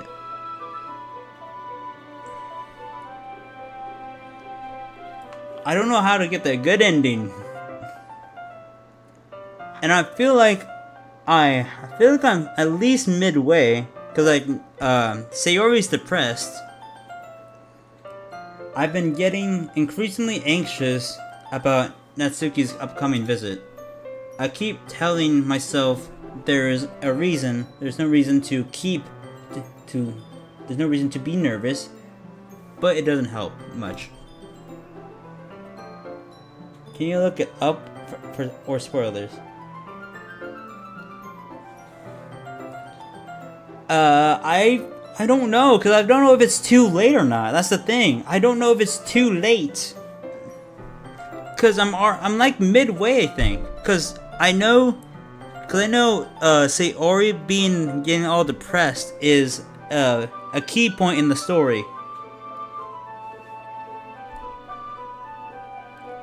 I wonder if she'll act any different when it's just the two of us. Meanwhile, she's been texting me a lot. When we sent each other, we sent each other one after the other exchanging numbers to double check, but it turned into a conversation. It's almost a different personality on the phone, using tons of emoji and cute language. She also really likes complaining about things, but I kind of saw that one coming. But putting Natsuki aside, I haven't heard a thing from Sayori since she left the club early the other day. It's not like we text each other all the time or anything, but I've been worried about her in the back of my mind. Between what Sayori said and what Monica said, is it really okay for me to put Sayori's feelings aside when she might need me? I decided to visit Sayori. Oh, Pokey, it's time. I remember this scene. I don't know if you ever saw this scene, but I remember this scene. It's been engraved into my mind. I know what's coming up, bro. Rather than asking, I simply tell her I'm coming over, much like I've done in the past. Once I reach Sayori's house, I knock on the door before entering it myself. Again, we used to play so often that we've made it a habit of simply entering each other's houses like we were family. The house is quiet. Sayori isn't anywhere on the first floor, so I assume she's up in her room. It's already strange of her to not return down and greet me. I head up to the bedroom, where I finally find her. Sayori? Oh wait, what? Okay, never mind. Maybe that's later on. There's a scene. I know there's a scene that I remember, but I guess it's later on, or either it's later on, or I made the right choices. I sit down on her bed. Worth, I think. Sayori's forces a smile, but it's easy to tell tell that she's different.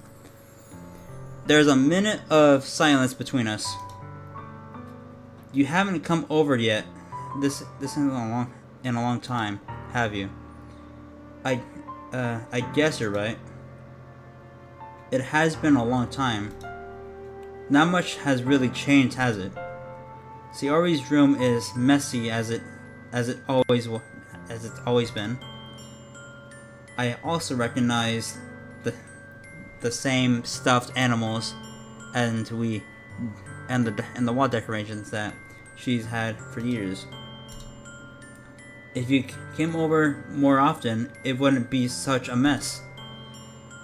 That's because I end up clean it for you. How come you suddenly wanted to come over today? Aren't you supposed to be?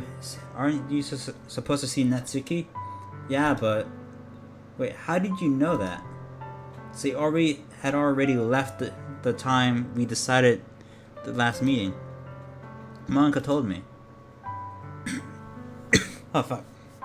It's only natural for her to keep me informed about the festival preparations, right? That's true. How long are you playing this? It's almost 6, so not long. But what about you? Aren't you going to be helping Monica today? Of course. But I'm just helping her online. We didn't plan to meet up or anything. So it's just me and Natsuki then. Yep.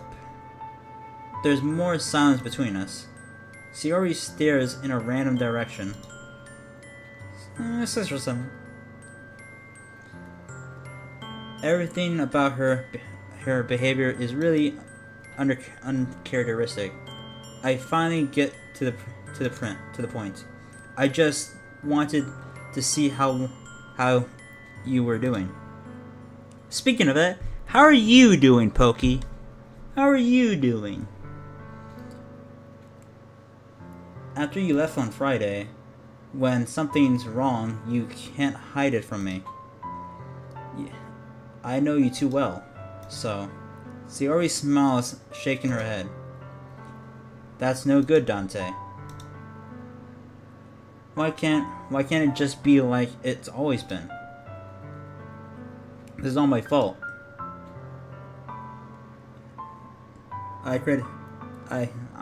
What do you mean you created Peak? If I didn't get so weak and accidentally express my feelings, if I didn't make that stupid mistake, then you wouldn't have been worried at all about me. I'm not sure I read that right. You wouldn't have come here. You wouldn't have even been thinking about me right now. But this is just my punishment, isn't it? I'm getting punished for being so selfish. I think that's why the world decided to have you come over today. It just wants to torture me. Shiori. I grabbed Shiori by the shoulder. What on earth are you saying? Are you listening to yourself right now? I know something happened to you. There's no other explanation for you to be like this. So tell me already. Until I know, I won't be able to stop thinking about it. Shiori gives me an empty smile. You really put me in a trap, Dante. But you're wrong. Nothing happened to me. I've always been like this. You're just seeing it for the first time. Seeing what? What are you talking about, Shiori?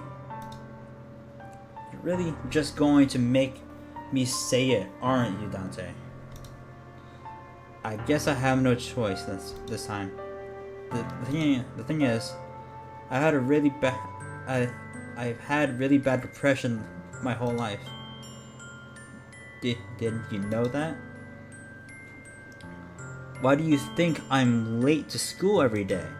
Because most days I can't even find a reason to get out of my bed. What reason is there to do anything when I fully know how worthless I am? Why go to school? Why eat? Why make friends? Why make other people put their energy and caring to waste by having them spend it on me?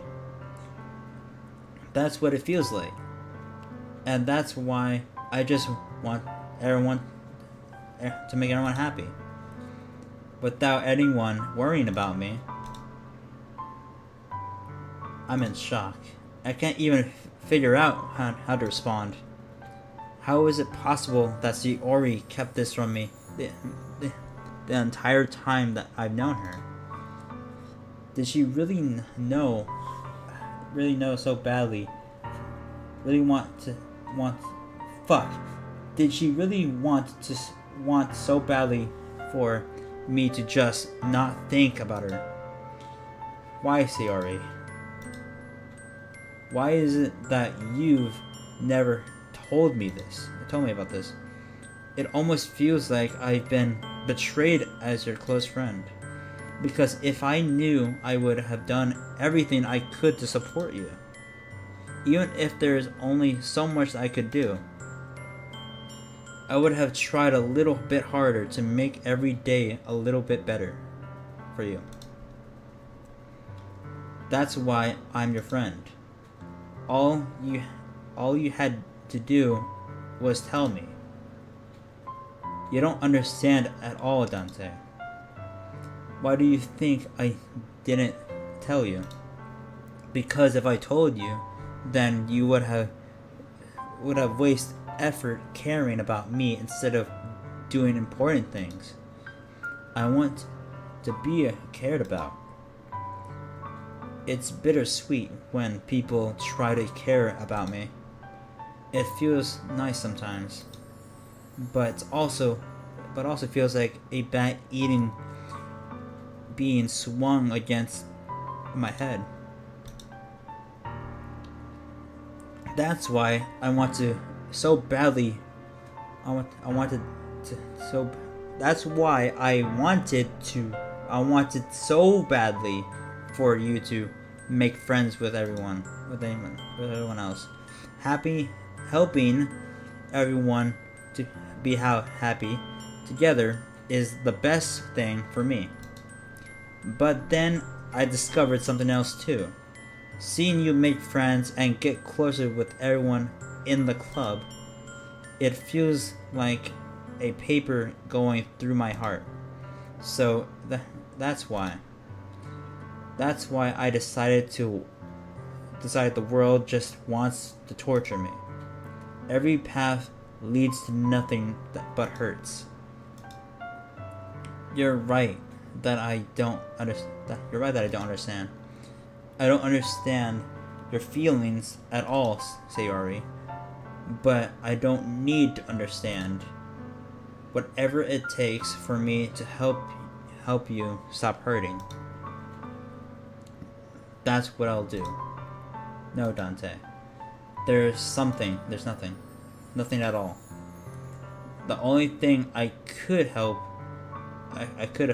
helped is if everything could be like it is always it was. But I was selfish. I finally showed you what a horrible person I am. Tears streaked down Sayori's face. I made you join the literature club because I was selfish. I was punished by my heart hurting in a way that I couldn't understand. And now you came here and I made you hurt too. I'm just weak and selfish. That's all I am. And that's why I'm going to accept these punishments. Because I deserve every last one.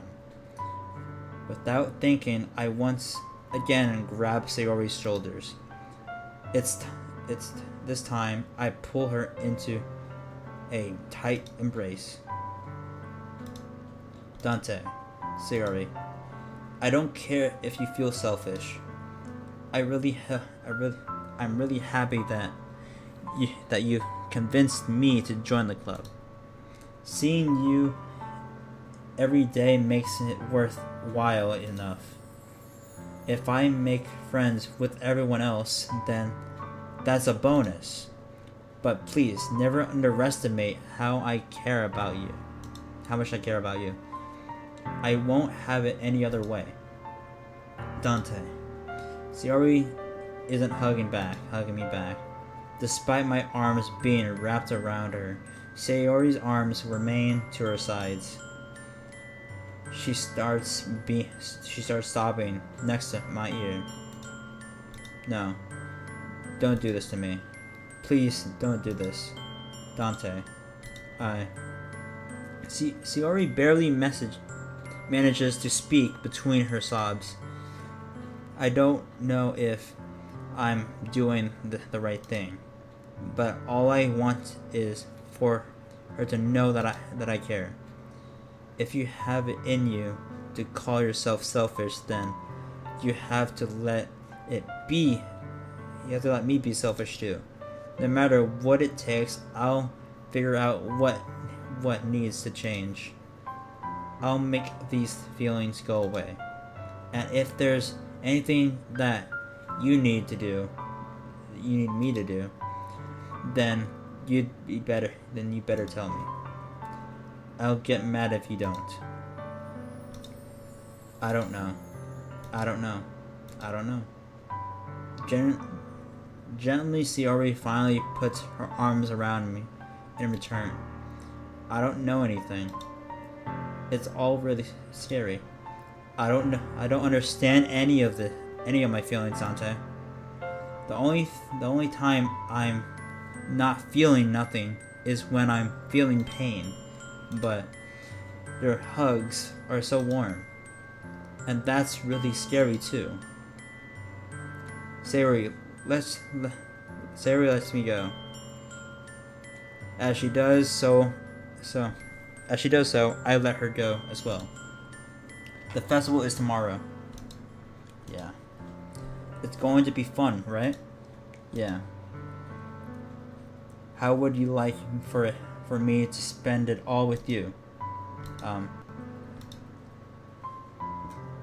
That's what I want. I promise. I think that would be nice then. Yeah. Sayori wipes her eyes.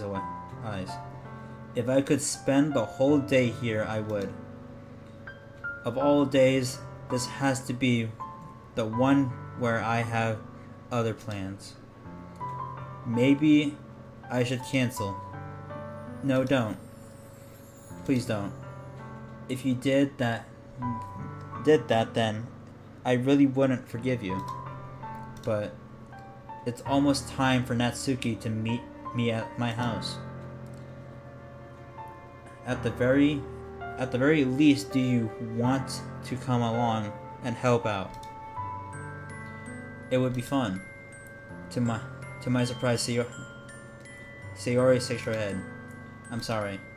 I don't know if that would be very good for today. You understand, right? So long. I mean, that's how visual novels are. Not my fault you're impatient. It's kind of hard for me to fully understand, but I'm trying my hardest. It's okay. Don't worry too much about it. I'll see you tomorrow, okay? Alright. I look forward to it. I say goodbye to Sayori and exit her house. On the way home, I find myself still feeling uneasy, but it's hard for me to keep thinking about it when Natsuki is about to come over too. I think Sayori is right. I shouldn't be worrying too much, and we're definitely going to have a great time tomorrow. I should just focus on what's ahead of me. I spend only a few minutes back at home, anxiously awaiting Natsuki's arrival. Before I know it, she texts me and let me know she's outside the front door. Without delay, I open the front door to let her in. Sup? Hey. I don't know what I was expecting, but seeing Natsuki in something other than her school uniform is totally threw me off. Seeing her in such cute clothes makes the uniform seem totally unfitting in comparison.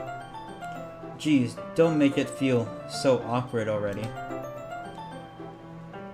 It's gonna be a long afternoon, so don't be weird just because you're not used to seeing me outside of school. Anyway, I'm coming in. I see you brought a lot of stuff. Natsuki is carrying a large bag that is probably full of baking supplies. Well, I didn't want to come all this way to find out that your kitchen isn't equipped for the job. I bought everything I asked. You bought everything I asked you, right? Yeah, I did. Yesterday, Natsuki asked me to buy a bunch of ingredients if I didn't already have them home. Good.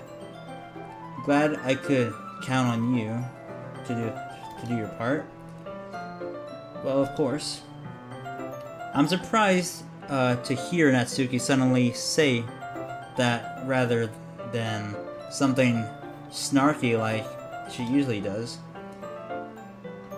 Could it be that she is a little different outside of school after all? Anyway, let's go to the kitchen.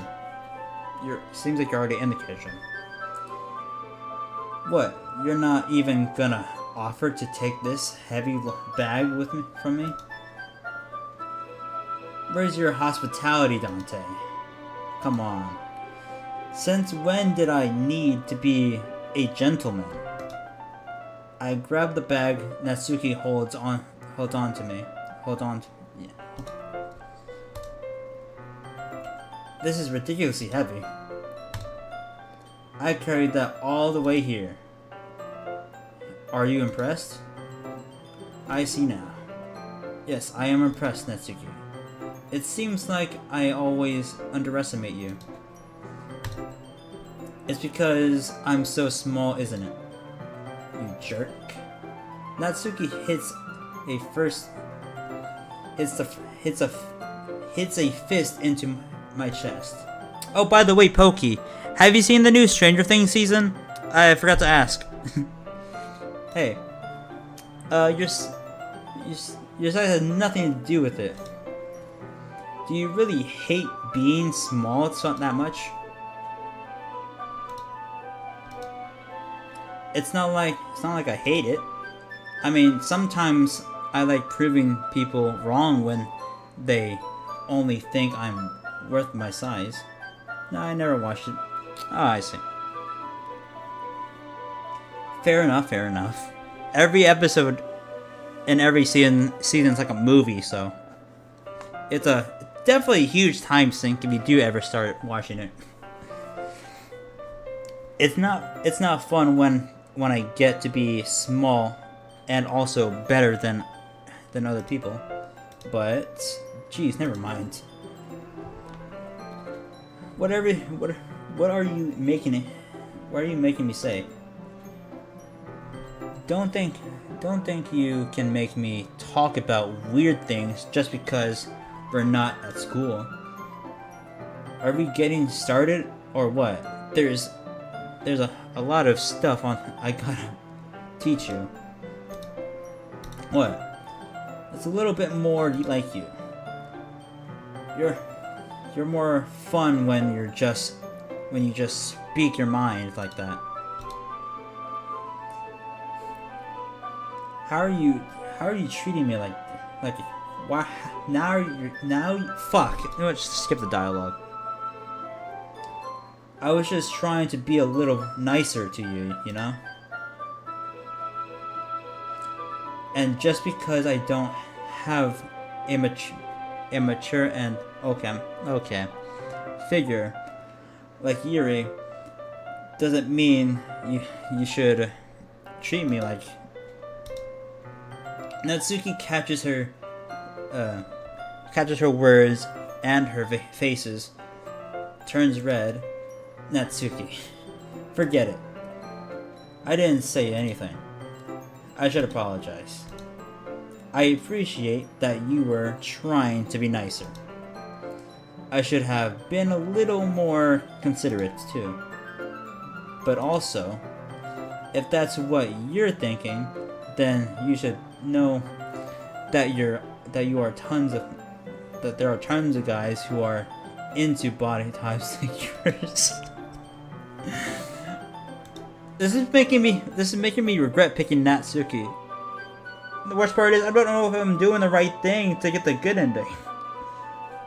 How would you know that anyway? Just trust me on this one. Gross. Hey. Was that to me?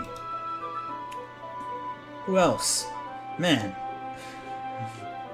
This is funny because the main character is named Dante, and that's literally the name of the main character in Limbus Company. Let's just get started already. You get all your sour when a girl calls you gross. I finally found your weakness, Dante. Natsuki smiles deviously. Please spare me. Nah, choose genocide route. Well, if Natsuki decides to dish out more insults like that, there's no way I'm not fighting back. But she's satisfied enough for now, finally starting to pull things out of her bag so we can get started. Before long, the whole kitchen is a mess. Spoons, dirty bowls, flour, spilt fluid, and plastic bags are strewn. I'm not sure if I said that right. About every something. The mixture isn't big enough to make all the batter at once, so we've had to do it several times. Meanwhile, Natsuki is babysitting all of my movements to make sure I don't mess up her precious baking. Dante, where did you put the food again? The food coloring? The batter's going in the oven soon, so I need to fill more trays. I think it's still in the bag. Next to the table.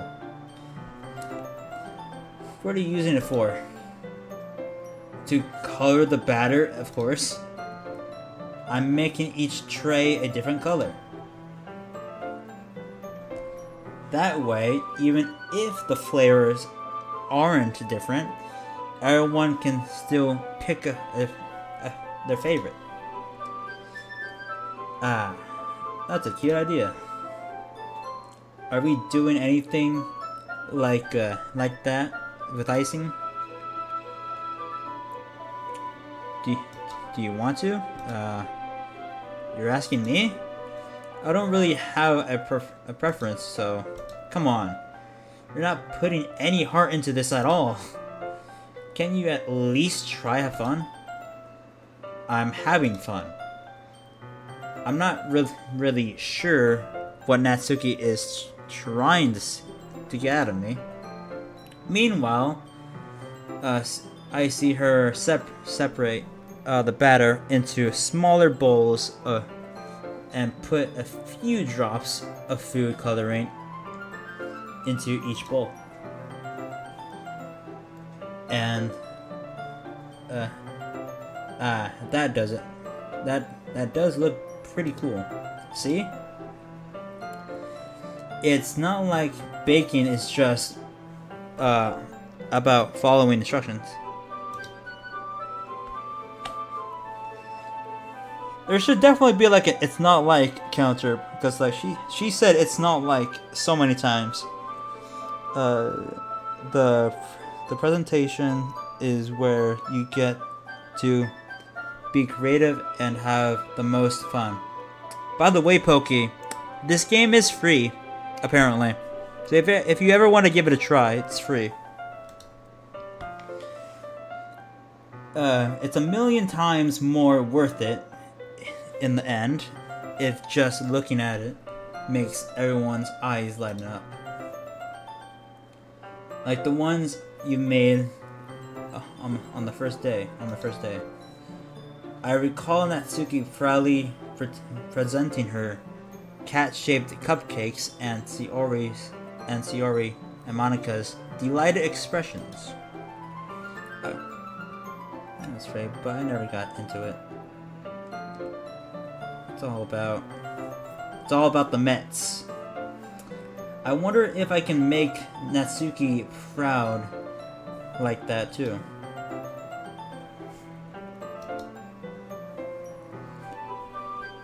Maybe I will use the food coloring then. I also never got into this game when it first came out. I watched Manly Baddest Heroes playthrough of the Plus version, but I fell asleep on some of the episodes. Just make sure you completely finish mixing the icing before you mess with the food coloring. Yeah, it's getting there.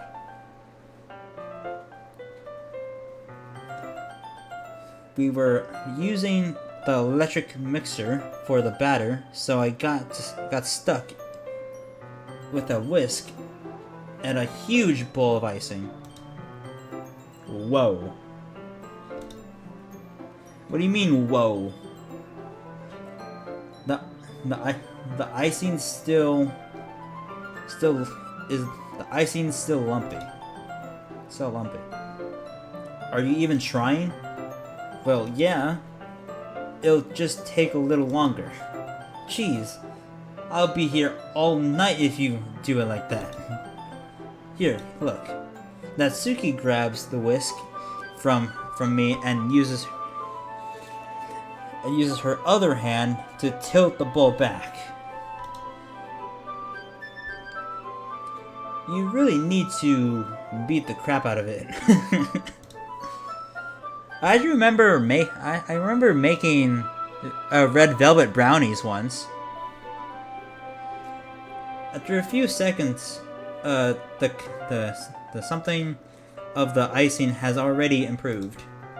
See? As to emphasize, Natsuki sticks a finger into the icing and drops it into her mouth. I reluctantly start to do the same. Hey! Natsuki suddenly grabs my wrist. I don't want your gross fingers in my icing. Your icing? Are you forgetting who did all the work? I started to fight back, trying to inch my finger toward the bowl. Don't try me. Don't try me. Beat the crap out of you next. I have to see you try. I push harder, just enough for your finger to reach the icing. By the way, Pokey, I'm not sure if you know this, but Madness Project Nexus finally made a Director Phobos plushie. I triumphantly scoop some with my finger, just as Natsuki tugs with all her might. The force of Natsuki pulling me causes me to stumble, making her stumble in return. Took him long enough for real. Now we can all face the end together. Gross.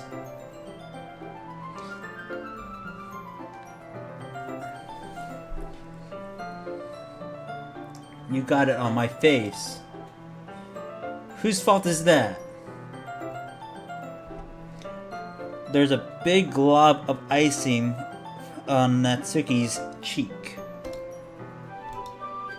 By the way, I remember this one time on Roblox. I swear you're playing a sequel of that Critical Tower Defense game I swear I saw you playing it. I was just wondering if they're actually making a sequel of that game. Cause I hope it's good. I tried getting into the first game, but the starting towers did such pitiful damage, I just gave up. She tries to reach it. She tries to reach it with her tongue, but it's too far away. Jeez. You know what? Take this. Natsuki instead wipes it off with her finger before shoving her finger toward my own face. You wish. I'm faster. Bro does not have an evade skill.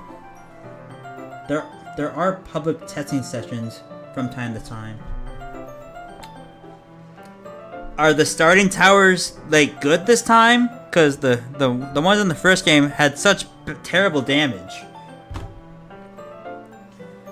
I grab her wrist with my hand before it reaches my face.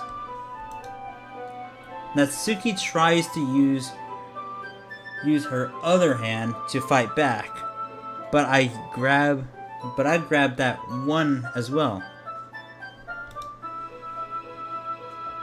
Absolutely, stop. Not until you apologize for calling me gross. Fine. I'm sorry for calling you gross. You know I don't mean it. It's just fun seeing you react to it. This game has gotcha system. Well, I already have insane luck. I got Cockcliff, Goat Dawn on the same earlier today. So, I have insane luck. Not to mention my luck during Arc Nights. You start with Bandit, but you can roll any tower basically.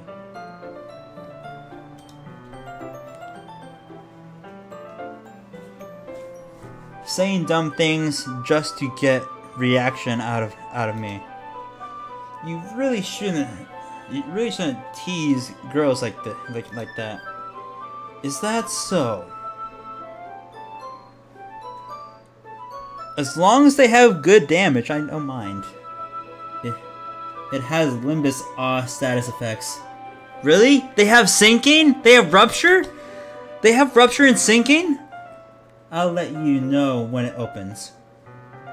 Oh my god, they have sinking and rupture! Oh my god. Let me guess, they have poise? Is that... In that case, I probably shouldn't do this either. I take Natsuki's finger and put it in my mouth, licking it off the icing. That is not very sanitary. That is not sanitary. Did you seriously just... Sinking is the first game, but yeah, these effects are really similar. Bandit has poise. You're telling me they have an SP system in a tower defense game? Because in order to have sinking, you need the fucking SP. Because you take like fixed damage equal to the potency with sinking. Her face is entirely red. Dante. You really shouldn't do that kind of thing to girls unless you really like them. You know that, right? What kind of question is she asking me? Just like that. How did the mood turn to this so quickly? I mean, you're the one who pinned her to the wall, so... Natsuki gazes at me in silence. I notice her shallow breaths. Next thing you're gonna tell me they have bad end IDs. there's more of a active gameplay in this one. So you can place towers on the path and use pause skills to counter and so on. Oh my god, it's literally fucking Limbus Company at this point.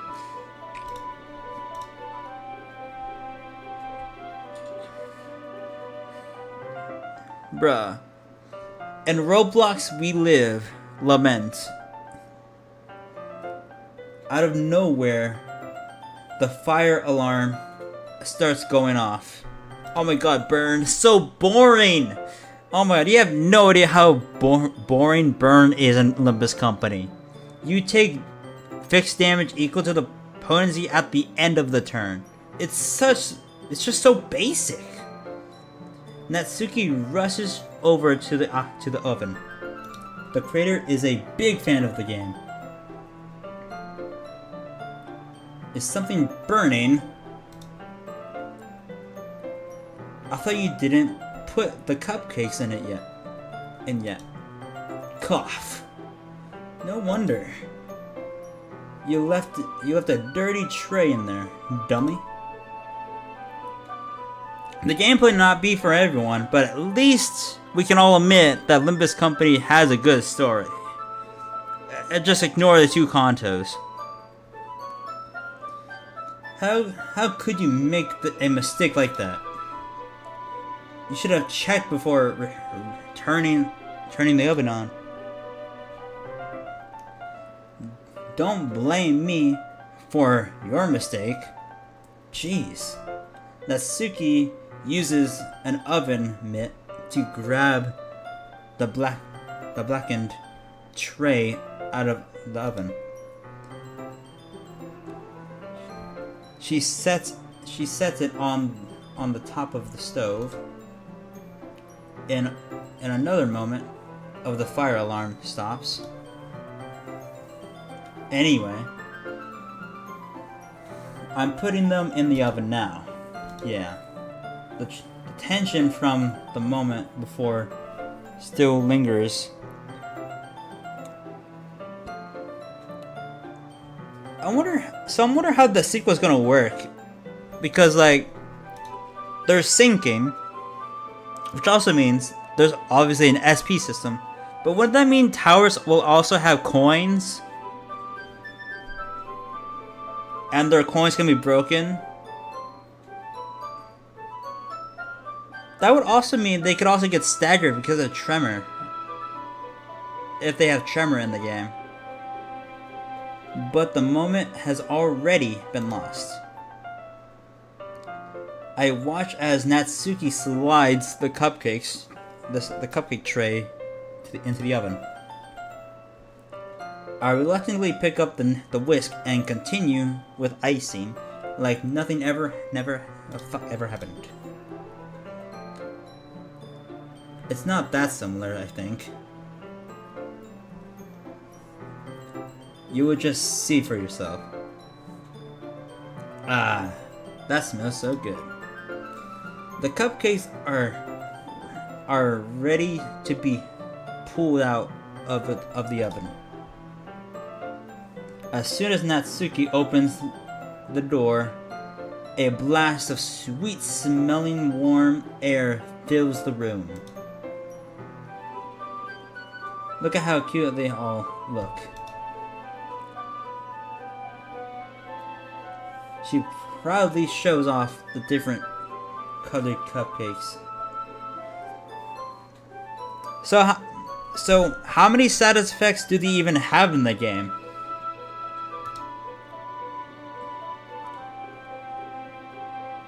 They'll look even better once we add the icing.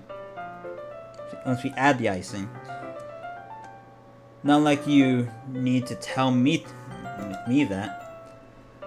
I brought decorating stuff, so I hope you can create whatever. I read it wrong.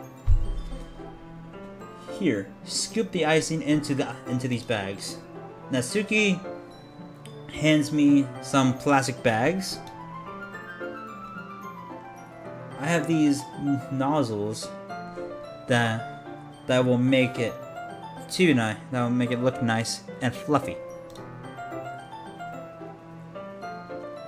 This one can even make flowers. You probably won't be using it this time though. What's this one for? I can't wait to see if they have egos in the game. I pick up one of the nozzles that has a much thinner tip than the others. The tip. That one's really thin. You know you can use it to make stripes or other patterns, but you can also use it to write stuff on a cake, like happy birthday or whatever. I see. That gives me an idea, actually. Well, it's a literature event, right? We could make it more literature themed by writing different words on a different word on each of the cupcakes. It would be fun to see people choose their cupcake based on a word they like. That's stupid. Oh, I didn't show you this. But I got Mr. Feel the Fury and Limbus Company. Crazy pool, by the way. I got Mr. Feel the Fury and Manager Dawn.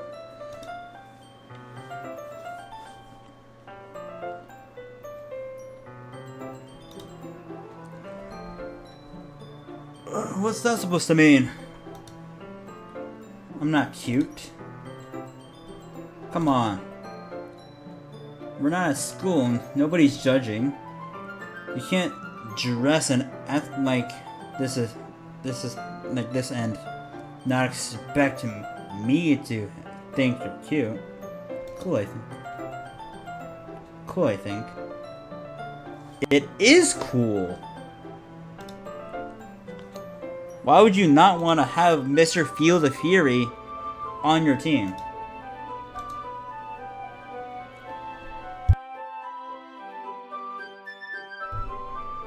Did you say something? No, nothing. Let's just get to the icing. Natsuki picks up the pace and something fastens the nozzle onto each of the bags. There's a lot to do, so we shouldn't be wasting time. Here, I will show you how to do it. Without giving me a chance to think about before, Natsuki quickly moves on. She shows me how to apply the icing, then we each get to work. By the way, Pokey, did you know this game is in Dan's Discord profile? If you go to his widgets, I'm not sure if you know what widgets are, but like there's like these categories and the games I like category. I'm pretty sure this game is in there. I would have to go relook, but I'm pretty sure it's in his Discord profile. We were finally finished. Natsuki puts them all side by side to admire our work. Yeah, exposed. Yeah, they aren't. They aren't today.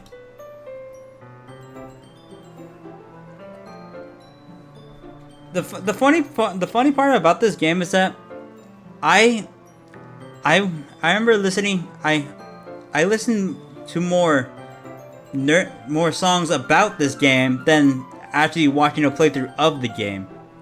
Cause I remember watching Stupendium's music video and the Zanimation version of it. There was another one made by Zanimation themselves, I think. Unless it was Random Encounters. I can't remember.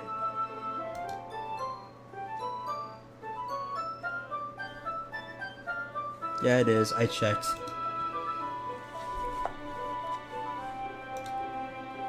Yeah, I listened to more nerdcore songs about this game than the game itself. I think I once saw Bijou Mike play a fan game. Because I remember I remember this one frame on one of his Doki videos, and it was just Natsuki with a beat up face. That's all I remember.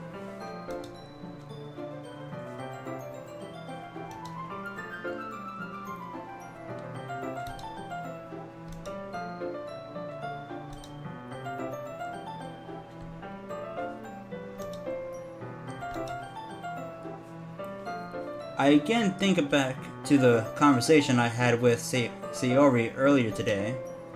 I felt so helpless. I mean, it's pronounced hopeless because, you know, a hopeless clash. Sayori always does listen to me, but at that point, it felt like she couldn't listen to me at all. Go to work today. You too. I'll walk you out, I guess. Just like that, Natsuki is already already about to leave. It feels like the afternoon went by in a flash. Yeah, sure, buddy. More than that, did I even take the opportunity to get closer to her like I wanted? Well, guess I'll be off then. Thanks for all the help and everything. I'll see you tomorrow. Wait, Natsuki. What you said before about not always having this chance, it doesn't have to be that way at all. I had fun today. You showed me how fun baking can be, like you wanted. But aside from that, you can come over anytime. Okay. Think of it. I think that if possible, I'd like to spend more time like this. If you want to read manga or go somewhere else, do you? Hey, Pokey, do you watch Fiona and Cake? Natsuki looks at me tentatively, like she's trying to hide her expression. Yeah. I don't want to spend more time with you. I want to spend more time with you. Dante. I thought you only cared about getting this done.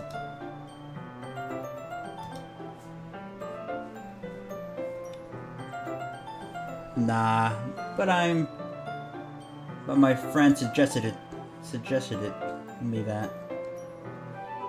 Is this the new Intervallo? It is not.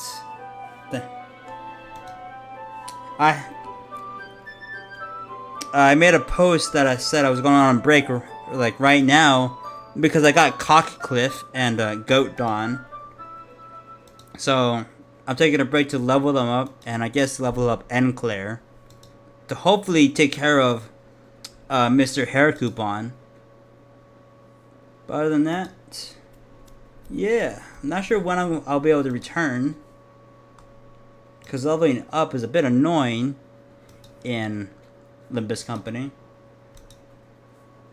Natsuki suddenly jumps back. Sayori? Hey, she's alive! Where did the music go?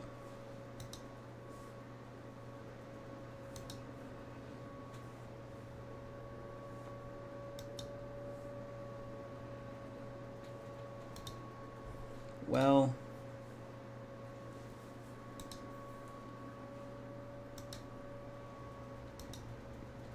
Well, if she's alive still, then...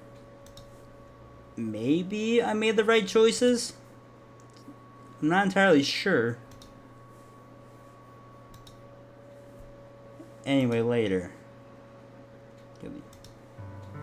There's the music.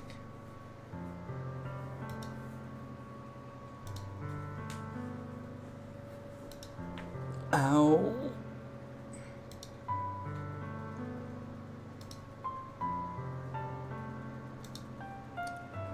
Bro, Pokey. There was this one time I went on to I think it was Prime. Yeah, it was Prime, and I found out that they have Red versus Blue on Prime. Sad part is they don't have seasons 10 through 13. 12 and 13 are like the best seasons.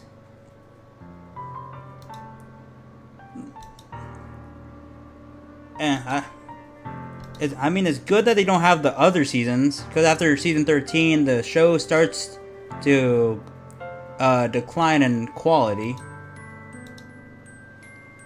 Shame.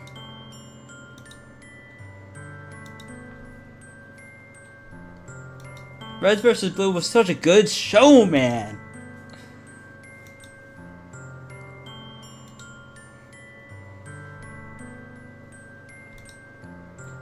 Thankfully, I never watched past 13.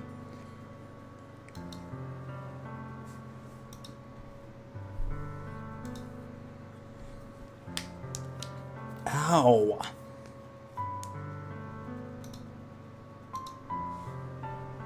I'm scared, Dante. I'm really scared. I'm scared that you might like that I might like you more than I like me. Shame, bro.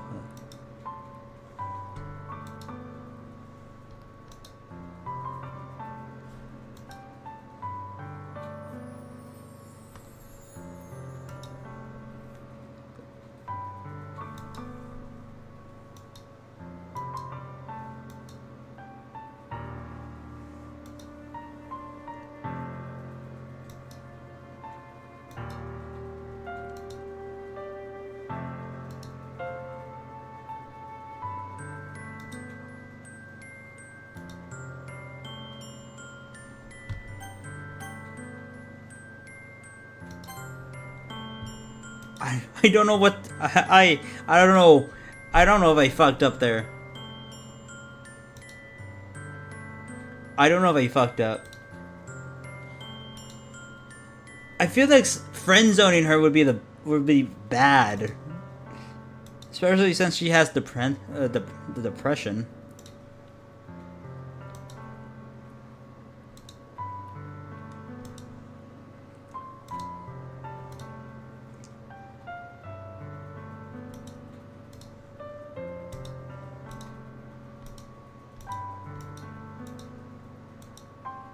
I know I could have looked this up, but like, where's the fun in that, you know?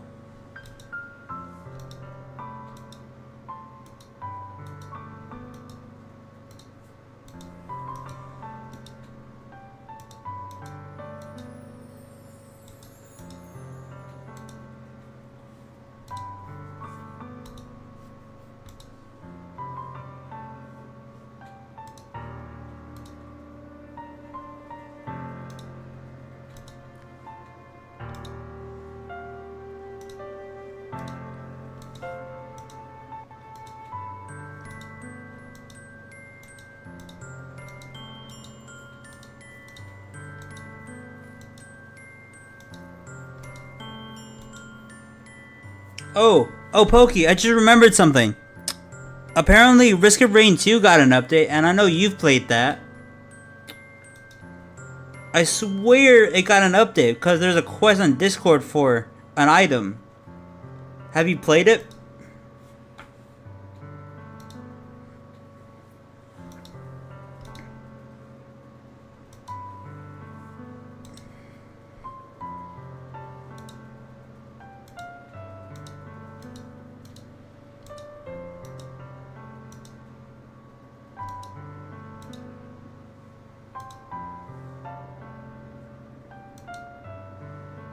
Yeah, I don't have the DLCs though. Ah.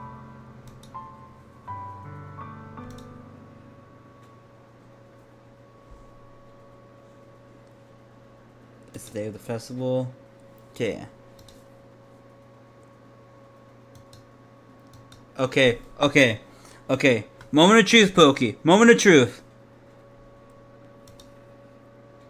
Moment of truth, Pokey.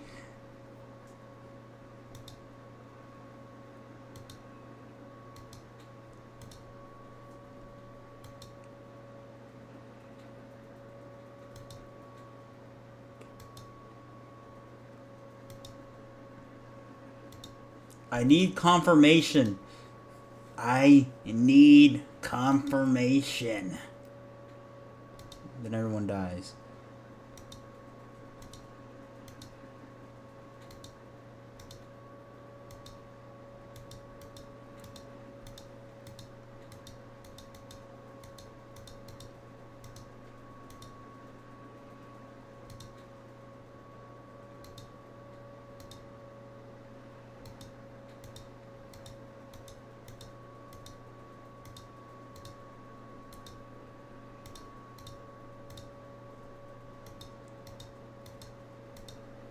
Come on. Come on.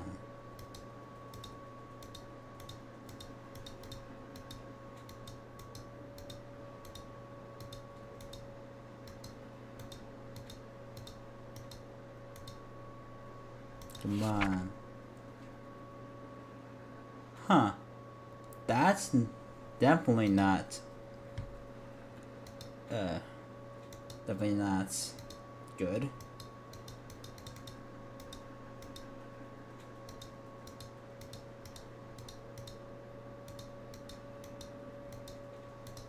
Come on. I need confirmation. Come on.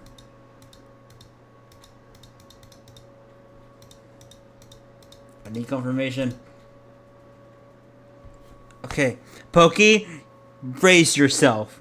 Brace yourself. This is the moment of truth. This is the moment of truth. What's going to happen might either I will either show I got the good ending or the bad ending. So we'll see.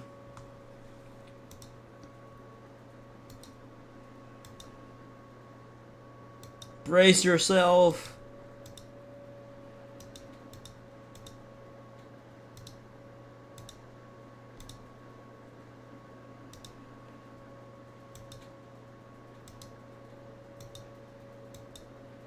Whoa! Fuck! Scared the shit out of me.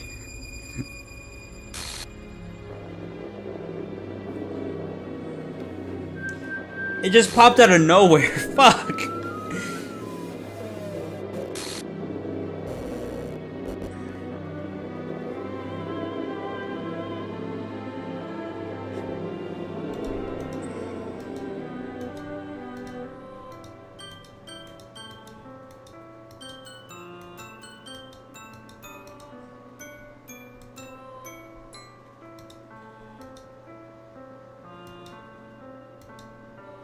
I'm not sure if YouTube is gonna be happy about this.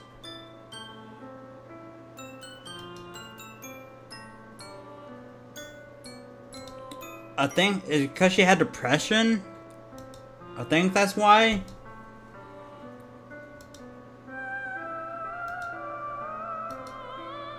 It could also be because of Monica, because Monica is evil and scary.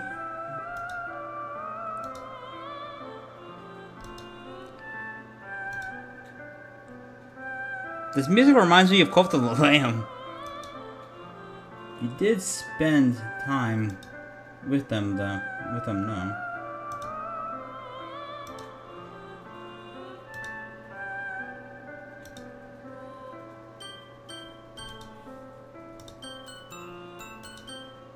I mean, I'm not sure I'm not sure if that one scene counted. Cause I technically spent time with Yuri. I spent time with Natsuki, as you saw. But that one scene where the main character was fixing her I don't know what you would call it. It was a blazer.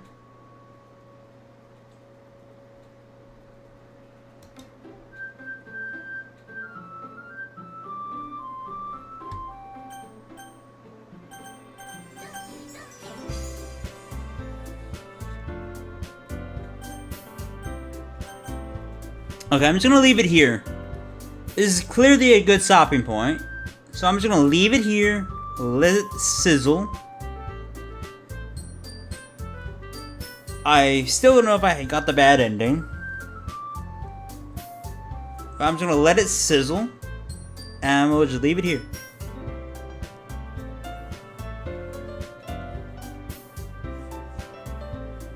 Thanks for stopping by, Pokey. That's not how you spell bye, by the way. Just so you know that.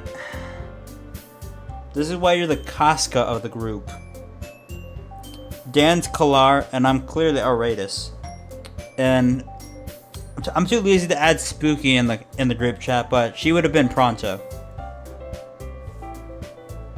See you later. Bye bye.